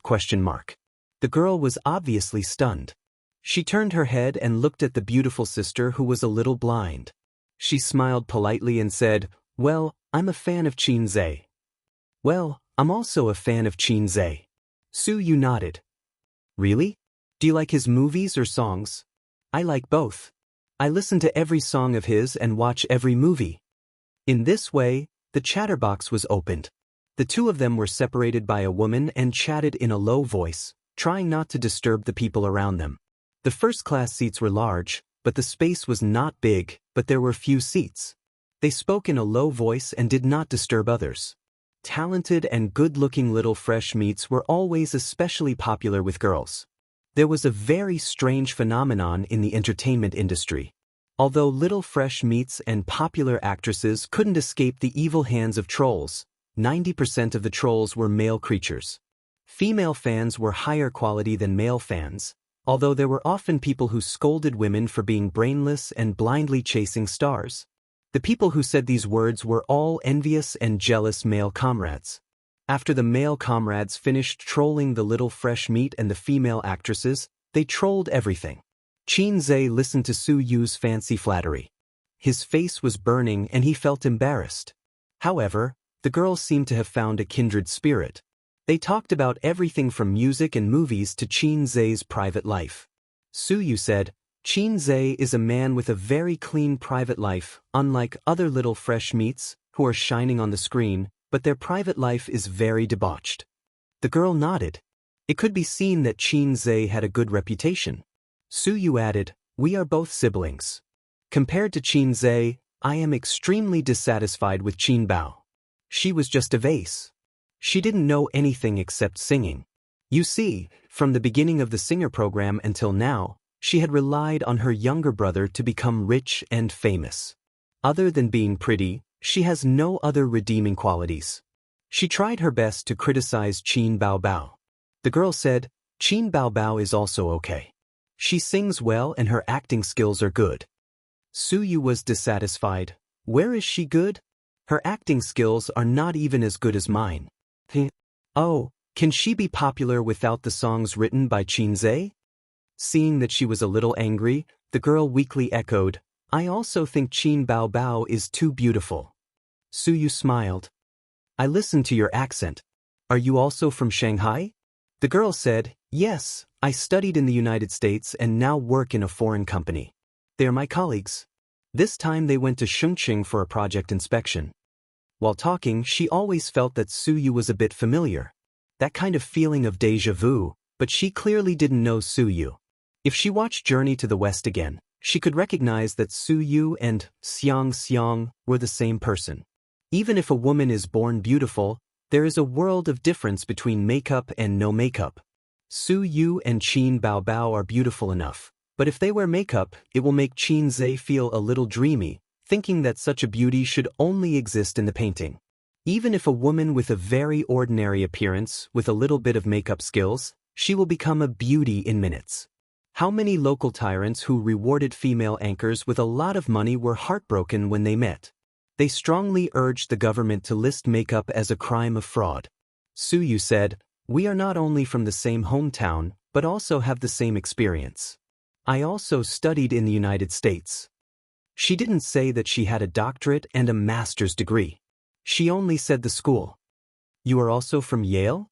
The foreigner behind the girl said in a surprised tone.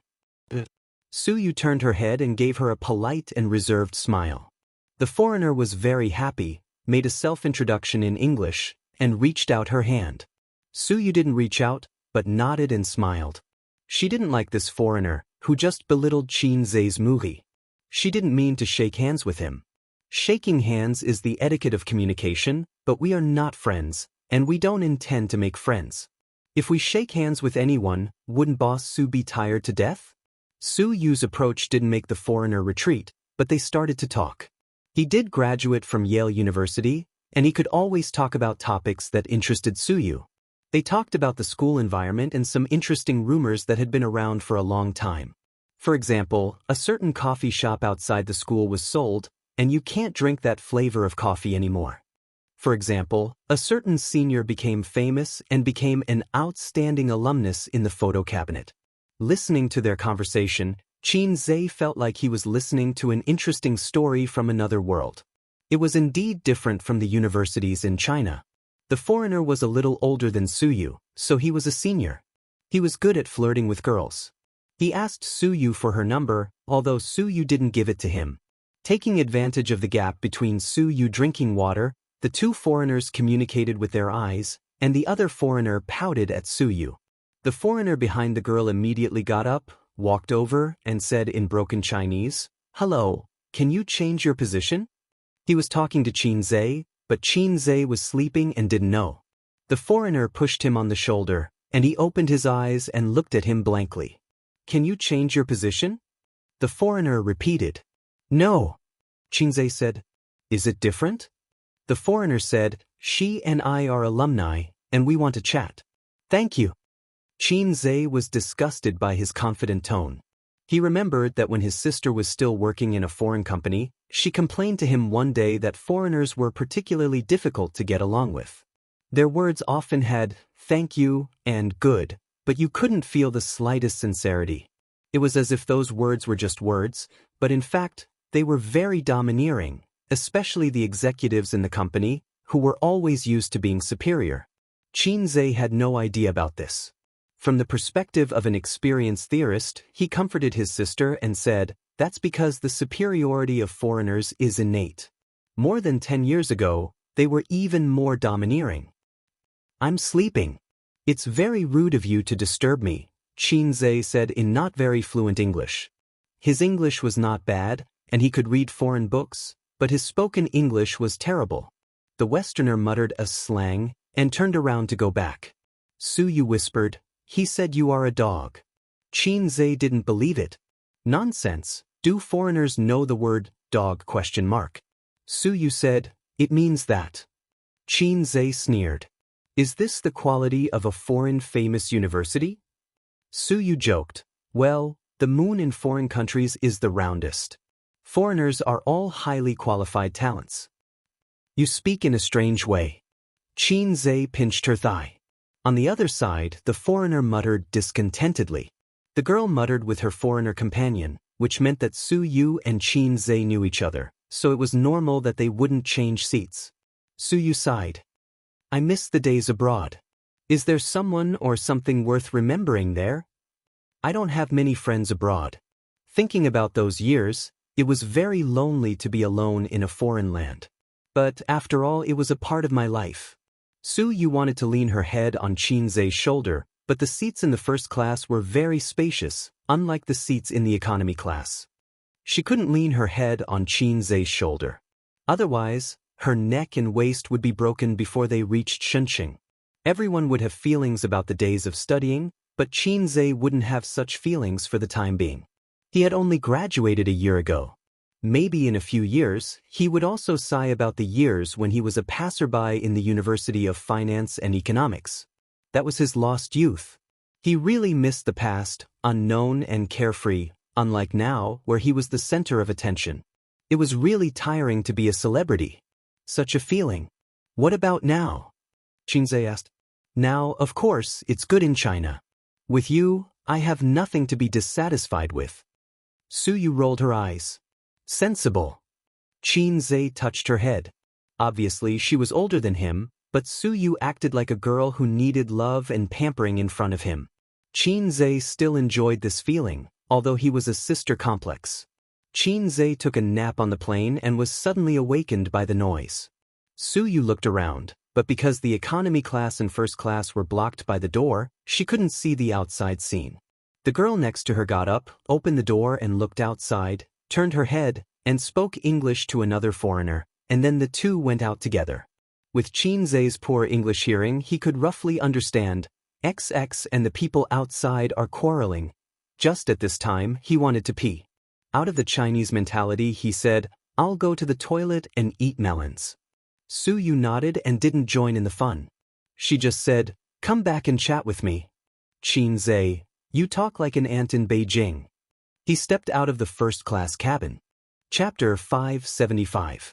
There was someone in the first-class toilet.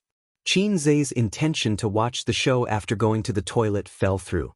Then he went to the economy class toilet. The aisle of the economy class only allowed one person to pass, so Qin Zhe found that the way to the toilet was blocked. Many people in the economy class straightened up and poked their heads out to watch the conflict. The two air hostesses were trying to mediate. One of the two parties involved in the conflict was the top student from Yale University in the first-class cabin, a foreigner. The other was a gentle-looking middle-aged man wearing glasses.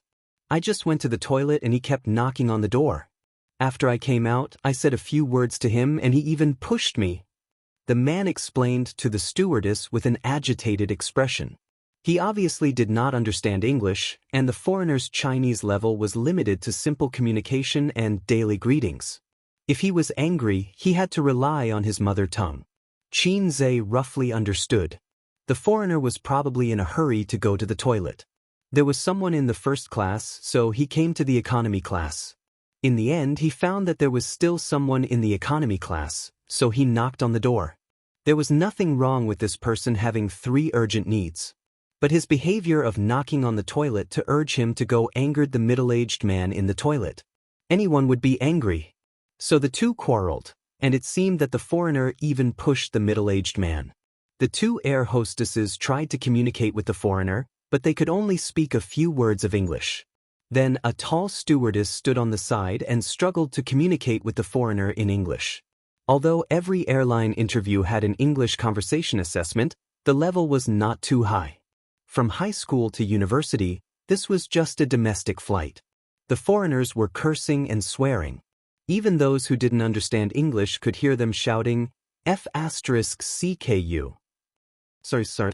The girl in the first class squeezed over with another foreigner and said, "He is my friend." "What's wrong?" "Your friend quarreled with someone. Can you tell him to go back to his seat first?" "We are in the air, so let's go back to our seats first," said the air hostess. The girl communicated with the foreigner in fluent English. The foreigner shook his head, pointed at the middle-aged man, and mumbled something. The girl's face showed anger and displeasure. She looked at the two air hostesses and air hostesses. "My friend said that person insulted him. You have to give him a satisfactory answer." The middle-aged man was furious. "Who insulted him? When I went to the washroom, he knocked on the door with all his might. Everyone outside heard him. He made me feel uneasy when I went to the washroom. When I came out, I said, 'Crazy,' and he pushed me." The foreigner said in English. The girl translated, "You're occupying the toilet. Don't you have any civility?" The middle-aged man's eyes widened. Using the toilet is called occupying? Seeing that they were about to quarrel again, Kong Bao hurriedly said, "It's just a small matter. Forget it, let's hurry back." The Westerner stood still and spoke in English. Even ordinary people could recognize the curse words that were mixed into his words. The girl said, "My friend asked him to apologize." The middle-aged man couldn't believe it. Why? They had been quarreling for a while. Once the mood of watching the show passed, the passengers couldn't take it anymore. After all, the economy class wasn't big. Who could stand a group of people standing next to you, chattering and tugging? Can't you just apologize? It's not a big deal. He's not a girl. Is it so hard to say sorry? It's so annoying. Apologize to him. After all, he's a foreigner. Our countrymen have manners. The surrounding passengers were all talking at once. The middle-aged man straightened his neck. "What's there to apologize for? It's not my fault. I haven't asked him to apologize yet." Pretentious. "Security, don't just watch. Hurry up and get them to leave. It's so annoying," the passengers said impatiently. The air hostess looked at the middle-aged man and said, "Why don't you apologize to him?" The middle-aged man was stunned. Another air hostess persuaded, "Let's not lower ourselves to the foreigner's level. They might be serious and don't know how to be tactful. Why bother?" The foreigner who came out with the girl said, "Apologize." He said it in Chinese. The two foreigners pursed their lips. They had been in China for so many years and had always received the best treatment and the best environment. When they had difficulties, there would be a bunch of Chinese colleagues to help them. When they had gatherings and fun, there would also be a bunch of people around them. They had lost a bicycle in China and the whole country had mobilized to help them find a car. In their own country, who would care? They did not spend a single cent and enjoyed top-notch VIP treatment. Awesome. In their own country, they could not enjoy such treatment at all. When they encountered trouble, they had to solve it themselves. If they cursed, the women in their country would despise them for being impatient. But in China, it was not like that at all. When they cursed a few times, a bunch of people would laugh and give them a thumbs up. Come on, that was clearly a swear word in their country. China was so good. Although it was a foreign country, they felt like they were the masters. When foreign dogs came over, they could look down on the local dogs of China. They waited for the middle-aged man to apologize. They did not know much Chinese. Otherwise, a sentence would have appeared in their minds. "Call me daddy." The middle-aged man looked around. The passengers on both sides of him looked impatient and annoyed. He looked at the air hostess and also wanted him to apologize. Their tone was very gentle and patient when they spoke to the foreigners, but when they spoke to him, their tone became very normal. But because it was too normal, it showed the difference between the two sides. But am I wrong? Just because they were foreigners? But this was China. Weren't they all Chinese? We have the same skin and the same pupils. Only then are we on the same side. Shouldn't they be on my side? Why did their family blame their own family when they had a conflict with others at home? But F***CKU. The middle-aged man roared angrily. His face was red and his neck was thick. He looked like an angry clown. In the eyes of most of the passengers, he was a clown. After all, they had stayed in China for a few years. They could still understand the two words F***CKU, just like how most of the Chinese knew how to say F***CKU. Say that again. The foreigner pushed the middle-aged man's shoulder, causing him to stagger. The middle-aged man wanted to fight back, but he was stopped by the air hostess. Two air hostesses blocked both sides. The middle-aged man was blocked by the air hostess. He listened to the warning, "Don't cause trouble. Otherwise, you will go to the police station when you get off the plane." The foreigner cursed, F***C. Then he changed to broken Chinese, F***CK your mother. As if still angry, he cursed, "Chinese pig. Chinesepig, Chinesepig, Chinesepig." Each curse was harsher than the last. The younger air hostess's face flashed with anger, but she held it in. They were staff, not passengers. If they did something reckless now, they would be fired by the manager later. It would be fine. The reason was that they treated foreign friends rudely, tarnished the country's reputation, and caused a bad impact. The surrounding passengers were angry, disdainful, and indifferent. There were all kinds of people, but no one stood out to meddle. It did not concern them, so they did not care. There were also people holding up their mobile phones to take videos. If the video was uploaded to the internet, it would cause public anger, but most people who were boiling with passion on the internet would choose to be aloof and indifferent when they encountered such a thing in reality. They were commonly known as keyboard warriors. "I think you should take back what you said just now and apologize to us." A voice interrupted. It was full of energy and instantly attracted everyone's attention. It was a young man wearing a mask and sunglasses. The foreigner recognized him. He was the very rude man in the first-class cabin. His small request was rejected. This was a very ungentlemanly Chinese man. He was far inferior to his friends and colleagues in China. "What does it have to do with you?" His broken Chinese was domineering. Qin Zhe pushed the air hostess aside and stood in front of the girl and the foreigner, saying, "Because you scolded me." The foreigner did not react, and neither did the passengers. "Chinese pig." Qin Zhe said, "Take back that sentence, apologize, and I forgive you." Looking for trouble. The foreigner was stunned at first, but he cleverly avoided the topic and said something in English. The girl beside him listened and translated. He said that the China people united to bully him. He wants to file a complaint against you. The foreigner looked at Qin Zhe arrogantly. According to his experience, as long as he threatened to file a complaint, most Chinese people, not including individual investors, would choose to compromise. Because foreigners like them had a high status in China, unreasonably high. If they complained together, Chinese people's complaints would be ignored, but foreigners' complaints would be taken seriously. Sir, please go back to your seat. The air hostess looked at Qin Zhe with dissatisfaction. Qin Zhe was silent for a moment. He scolded us and said that Chinese people are pigs. Sir, please go back to your seat, the air hostess repeated, and then said, we will handle it ourselves. Qin Zhe ignored him and looked at the foreigner. Apologize. Chinese pig. The foreigner was firm. I'm warning you, others will attack you, the air hostess warned. But as soon as he finished speaking, the foreigner next to him was kicked away. He crashed into the passenger seat on the side, and in an instant, there were screams. Qin Zhe pounced, pressed the guy against the passenger, and punched him. Two air hostesses went to stop him.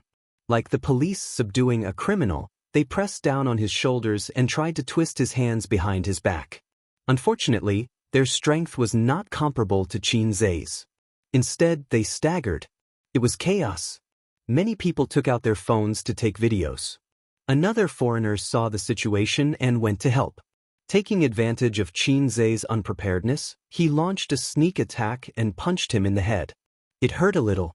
Qin Zhe stood up angrily and glared at him. His sunglasses fell off, revealing half of his face. Then, for a moment, the cabin fell into a strange silence. Everyone was looking at him. Everyone was looking at him. There were all kinds of expressions.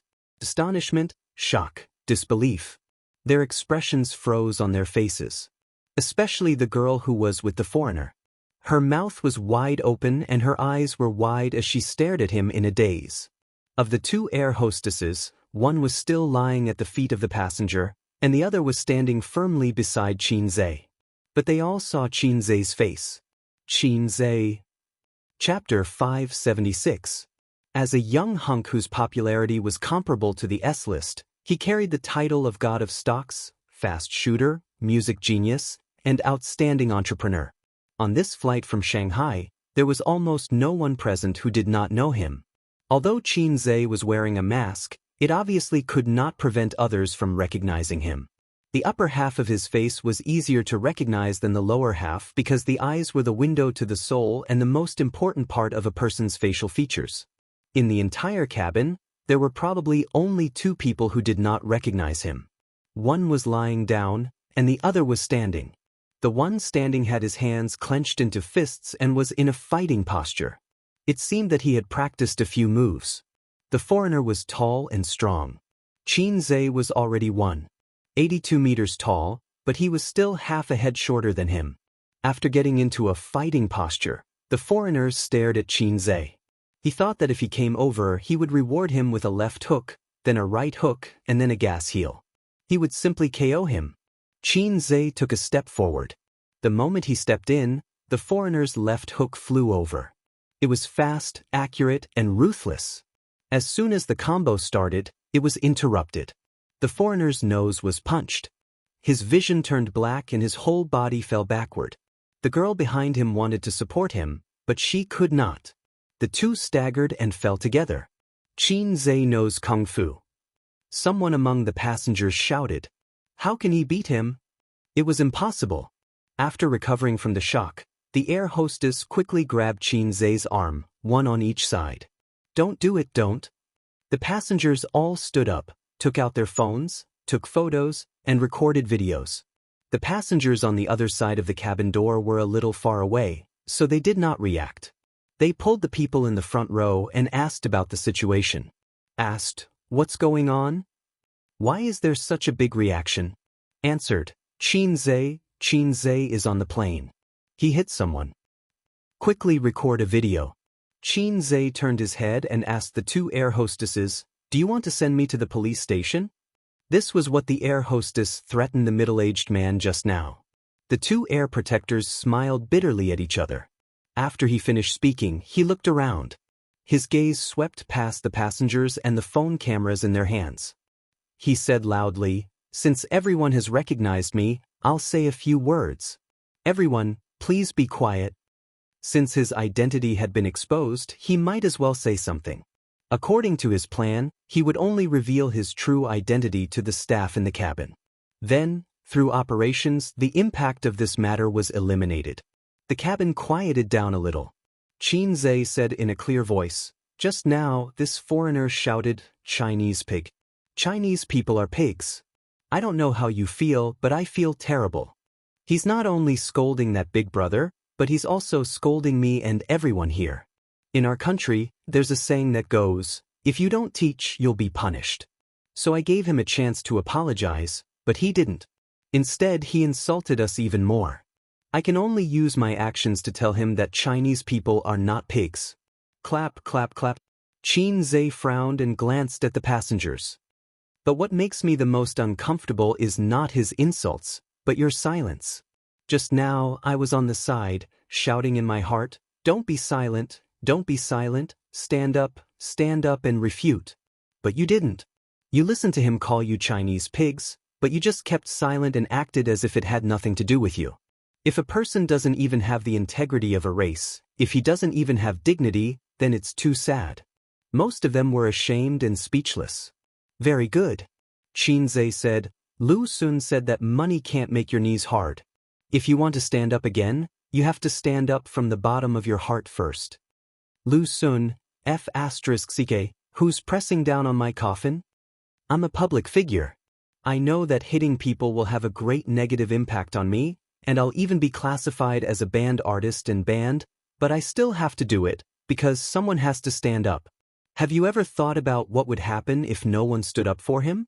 After the incident, he would talk to his companions about it and say with disdain, "Not a single Chinese person dared to stand up for me at that time. They really are like a bunch of pigs." Xianxia said in a deep voice, "Dignity is something you have to protect yourself. Face is something you have to fight for. In the future, when I meet such people who insult Chinese people, I will beat them up one by one. If I shout a section of 'I have a dream,' it will be more emotional, but that's too stupid. I'll recite it later. What if I cross to the Republic of China?" Silence, silence.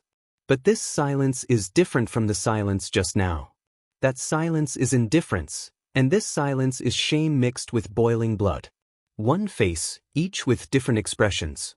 The middle-aged man with glasses had wet eyes, not pretentious, but moved. At the other end of the cabin, Suyu stood at the door of the first-class cabin, looking at the crowd, the man with emotion. Her eyes were unprecedentedly infatuated and adored. After that, Xianxia said to the two air hostesses, "How to deal with it, I will take the responsibility." He brushed past the infatuated stewardess and the flustered girl. As soon as he left, the two foreigners stopped pretending to be dead and angrily said to the air hostess, "Call the police when you get off the plane. I'm going to sue him." This time, the air hostess didn't answer, but called the stewardess. "Take the medicine box to stop the bleeding and rub the medicine." The foreigners repeated in Chinese, "Sue him." The air hostess ignored them.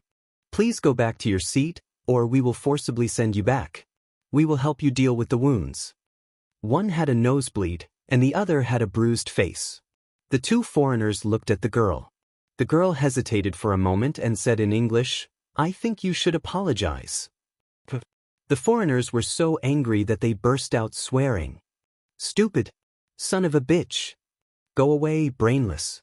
In the passengers, suddenly there was a burst of curses in response to the two of them. Xianxia pulled Suyu back to the first-class cabin at the door and said with a wry smile, "It may take a while to get off the plane later. Sorry, I always make trouble." Suyu shook her head. "You hit people again, isn't it immature?" Xianxia said. "Because she is weak, women instinctively dislike violence. She feels that it is immature." Suyu hugged his waist and said softly, "Fighting also depends on the situation. Are those indifferent people outside rational? Are they men? Are they mature? As you said, they don't even have dignity, and they keep silent even when insulted. Is such a person good?" She sniffed Xianxia's breath deeply and became more and more intoxicated. Foreigners are all like this. I have seen a lot of Chinese people who have been discriminated against inside. They not only discriminate against Chinese people, but also engage in internal strife. The discrimination against black people is very serious. But among those Chinese people who are discriminated against, few can stand up and refute. Other bases I can understand, but if you are discriminated against and insulted in your own country, what is it? Qin Zhe scratched his head in annoyance. Why can't I stand up? Su Yu said, why do you think about others, think about yourself, will you really be classified as a band artist? Qin Zhe shook his head, politically correct, no. Su Yu cleverly said, oh, and continued to hug him. Not long after, she let go and rubbed her neck and waist.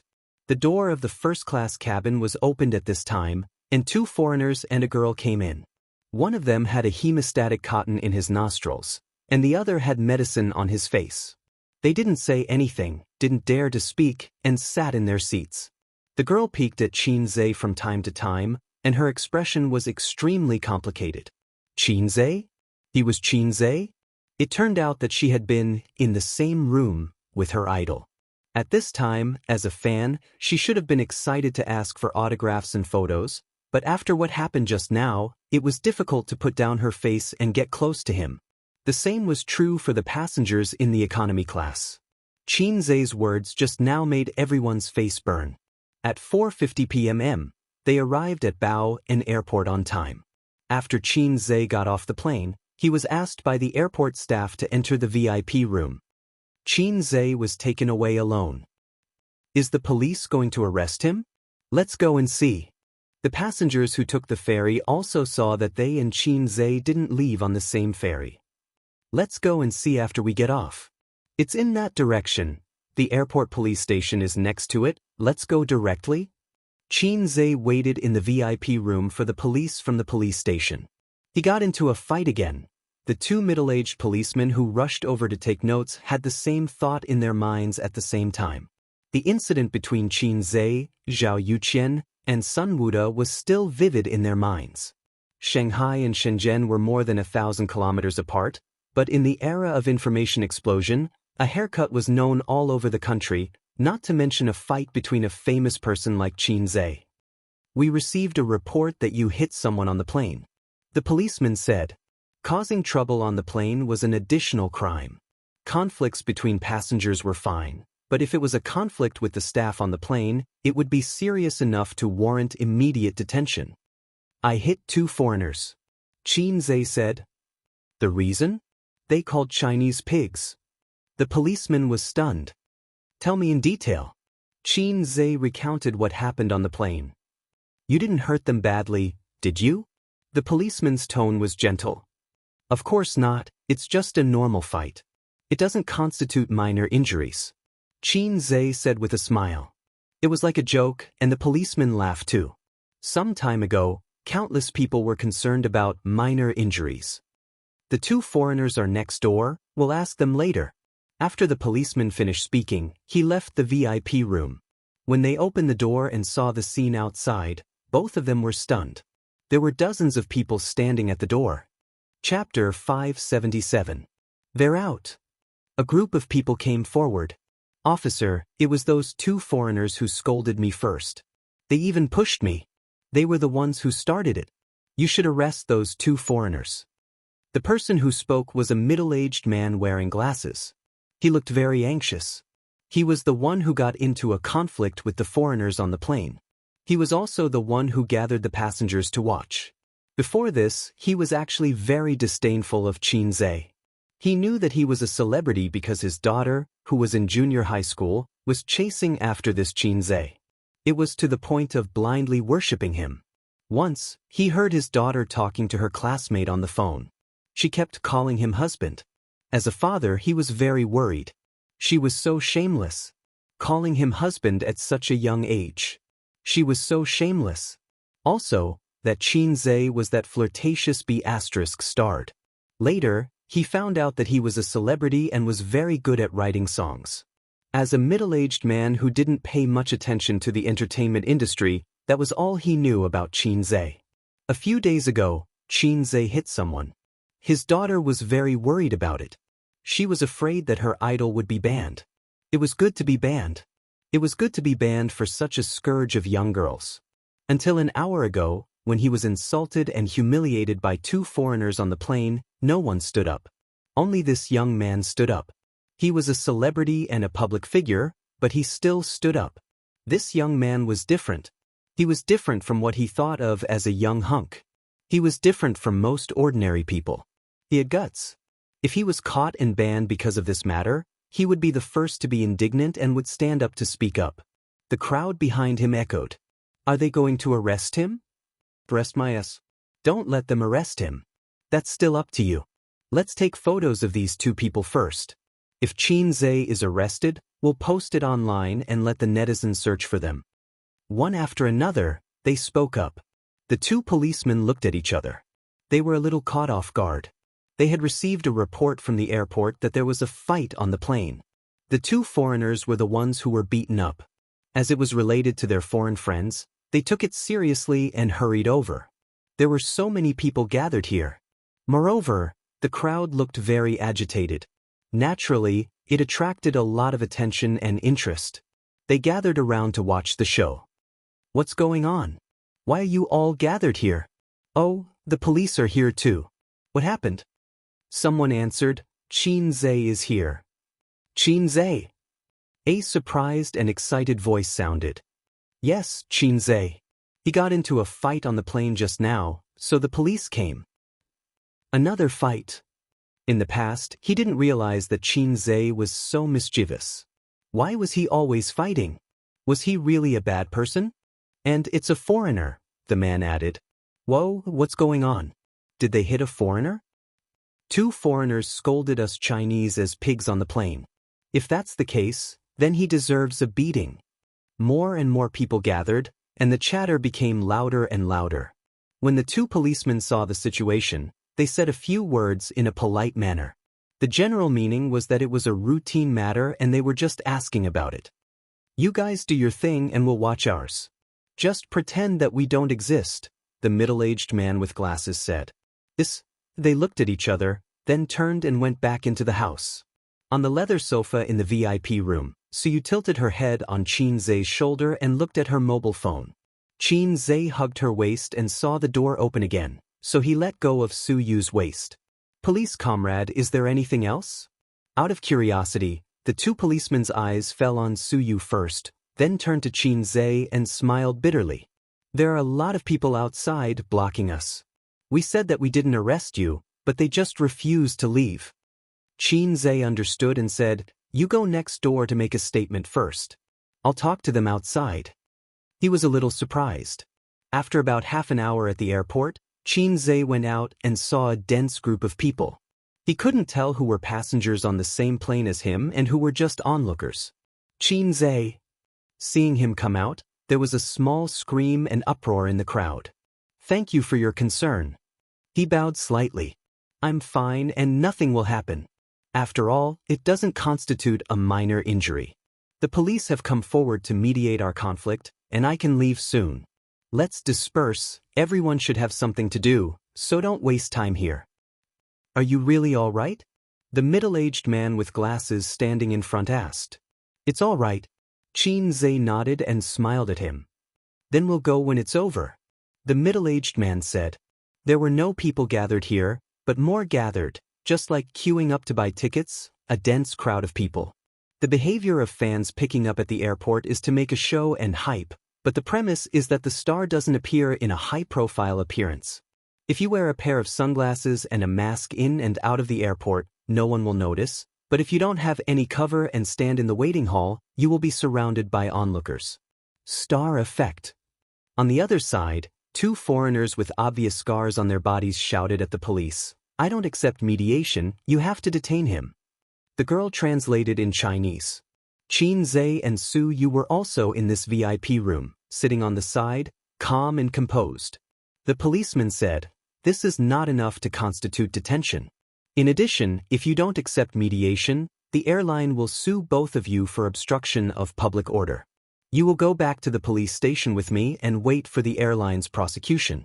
Or, you can go to the court and sue him yourself, at the cost of accepting the airline's lawsuit at the same time. Translate for him. The girl glanced at the policeman and whispered something to the two foreigners. The bias of the police has been obvious, but you can't find any fault with the bias within the law. The two foreigners looked unwilling and finally chose to accept the compensation and apologize. The girl translated awkwardly, "They want 50,000 yuan." In fact, she didn't need to translate, Qin Zhe and Su Yu could understand. "You can go to the court and sue, I'll take it." Qin Zhe said lightly, "Go to the court and sue. I don't have time to talk nonsense with you. Even if I lose, it will only be a matter of tens of millions of yuan, but it will probably take a few months. The prosecution process, the court judgment, is too time-consuming, at least a month. Don't think that a lawsuit is a terrible thing. If it's a real fight, even if Qin Zhe loses in the end, the court's judgment is absolutely fair. A little injury may be fine the next day. How can you pay 50,000 yuan? You want to extort money? You think too much." The girl translated for the two foreigners and added her personal opinion. She felt that a lawsuit was troublesome and did not get any benefits. Su Yu took out a pink wallet from a high-end LV bag, took out 5,000 yuan, threw it on the table, and spoke English. Qin Zhe can probably understand. 5,000 yuan, you take it and you can reward me. I am not short of money. I want to go to court, and I am not afraid. The two foreigners looked up at Su Yu. It was probably the first time that they felt a sense of oppression from her. This beautiful woman suddenly became strong and fierce. They were a little confused. Looking at the police again, they were expressionless. They were a little disappointed that they didn't get the VIP treatment that they imagined. After judging the situation, they chose to accept the compensation and apology. Apologize, crossed out. The front door was blocked, but it didn't matter. The VIP room had more than one door. It had 3 doors.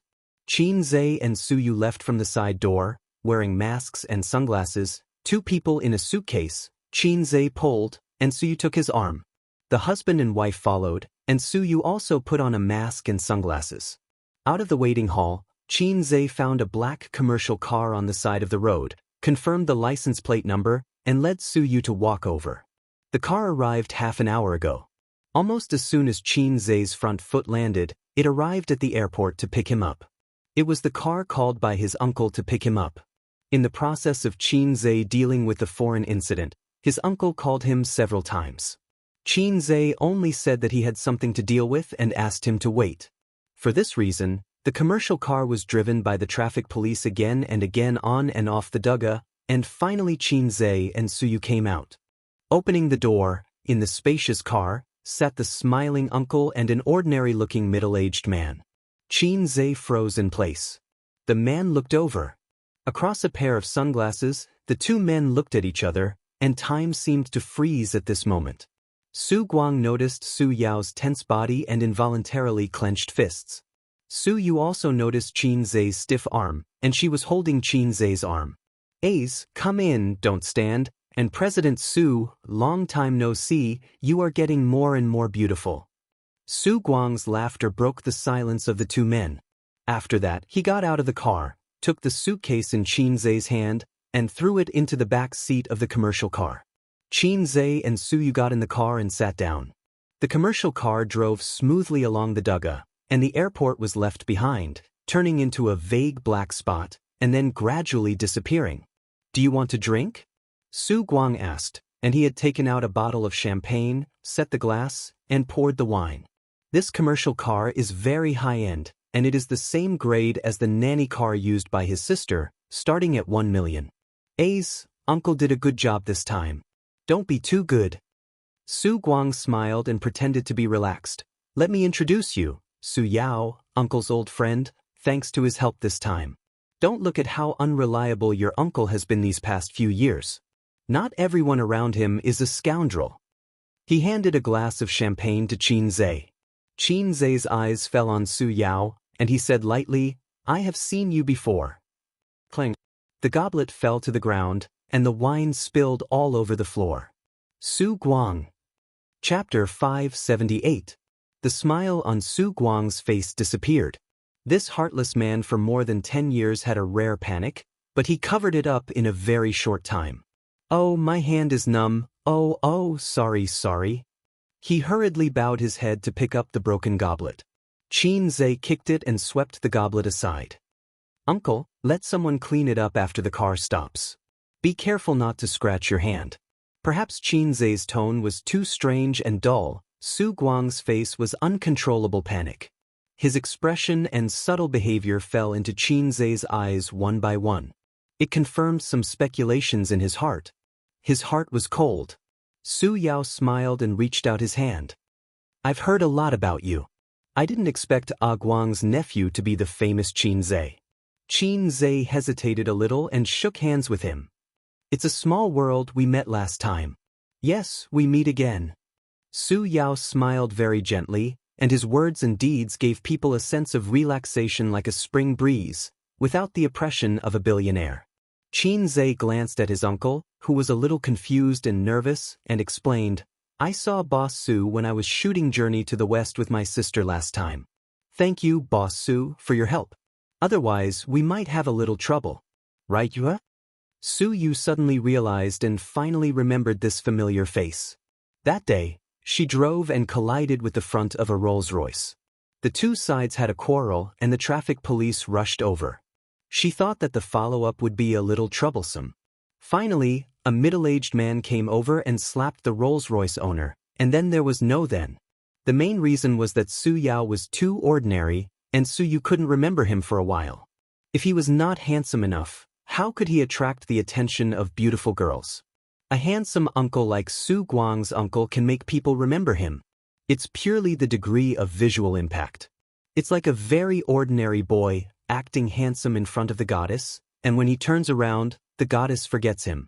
And a handsome boy, if he drives a luxury car, even if he does nothing, his handsome face and chic back will be deeply imprinted in the goddess's heart. The conclusion, what kind of wife is ugly? The conclusion was, if you don't have money, how can you marry a wife? So that's what's going on. Ape dung. Su Guangda shouted and slapped his thigh. His movements were a little exaggerated, and his smile contained 3 parts luck, 3 parts relaxation, 3 parts fear, and 1 part nervousness. Uncle felt as if a heavy burden had been lifted from his shoulders. Thank you for your help, Mr. Su. Su Yu stretched out her white and tender hand and shook hands with Su Yao. Su Yao also stretched out his hand and held Su Yu's small hand. At the same time, he looked at her wantonly. That was the gaze of an elder looking at a junior. It was also the gaze of a mother-in-law looking at her son-in-law. No, it was the gaze of a father looking at his daughter-in-law. Perhaps because his gaze was too undisguised, Su Guang touched Su Yao's arm without a trace. Su Yao hurriedly retracted his hand and smiled gently. It's nothing. Su Yao was satisfied with his first impression of her. From what Su Guang had said, she seemed to be A's secretary. In addition, A seemed to have a real girlfriend. His smile made Su Yu stunned. This gentle smile had a strong sense of déjà vu. She couldn't help but turn to look at Xianxia. Well, it was an 80% similar smile. The car sped on the highway, and they didn't know where to go. Xianxia didn't care. He stared at Su Yao and said, Mr. Su is also surnamed Su? He's an old friend of my uncle. Is he also from Su Town? This question made Su Guang and Su Yao's eyelids twitch at the same time. He's uncle's childhood friend. He used to wear the same pants. Su Guang covered up his embarrassment with exaggerated laughter. When I was in junior high school, his family moved away. I haven't seen him for many years. But in these few years when my uncle was down, I was grateful for his care. Xianxia nodded suddenly. I knew it. When I was at Aunt Su's house, I didn't see Mr. Su. Su Yao's hand holding the goblet was white. Su Guang felt guilty and kept warning his childhood friend with his eyes. He said in his heart, you have to hold on. Don't collapse. Xianxia spoke in a completely casual tone. It was like meeting a fellow villager in a foreign place and couldn't help but talk about the scenery of his hometown to try to get closer. Even Su Yao, who had rich experience, couldn't hear the slightest hint of sarcasm in his words. Su Yao forced a smile. Which Aunt Sue? He didn't care about his childhood friend who kept winking at him. Come on, your expression is so rich. Do you think my A's is a fool? Keep your expression to yourself. Suyu was a little strange. She saw her uncle winking at Mr. Su. Did he have an eye disease? Su-ru. Qingzhe said. Oh, I have an impression of her. She is a very gentle sister. Su Yao smiled. It was a forced smile. This was the best time to end the topic. He really shouldn't continue to linger on it, but there was a reluctance in his heart that made him ask again, what do you think of Su-ru? Qingzhe smiled and said in a normal tone, yes, very gentle. She is very good to me, just like my mother. Clang. After his fingertips trembled, the goblet in Su Yao's hand fell. Su Guang, driver, drive steadily. What's the matter with the shaking? Do you want to work or not? Su Guang was angry and turned to the driver and yelled, Driver? At 6 o'clock, in the afterglow of the setting sun, the business cars stopped outside a hotel. There was a social event in the evening. Qingzhe was going to meet and eat with the boss of the VR manufacturer. Any business can be discussed at the dinner table. This is the culture of the dinner table in China.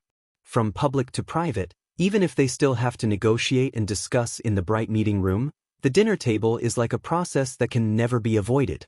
There is nothing in the world that can't be solved at the dinner table. If there is, it is on a woman's thigh. After getting out of the car, out of some tacit understanding, Su Guang and Su Yao walked in front, Su Yu and Qingzhe were behind, and the two sides kept a distance that they could whisper without being heard. Does he know something? I always feel uneasy. Su Guang's voice was very weak. Su Yao was silent for a moment and said in a deep voice, Don't think too much. What can he know? No one said anything about the past. He can't check it. Su Guang said, But my nephew in recent years has been very strange. He used to be like an ugly duckling, but suddenly he became different. Su Yao's face was complicated, and no one knew what he was thinking. Also, your behavior in the car was too abnormal. He will definitely pay special attention to you afterward. Su Guang regretted. I'm so stupid. I shouldn't have promised you. Don't tell my sister about this, or I will die miserably. Su Yao shook his head. No. In short, no matter what, you have seen him. After this meal, go back to your Win City tomorrow. Don't ask him for his number, and don't contact him privately. Otherwise, we can't be brothers. Su Guang warned. I can't go tomorrow. I want to invest in his VR equipment factory. Su Yao said. Hearing this, Su Guang's face changed. Don't be nervous. Su Yao shook his head. It's not too complicated. I just want to help. I owe him too much. Just give me a chance to make up for it. Su Guang gritted his teeth. Not far behind. Su Yu hugged Qingzhe's arm. She was tall, and she could kiss Qingzhe's lips with a little tiptoe. She whispered in his ear, That's Su Yao, he looks at you strangely. What's strange? Qingzhe asked. Su Yu thought for a while and shook her head. I can't say, but he has been peeking at you, looking at you carefully, which makes people feel uncomfortable. She hesitated for a moment. Is he gay? Qingzhe, you've been reading recently, Beautiful? You even know about this? Su Yu said, I just finished reading a book called Devil's Patriarch. Two men lived shamelessly. That kind of life makes me shudder just thinking about it. How could you girls like it? Qingzhe imagined two men lying in bed, giving each other a handle. I think it's very loving. Where's the love? Su Yu raised her eyebrows, stretched out her hand and slapped Qingzhe's strong buttocks, and said in a rough voice, Good brother, do you want to do it? Qingzhe glanced at her chest and sneered, Little brother, wait for me tonight. The topic of conversation inexplicably changed to a completely different topic. I feel that if we make a gay-themed movie, it may be popular, and it will definitely be very popular with female audiences. You're a beautiful man, why are you gay? Chapter 579. Along with the ups and downs of the mountains, the gentle curves, a loud and clear male voice exploded. Qingzhe was shocked at first, and then found that the voice was very familiar. Wasn't it his song, Borrow from the Heavens for 500 years? In front, Su Guang and Su Yao went to get their phones together. Su Guang said, "Qin Zhe." It was a déjà vu that could not be any more familiar.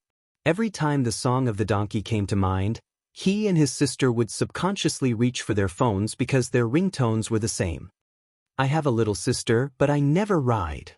Then the siblings hurried to get their phones. Su Yao also set this song as his ringtone. They were really good brothers and had the same taste. A middle-aged man stood at the door of the hotel with a smile on his face and came to greet Qin Zhe and others. The vice president of the VR equipment factory, surnamed Go. As soon as they met, he warmly shook hands with Qin Zhe and Su Yao, but when it came to Su Yu he smiled and nodded. Qin Zhe noticed that his eyes first fell on himself, then Su Yao and finally Su Yu. He just glanced at them. The small details were very comfortable. With Su Yu's appearance, everywhere she went was a beautiful scenery. It was normal for men to instinctively look at her a few more times. But he didn't. Old fox. Buy what bracelets? Life just got better, and you started to play around. Su Guang's tone was unhappy. Mom said to buy it and you bought it? How long will it take for us to earn 50,000 yuan? Sister's money is not money.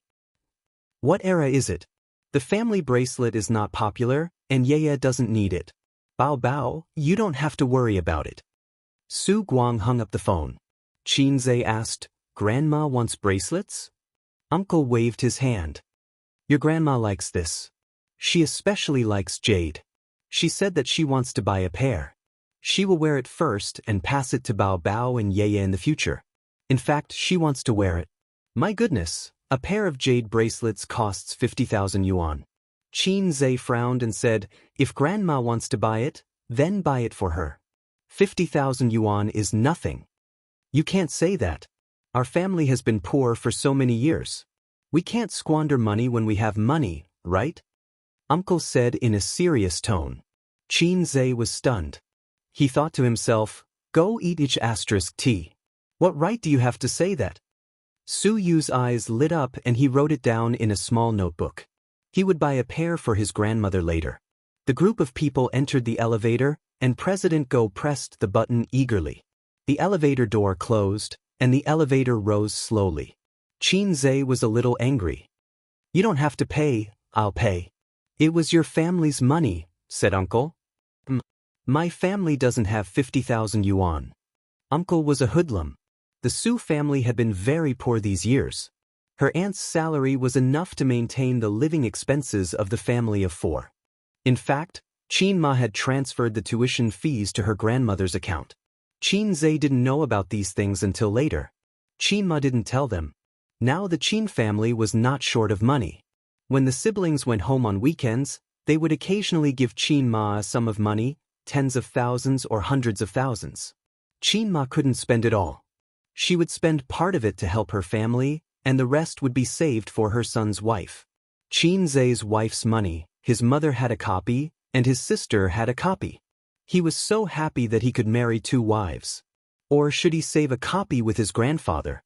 Uncle added, "It's not like there are no jades at home.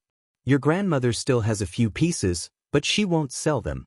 Ace, I remember when you were a child, you wanted to buy toys, but your father was black-hearted. He thought it was too expensive and didn't buy it for you. He also beat you. At that time, it was Uncle who paid for it for you." Qin Zhe said, "There was such a thing, so I paid for the bracelet." Uncle often bought him good things when he was a child. Qin Zhe remembered this in his heart. If Uncle hadn't been so good to him, Qin Zhe wouldn't have cared about him. "Uncle, could it be that you've always wanted to raise me up?" "I didn't mean that." Su Guang said, "Why should a child want a toy, but the adults don't buy it because it's too expensive and beat people?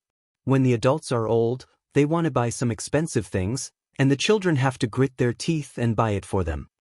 Because we have to respect the elders." Qin Zhe said, "Don't you have to love the young?" Uncle asked. Qin Zhe was speechless. "You have to repay the kindness of your parents for raising you." Su Yu interrupted. "Your parents gave birth to you and raised you. When they are old, you have to raise them." Uncle said. Su Yu was speechless. Qin Zhe thought that Uncle must have been beaten by Grandpa for the same reason when he was a child. Some parents were reluctant to spend money on toys for their children. When the children cried, they would beat them. They just had to be responsible for raising them. In the future, when they were old, the children just had to be responsible for their retirement. It made sense. He was speechless. What Boss Su said makes sense, ha. Boss Go echoed on the side. I'm just saying. Su Guang said, but my mother isn't like that. She doted on me since I was a child. I still have to buy what should be bought. After a pause, he said, wait a little longer. Qin Zhe's heart moved. After saying so much, he actually wanted to buy a bracelet for his old mother out of his own pocket. He didn't want to use the Qin family's money anymore. He didn't want to owe them. Although he was still supported by his nephew, it was still his own labor. Ding! The elevator opened. The layout of the 21st floor was good. The lights were bright but not dazzling. The decoration was new, and there were many guests. As soon as he entered, he could see the guests around the square black crystal table, eating and chatting. Waiters in uniforms came and went. Because of his identity, Qin Zhe wore a mask and sunglasses when he got off the car. It wasn't good to turn the shop into a fan meeting. They entered a very spacious private room. There was only one table and it was almost full. Several leaders of the VR equipment factory and 2 leaders of the inspection team that Qin Zhe hired. Beside each man, there was a young and beautiful woman accompanying them. Sit down, don't be surprised. It was normal. What was this? The big shots were talking about business at the table, and there were female celebrities accompanying them.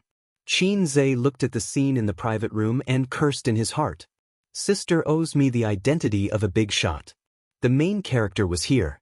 Qin Zhe took off his sunglasses and mask. Many people in the private room were shocked. The only people present who knew that Qin Zhe was coming were the 2 leaders of the exam team, as well as the CEO and vice president of the VR factory.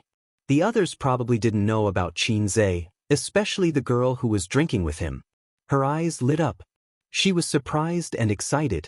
If it wasn't for the wrong occasion, she would probably scream. Except for one girl. When she saw Qin Zhe, she was stunned. Qin Zhe looked around and found her in the next moment. He was slightly stunned. Boss Qin, come here, sit here. A half-bald middle-aged man got up enthusiastically and greeted Qin Zhe to take a seat. He was the boss of the VR equipment factory, surnamed Lu. You 2 Boss Su also sit together, waiting for you to start the banquet.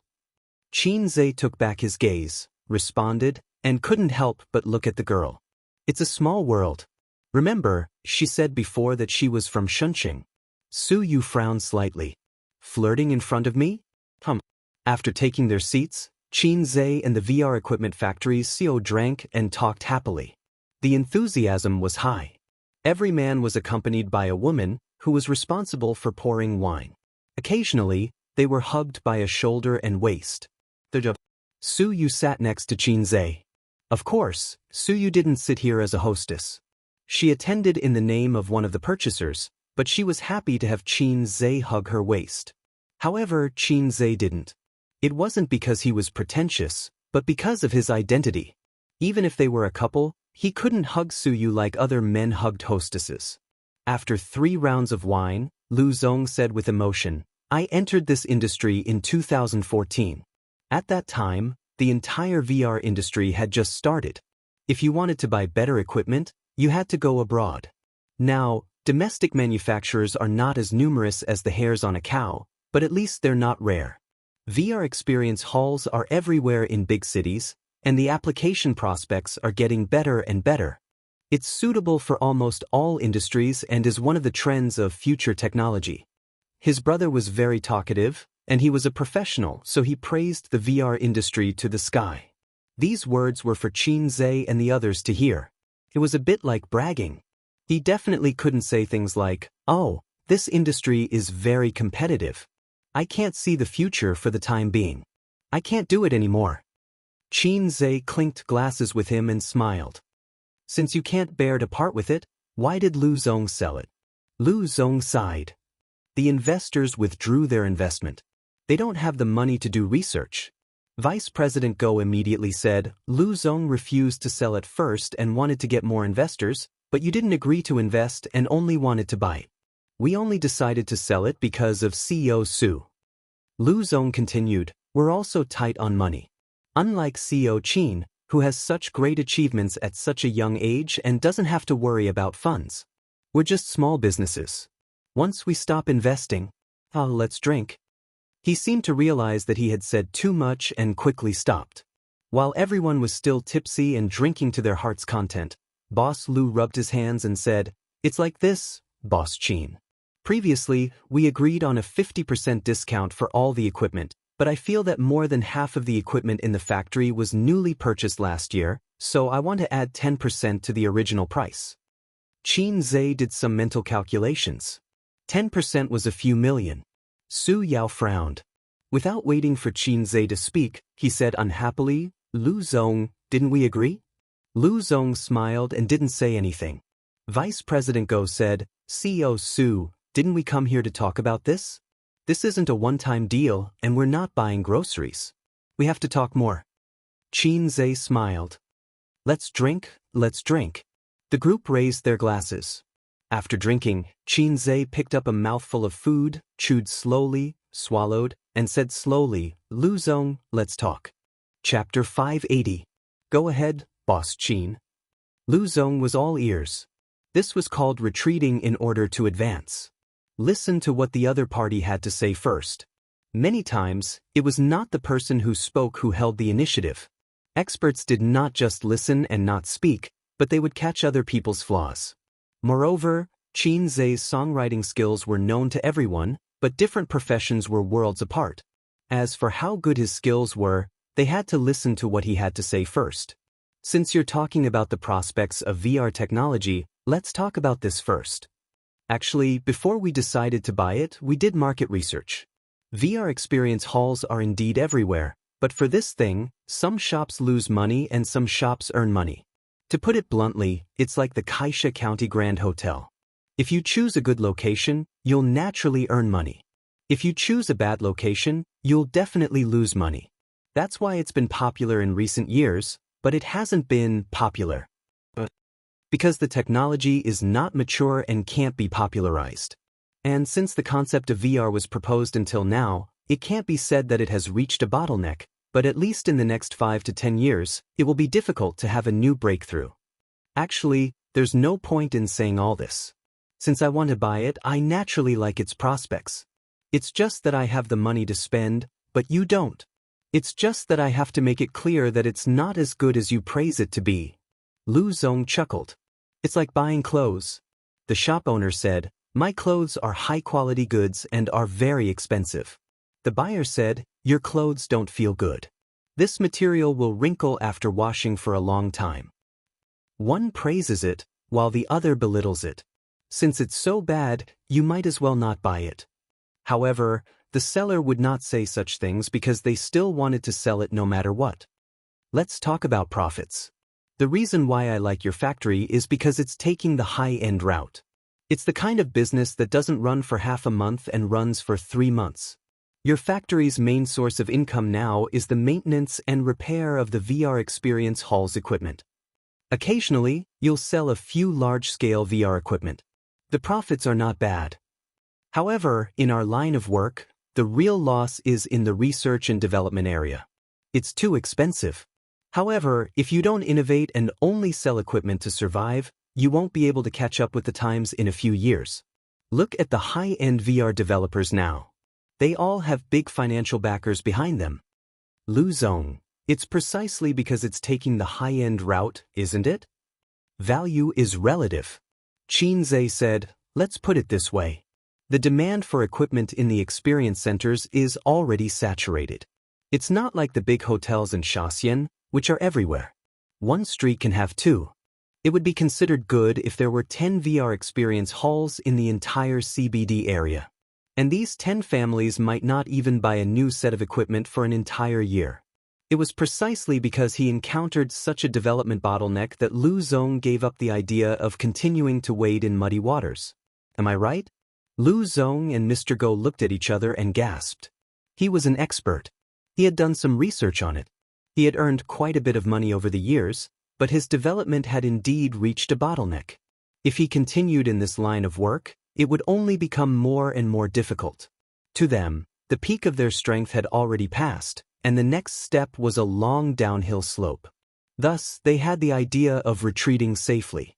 Xianxia said, "Actually, the best choice for us is to directly transport the equipment back to Shanghai and set up the factory in Shanghai. You also know that my roots are in Shanghai. Shenzhen is too far away, and it's not easy to manage. So, you'll have to pay for the severance of your employees yourself." Lu Zong's expression changed slightly. This was a huge expense. There was a contract. If he did not pay the severance, he would be sued. He could not be like Huang He and run away with his sister-in-law, right? And this sister-in-law of his wife. He could not help but look at the delicate woman beside him. His sister-in-law was a top graduate from Shanghai. She had worked in Shanghai for half a year. After breaking up with her boyfriend, she returned to Shenzhen and was currently his secretary in his office. His wife had specially arranged for her to be his secretary. His wife gave her sister to him, killing two birds with one stone. Not only did he remove the threat of the secretary, but he also arranged for a spy. Lu Zong often had dinner parties, and he would bring his sister-in-law along. However, considering the trouble of hiring in the future, the current decision is based on the situation, Xianxia said. His meaning was clear. Don't raise the price or we'll hurt each other. I'll give you the extra money. You can use it as severance pay. Lu Zong's expression did not change. He smiled and said, let's drink. Come to my office tomorrow to talk about business matters." They would continue to wrangle tomorrow, but Xianxia planned to see how the factory was doing. Su Yao watched silently with a smile on his face. There was a fatherly relief in his eyes. Perhaps in some aspects, he was still immature in front of him, a senior who had been in the business world for more than 10 years, but his mentality and tone were unusually calm. This was worthy of praise. When Su Yao first negotiated with others, his legs were trembling. The meal was at 9:30 in the evening. Lu Zong proposed to sing. The social activities of adults were basically this process: dinner, nightclub, and sex. Everything could be settled over a wine table. Not good? Okay, on the woman's thigh. Still not good? Then in the body. After singing later, Lu Zong planned to put women in Xianxia's room. He had not figured out the relationship between Xianxia and Su Yu, so he thought he was an ordinary partner. But Xianxia was a big star and should have seen a lot of beautiful women. He was thinking about where to find the best quality women. He had to choose the best Korean semi-permanent, or he would not be able to serve this great god. I'm singing, so I won't go. Xianxia smiled and said, it's not convenient with my identity. Lu Zong said, I'll send you upstairs. Thank you. The hotel room was upstairs. By the way, this was a 5-star hotel. This kind of hotel did not have flirtatious men calling at night, because those who could afford to stay in a 5-star hotel had plenty of partners. After sending Xianxia and the others to their rooms, Lu Zong, Mr. Go, and the others went downstairs together. In Lu Zong's Mercedes-Benz, his sister-in-law was sitting in the back seat looking at her mobile phone. The driver saw him come down and quickly got out of the car to open the door. Brother-in-law, the sister-in-law suddenly shouted, and then there was no follow-up. She looked a little confused. Lu Zong looked at her blankly. She drank a lot with him during the dinner and probably got a little drunk. She asked, which room is Xianxia in? Lu Zong was stunned. Room 2208. Hey, Dandan, where are you going? Let's go home. I'll be right back. The sister-in-law hurried back to the hotel. The hotel room was decorated very well, worthy of the 5-star title. There was a fruit plate on the table that the waiter had just sent up, free of charge. There was a small fridge in the cabinet with wine and drinks. Most importantly, there was a river outside the hotel. When he opened the window, the night breeze blew on his face, very comfortable. Xianxia washed his face, wiped it clean, and ate a few pieces of watermelon. There was a knock on the door. He walked over to open the door. Su Yu was standing at the door looking around. He, Xianxia said grumpily. Hubby, Su Yu's beautiful face was full of mischief. She narrowed her eyes, and her long eyelashes brushed into a black shadow. Just the two of them, how wonderful. Come on, fair-weather friend, Xianxia said. Fair-weather friend? Suyu did not understand.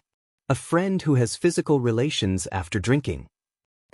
So I'm just a fair-weather friend? When you endure the humiliation of being under my crotch, we'll upgrade to a bosom friend.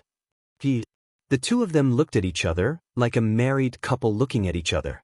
The whole world turned yellow just like that. Xianxia pulled Suyu into the room, carried her in his arms, and threw her on the bed without any pity. A hungry tiger pouncing on a sheep. Wash, shower, Suyu panted. Shower first. Shower after you're done. No, don't, then let's shower together. There's a bathtub anyway. I'll go fill the water. Xianxia went into the toilet and turned on the tap. At this time, there was a knock on the door. Who is it? Xianxia walked out of the toilet and opened the door. Seeing the person at the door, he was stunned. A little cabbage, his little cabbage from back then. Xianxia, can we talk? Little cabbage said. Ace, who is it? Suyu sat on the edge of the bed and looked out the window. Little cabbage's gaze swept over Xianxia's shoulder, and the two women's eyes met. Little cabbage said, I haven't seen you in many years. Can we talk alone? Xianxia looked at her subtle and complicated expression, sighed in his heart, and nodded.